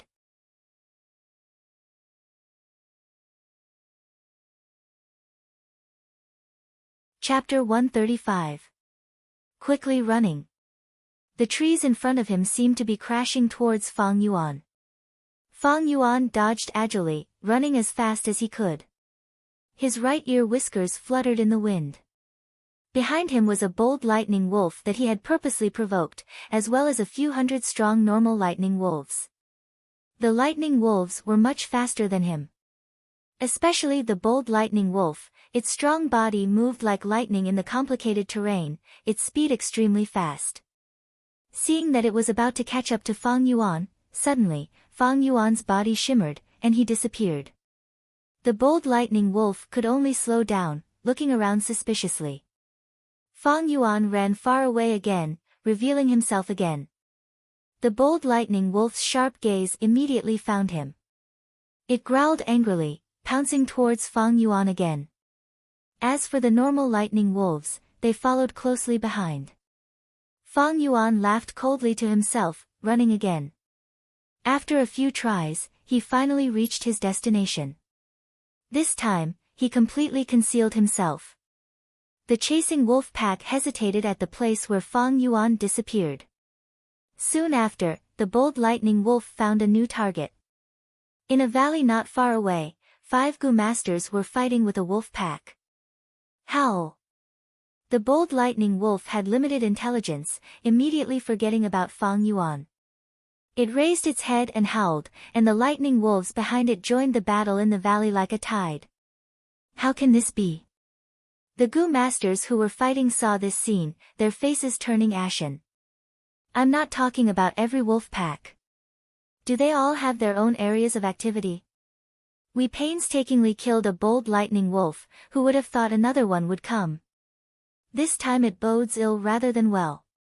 Hurry up and send the signal for help. With the addition of this new wolf group, the pressure on the Gu masters rose sharply, each of their tone revealing a panicked emotion. The investigative Gu master among them quickly waved his hand and shot out a Gu worm. This Gu worm was shaped like a small golden ball, but it had a pair of colorful wings. It flapped its wings and flew into the air, suddenly exploding, turning into a colorful flame. It could be seen from 100 miles away. This is the signal Gu, a rank 1 consumable Gu, often used to send out signals. We have already sent the signal, everyone, hold on and wait for reinforcements. The group leader of this Gu master group shouted at the right time, raising the morale slightly and stabilizing the morale of the troops. It's useless. Fang Yuan appeared high up on the mountain wall. Looking down from above, he sneered in his heart. He had already investigated the situation of this Gu master group. The team closest to him was a small team. He was also surrounded by the wolf pack. That wolf pack was naturally led there by Fang Yuan on purpose. He wanted to tie up their hands and feet. Killing lightning wolves, 1 eyeball is only worth 10 battle merits. But to retrieve the Gu worms from the battlefield and hand them over to the clan's higher-ups, it was worth at least 1,000 battle merits. If I do this 2 or 3 times, I will have enough battle merits to exchange for the 3-step fragrant grass Gu. Fang Yuan thought to himself. Under his plan, the outcome of this Gu master group had already been decided. Next, I will wait for them to be exterminated. Then I will lure away the lightning wolf pack and come back here to collect the Gu worms. Fang Yuan walked to the big tree beside the mountain wall. He sat down leisurely. No one was willing to die, so these Gu masters were resisting with all their might. Fang Yuan did not take the risk to lure the 1,000 Beast King Frenzy Lightning Wolf, but chose the bold Lightning Wolf instead. This gave them time to struggle to their heart's content. Especially when among these Gu masters, there was one who had been defeated by Fang Yuan. It was Gu Yuemanshi. He had the monolith Gu and had a strong defense, blocking the attacks of many lightning wolves by himself. However, this was also the reason why Fang Yuan chose this group. The more precious the Gu worm, the more battle merits one could obtain after collecting it. After collecting the monolith Gu, Fang Yuan could obtain 3,900 battle merits, raising his position on the battle merit board by over 20 places. Of course, the Gu worms of Qi Shan, Mo Yen and Qing Shu were more precious than the monolith Gu. But the Qi Shan group had Gu Yue Teng, who had the snake communication Gu and could use heat to scout. Fang Yuan's invisibility was useless against the snake communication Gu. As for Mo Yen, she was a stronger investigative Gu master than Qi Shi, with more varied methods. She had completed the clan's mission to observe the wolf's nest many times. The Qing Shu group did not have a strong investigative Gu master. But because of Gu Yue Fengzheng's existence, the clan would definitely have an elder secretly following and protecting them. If Fang Yuan wanted to lure them there, he would be seeking his own death. As for the other 2 village Gu masters, Fang Yuan was not too familiar with them. Framing someone was not an easy job. After choosing left and right, he finally chose a few groups. After following them for a long time, he finally found this suitable opportunity. Bai Ningbing was sleeping when the sounds of battle entered his ears. He opened his eyes slightly, and a cold light shone from his eyes. It's this boring scene again. He was sleeping at the edge of the cliff, and slightly turned his body to look at the scene in the valley. Just as he was about to close his eyes and sleep again, he suddenly saw a figure. His eyes flashed with a surprised light. He saw Fang Yuan. Fang Yuan was leaning against a tree, eating a wild fruit that he had picked. He was coldly looking at the battle below, indifferent. Bai Ningbing's interest was immediately piqued. He had never met a person like Fang Yuan. Since young, the people around him were all loyal to the clan and intoxicated with emotions. But from Fang Yuan, he felt a familiar sense of loneliness and coldness. Who is he? Bai Ningbing's heart was filled with suspicion and curiosity. The wild fruit was obtained by Fang Yuan himself. With his experience, he could naturally tell if it was poisonous or not. The wild fruit was juicy, sour and sweet. Fang Yuan was eating when his right ear twitched. He heard movement, and it was right beside him. Bai Ningbing was sleeping on a higher level of the cliff, and there was no movement because the flesh-hearing ear grass could not sense him. Now he moved his feet. He was immediately discovered by Fang Yuan. Fang Yuan's eyes flashed with electricity, and he turned his body to look. He saw a white-haired, white-clothed young man using an ice blade to stab into the cliff, sliding down and landing not far from him. Bai Ningbing. Fang Yuan's eyelids drooped, and he immediately recognized this person. Qing Mao Mountain's #1 genius, the symbol of Bai Village's rise. During Rank 2, he killed a Rank 3 clan elder, and now he has Rank 3 cultivation at such a young age. He is the key person who changed Qing Mao Mountain's situation by himself. If it was any other Gu master, facing Bai Ningbing alone, their expression would definitely change, either nervous or fearful. But Fang Yuan's gaze only glanced at him for a moment before looking back at the valley. His expression was still calm, as if he was indifferent. It was all because Fang Yuan knew Bai Ningbing's background and secrets. He knew it clearly. Oh.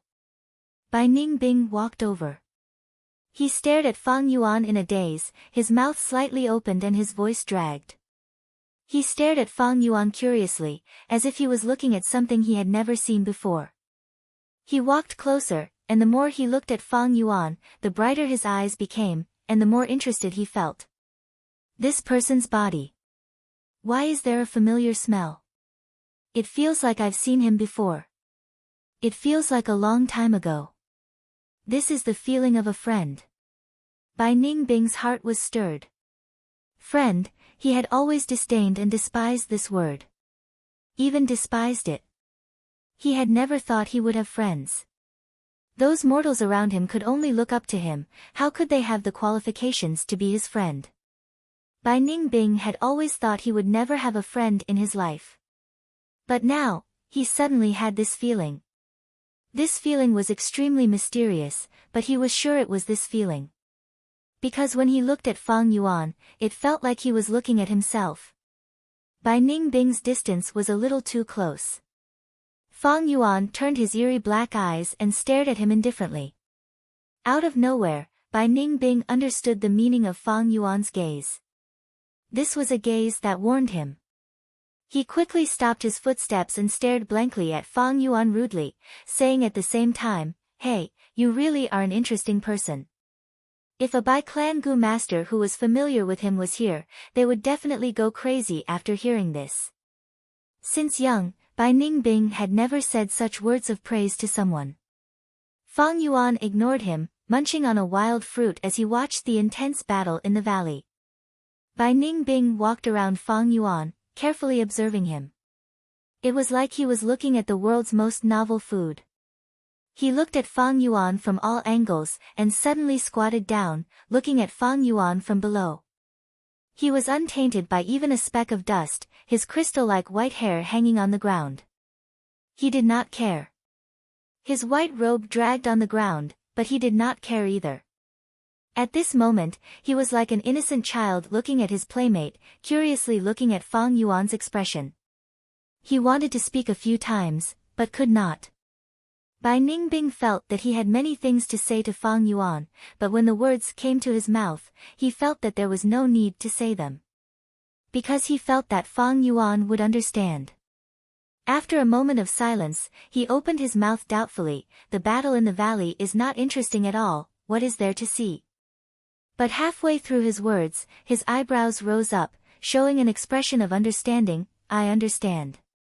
You were the one who lured these wolves here, and you want to kill these Gu masters. But why didn't you do it yourself? Oh, you are afraid of leaving behind evidence. You are too cautious. From your aura, I can tell that you are already a rank 2. If I were you, I would kill them if I wanted to, and would have done it long ago. Suddenly, he laughed, like a child who had found the most fun toy in the world. His eyebrows danced in joy. You are really an interesting person, and the things you do are also interesting. He, I am starting to like you. Fang Yuan retracted his gaze, turning his gaze towards Bai Ningbing again. He understood this person. Because this person was also a natural-born demon. What is a demon? Abandoning the secular world, ignoring all living beings. Surrounded by loneliness, disdaining emotions. This person was like a reflection of Fang Yuan, but Fang Yuan was more profound, while he, Bai Ningbing, was purer. Simply put, they were the same kind of person. In his previous life's memories, after the 3 clans survived the wolf tide, it was this man who exterminated the 3 clans, causing the lively Qing Mao Mountain to turn into an icy hell. Bai Ningbing, Bai Ningbing. Fang Yuan sighed in his heart, slowly saying, you must be very lonely. Bai Ningbing's eye sockets bulged, squatting on the ground, nodding his head and sighing in agreement, yes, these days are super boring. Some time ago, I killed a Xiong clan Gu master, it was quite interesting, so I took this Gu worm, take a look. He was like a cute child, taking out the plunder Gu, as if showing his new toy to his companion. Fang Yuan glanced at the plunder Gu in his hand, laughing, so, you want to kill me? Bai Ningbing's eyes turned from black pupils to blue crystals. He jumped up and stood up straight. Ha ha ha. He raised his head and laughed, then said to Fang Yuan with an excited expression, you know. That's right, I want to kill you, come and kill me.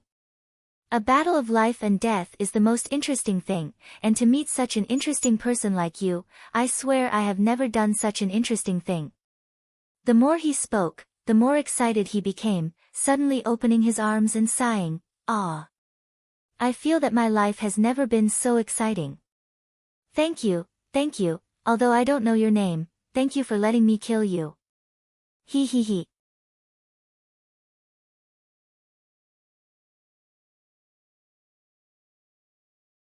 Chapter 136. Don't worry, you are only rank 2, I won't take advantage of you. I will also suppress my cultivation to rank 2. Come, let's have a fair fight. Bai Ningbing laughed maniacally as he shouted. Facing the crazed Bai Ningbing, Fang Yuan's expression was calm. He stared at Bai Ningbing, his tone indifferent, if you want to kill me, then come. Saying so, Fang Yuan took a small step forward, his body like a willow leaf falling from a high place. Bai Ningbing's laughter stopped abruptly, his embarrassment turning into anger, don't you run. He immediately ran, chasing after Fang Yuan. Fang Yuan laughed coldly without making a sound, running straight towards the valley.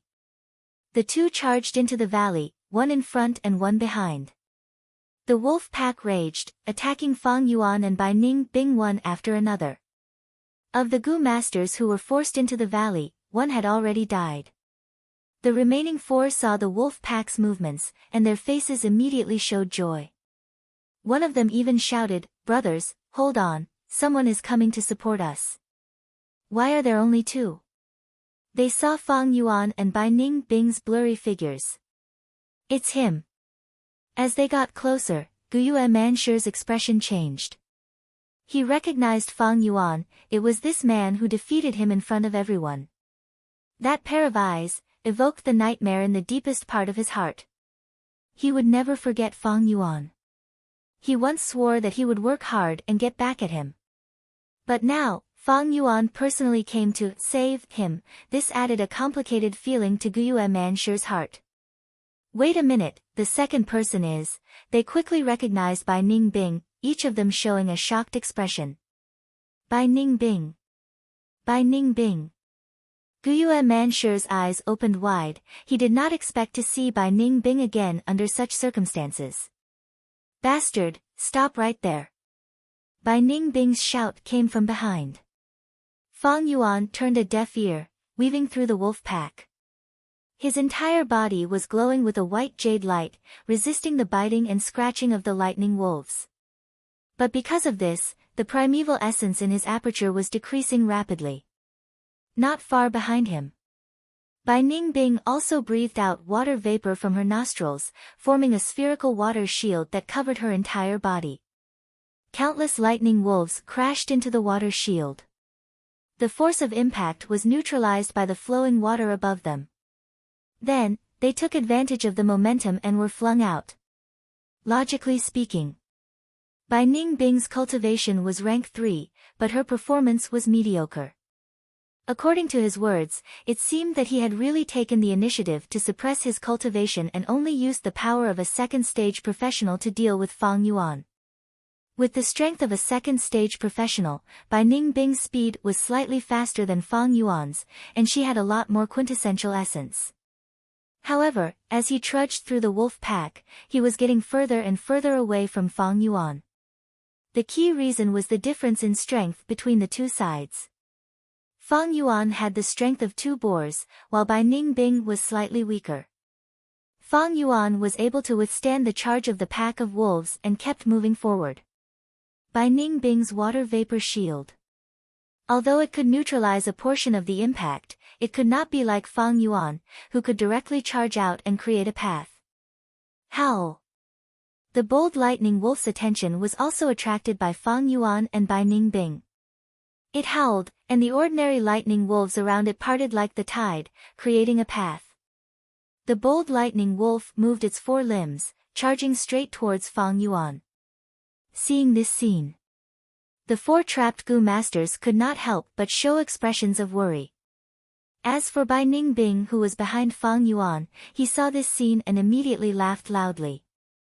But the next moment, Bai Ningbing saw Fang Yuan's figure ripple like water, and then disappeared from his vision. His laughter stopped abruptly.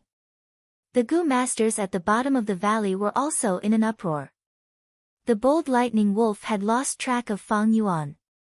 With an angry roar, it did not stop and charged towards Bai Ningbing.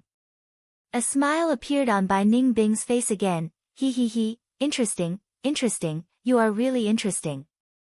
Ha ha ha, then let's treat this as an appetizer before the main course.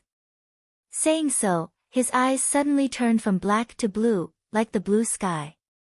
He stood on one leg, extending his ice blade horizontally and starting to spin. The slender ice blade drew out rays of sword light. The light rays slashed in the air, forming a magnificent scene like a tornado. The snow-white blade formed an ice storm, wreaking havoc in the wolf pack. Countless lightning wolves crashed into this storm, and were cut into pieces of minced meat. But not much blood splattered, as the blood had already been frozen by the icy cold air. The bold lightning wolf howled, its ferocity aroused. The goo worm residing on its body also started to show its might, causing its whole body to be covered in golden electric currents. Its fur stood up, and the golden electric currents were like chains, wrapping around its body and limbs, forming a crude chain armor. Its 4 claws moved, and like a golden meteor, it fiercely charged into the ice blade storm. Bam! With a thunderous explosion, the ice blade storm suddenly stopped. A broken section of the ice blade flew into the air, and with a chi sound, it stabbed into a mountain rock. The white frost spread everywhere. The bold lightning wolf fell to the ground, its heart pierced by the ice blade. Such a fatal attack had already caused it to die. Bai Ningbing laughed, and slowly retracted the ice blade in his hand. The ice blade had already broken in half, and the remaining blade was full of cracks and nicks. But he did not care, and only stretched out his left hand and lightly touched it. An icy cold air emitted from his left hand, starting from the handle and gently stroking upwards. Everywhere it passed, the ice blade was renewed, its sharpness restored. At the same time, a new blade formed on the broken section. The bold lightning wolf was dead, and the wolf pack dispersed. But Fang Yuan was still nowhere to be seen. We will definitely remember Lord Bai's life-saving grace. A few Gu masters took the initiative to greet Bai Ningbing. Only Guyue Manshur stayed on the spot, his expression fluctuating. Back then, he was defeated by Bai Ningbing, and was extremely unwilling to accept it, and was released by the latter. Now that he had refined the monolith Gu, and met Bai Ningbing again. But right now, he no longer had the confidence to challenge the latter. Bai Ningbing snorted coldly, and suddenly shook his arm. The ice blade drew a few shining blade lights in the air. Ugh! The three Gu masters were caught off guard, not expecting Bai Ningbing to actually kill them. They had an expression of disbelief as they fell to the ground, unable to get up again. Bai Ningbing, what are you doing? Guyue Manshur roared in anger and shock. Killing people, what kind of brain do you have, can't you see it's so obvious? Bai Ningbing shrugged and laughed coldly. Damn bastard! Guyue Manshur clenched his fists, showing his anger. He gritted his teeth and scolded, our three clans have already formed an alliance, and you dare to kill our Guyue clan, this is a violation of the alliance. Whatever you want, come at me, I will accept it. Forget it, it's time to settle the grudge from back then. Saying so, Guyue Manshur screamed, and took a few big steps, charging towards Bai Ningbing. He activated the monolith Gu with all his strength, and all the muscles on his body bulged, forming a thick rock skin. His entire appearance had completely turned into a stone man. Courting death. Bai Ningbing laughed coldly, raising his hand and slashing down. The sharp ice blade slashed down from above. First, it slashed at Guyue Manshur's head, then between his eyebrows, nose bridge, lips, throat, chest, all the way down. Rock fragments flew, and when the ice blade reached his abdomen, it broke again. But the icy cold air had already frozen all the life in Guyue Manshur's body. Plop! He fell to the ground, as dead as he could be. The rock skin on his body slowly disappeared, revealing his original appearance. I think I've seen it somewhere before. Bai Ningbing shook his wrist that was in pain, he had almost forgotten about letting Manshur go. He shook his head slightly and turned around. Facing the empty valley, he shouted, you can come out. You want to kill these Gu masters, I'll do it for you. Come, let's have a life and death battle. Bai Ningbing had just finished speaking when Fang Yuan's figure appeared not far away. The white-haired young man's gaze turned heated, and he raised the ice blade in his hand, charging towards Fang Yuan. Fang Yuan sneered silently, turning around and leaving. Bai Ningbing scolded, chasing relentlessly. During the chase, Fang Yuan led Bai Ningbing to the nearest battlefield. Xiong Li's group was fighting with a bold lightning wolf pack. This wolf pack was of course attracted by Fang Yuan. Everyone, put in more effort, this wolf pack can't hold on any longer. The southeast direction sent out the signal Gu, it has already been some time. They need our help. Xiong Li was trying to boost the morale, but he stopped halfway through his speech. He saw Fang Yuan, as well as Bai Ningbing behind him. Ever since Fang Yuan admitted defeat, Xiong Li no longer put Fang Yuan in his heart. Thus, his gaze quickly moved past Fang Yuan and towards Bai Ningbing. Bai Ningbing. Xiong Li's eyes were filled with rage. Once he saw the white-haired young man in white clothes, his heart was filled with rage. Not long ago, Bai Ningbing suddenly appeared in front of him, and without saying a word, he attacked. Especially when he purposely suppressed his cultivation to rank 2. Xiong Li was caught off guard, and lost the battle. His personal bravery and the clan's glory were all trampled by Bai Ningbing. To him, this was a huge humiliation, how could he not be angry? Wait, Bai Ningbing seems to be chasing after Fang Yuan, Xiong Lin suddenly said. He was short, with a round bald head that seemed to shine. Xiong Lin was the same age as Fang Yuan, he had great aptitude, and was the Xiong clan's #1 genius newcomer. He was also a rank 2 now, and after many experiences, he had already grown. Xiong Li suppressed his urge to attack. Fang Yuan was only a member of Guyue clan, and not their Xiong clan. Although there was a 3-clan alliance, there was still a difference in intimacy. Since it was a fight between outsiders, it would be best if they did not implicate themselves. Xiong Li's group was prepared to watch from the side, but how could Fang Yuan not expect this? His one sentence completely changed their stance. Fang Yuan quickly approached Xiong Li's group, shouting in a panicked tone, "I saw the plunder goo on him, protect me, Bai Ningbing wants to silence me."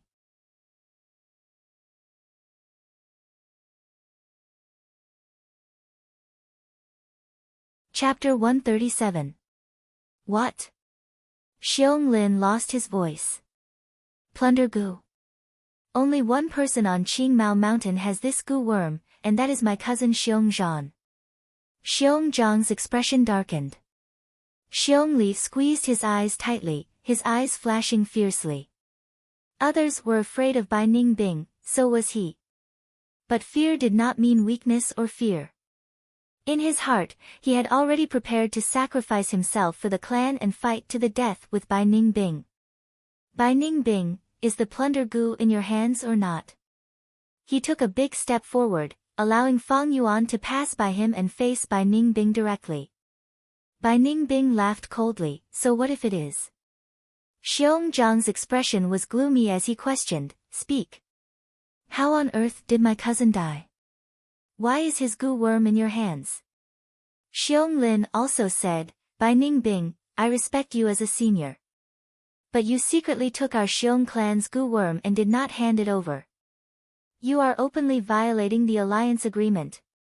Saying so, he waved his hand and a signal goo appeared. With a bang, colorful fireworks burst out in the air.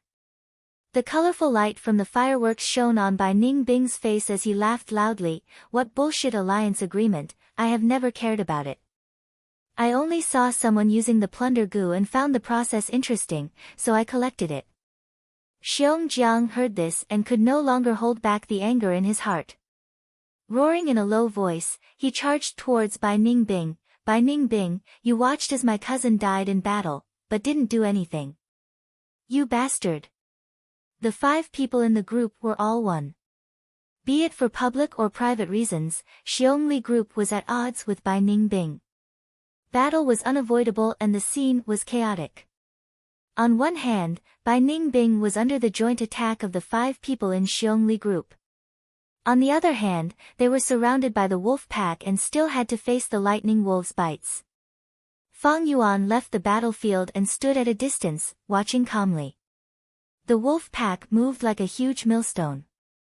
The 6 goo masters fought without any regard for themselves, and if they were slightly careless, they would end up in the wolf's mouth. Xiong Jiang activated the roaming zombie goo and his eyes turned green. Xiong Li's eyes were red while Bai Ningbing's eyes were blue like crystals. The battle between the 3 of them became the most intense part of the entire battlefield. Under the roaming zombie goo's power, Xiong Jiang turned into a zombie and her defense against water and ice rose sharply, barely blocking Bai Ningbing's attacks. Meanwhile, Xiong Li activated the Grand Bear Goo, and with the strength of 2 bears, his bull-sized fists were extremely ferocious. With just 2 or 3 punches, even Bai Ningbing's water barrier would be destroyed. As for the other 3 Xiong clan goo masters, they could not interfere in this battle and could only do their best to deal with the lightning wolves. The bold lightning wolf attracted by Fang Yuan could have been easily taken down, but now it had become a huge threat. "Bai Ningbing, you will pay for what you have done." Xiong Jiang roared and charged towards Bai Ningbing. "Humph, you." Bai Ningbing laughed coldly as she nimbly leaped backwards to increase the distance between them. At the same time, she swung her left hand and threw out 5 finger-sized icicles. The icicle hit Xiong Jiang's body, but Xiong Jiang didn't feel any pain. When he turned into a zombie, even if his arms and legs were broken, he would not feel any pain. The icicle's cold air could freeze a normal person and slow their movements, but he felt a wave of cold comfort. Zombies were physiques and couldn't resist fire, lightning or the sun, but they had enough resistance to this cold air. "Bai Ningbing, you still want to toy with us in such a situation? Show me your true strength." Xiong Li shouted angrily. Since the start of the battle, Bai Ningbing had been suppressing his cultivation and only showed the strength of a rank 2 Gu master. At the same time, the Gu worms she used were mostly rank 2. This made Xiongli feel like he was being looked down upon, and the resulting humiliation made his anger burn even more fiercely. He, you small fries, how can you have the qualifications to make me use my full strength? Bai Ningbing laughed coldly and her attacks became fiercer, but she still suppressed her strength and didn't use a single rank 3 Gu worm. Fang Yuan, who was watching from afar with his arms crossed, had a clear understanding in his heart. It's not that he doesn't want to use it, but he can't. Bai Ningbing, he has the Northern Dark Ice Soul physique. According to this world's oldest legends, all humans were the descendants of Renzu. But as the saying goes, the dragon has 9 sons, and each one is different. No two people are the same, and even twins have differences. In this world, the difference that people pay attention to the most is aptitude. A person with cultivation aptitude, when they become a Gu master, can rise above others. Those without cultivation aptitude are mortals, living at the lowest level of society, trampled and toyed with. Cultivation aptitude is divided into 4 grades, A grade, B grade, C grade and D grade. This was already known to the world. But in fact, above a grade, there are even more outstanding aptitudes. As for this news, it was a secret. Clans would never publicize it, and only those with a certain status in society would know of it. Xiongli and the rest naturally wouldn't know, and even the clan elders and clan leaders might not know. But Fang Yuan was a rank 6 Gu immortal in his previous life, and had already broken away from his mortal body, so he naturally knew of this. There are 10 types of aptitudes above a grade, and they are called the 10 extreme physiques. Before the human ancestor completely died, he had 10 children. His eldest son is Verdant Great Sun, and his second daughter is Guyue Desolate Een. Among them, there is one called Northern Dark Ice Soul. Renzu's legend is both true and false, and it reveals many secrets of a Gu master's cultivation. Renzu's 10 children represent 10 different types of aptitudes. Fang Yuan recalled. Any one of the 10 extreme physiques surpasses A-grade aptitudes. The most outstanding A-grade aptitudes can store 99% primeval essence in their aperture. But any one of the 10 extreme physiques can store 100% primeval essence in their aperture. But all things are in balance, and the 10 extreme physiques with 100% primeval essence are too perfect, and heaven and earth do not allow their existence. In Renzu's story, none of his 10 children had a long life. In reality, Gu masters with the 10 extreme aptitudes all die young, and it is very difficult for them to grow. Of course, if they truly grow to rank 6, they will be able to dominate those of the same rank, and even achieve the miracle of surpassing ranks when they are rank 6. Bai Ningbing with the Northern Dark Ice Soul physique is like this. 100% primeval essence causes his aperture to be unable to bear the burden, and is in danger of collapsing at any time. To reduce this danger, Bai Ningbing has to cultivate, and use primeval essence to nourish his aperture walls, so that it can bear 100% primeval essence. Thus, his cultivation speed is outstanding, and extremely shocking. However, the higher the cultivation, the higher the quality of the primeval essence, and the greater the pressure on the aperture, which in turn causes the danger to increase. Bai Ningbing is like a lone boat floating on the sea.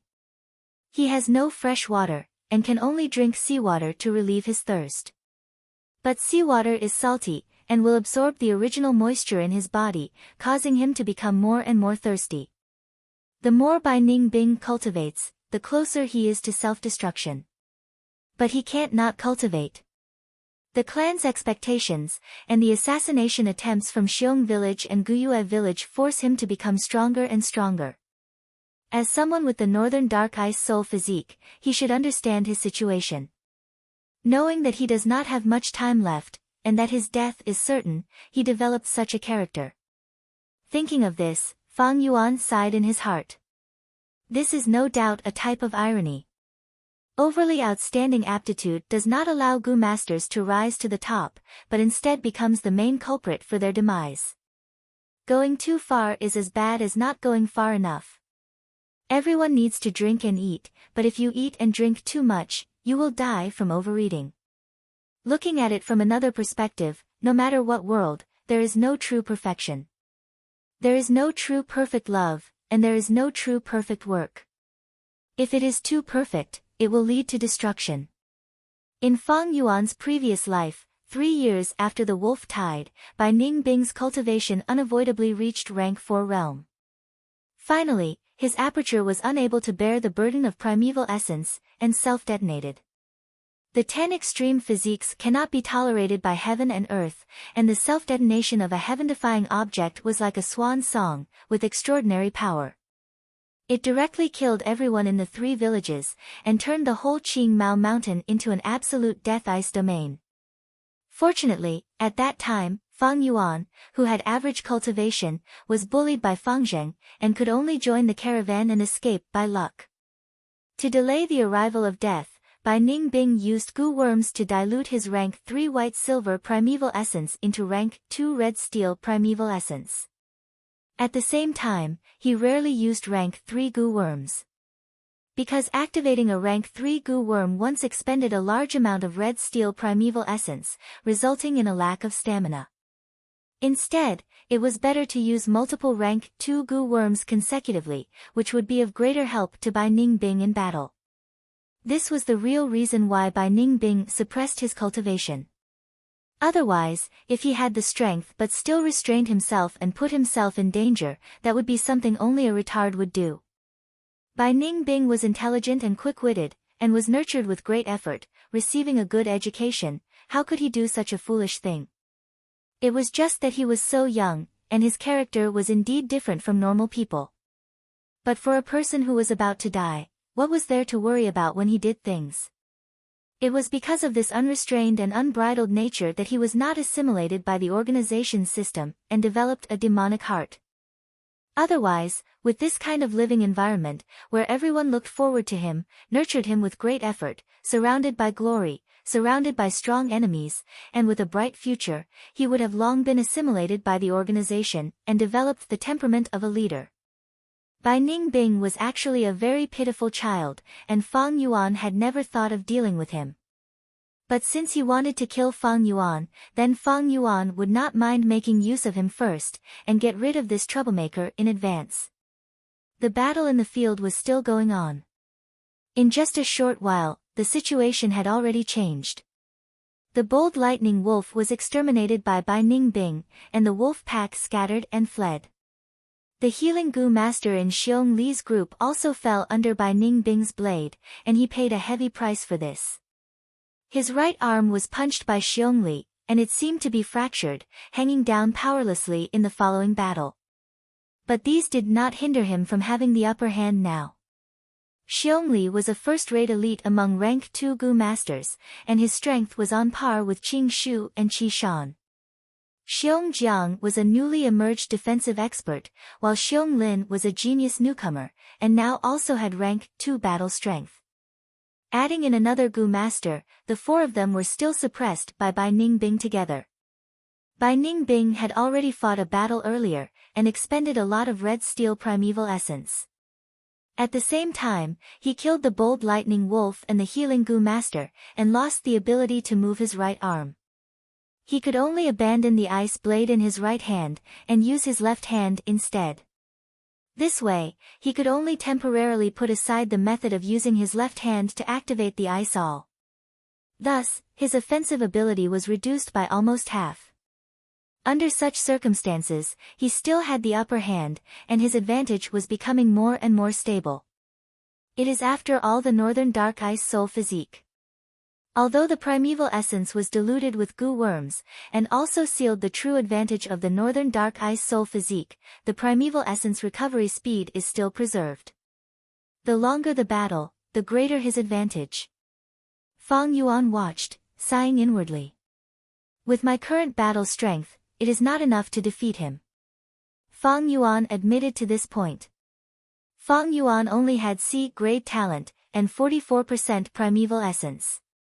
Even the B-grade talents Xiong Li, Xiong Lin and Xiong Jiang would be suppressed by Bai Ningbing if they fought together. It could be imagined that Fang Yuan's situation would be even more difficult than Xiong Li and the rest when facing Bai Ningbing alone. But, not being able to defeat you does not mean I cannot kill you. Fang Yuan laughed coldly as he thought of this. This was the wisdom accumulated from 500 years of experience. Even though they were somewhat similar shadows.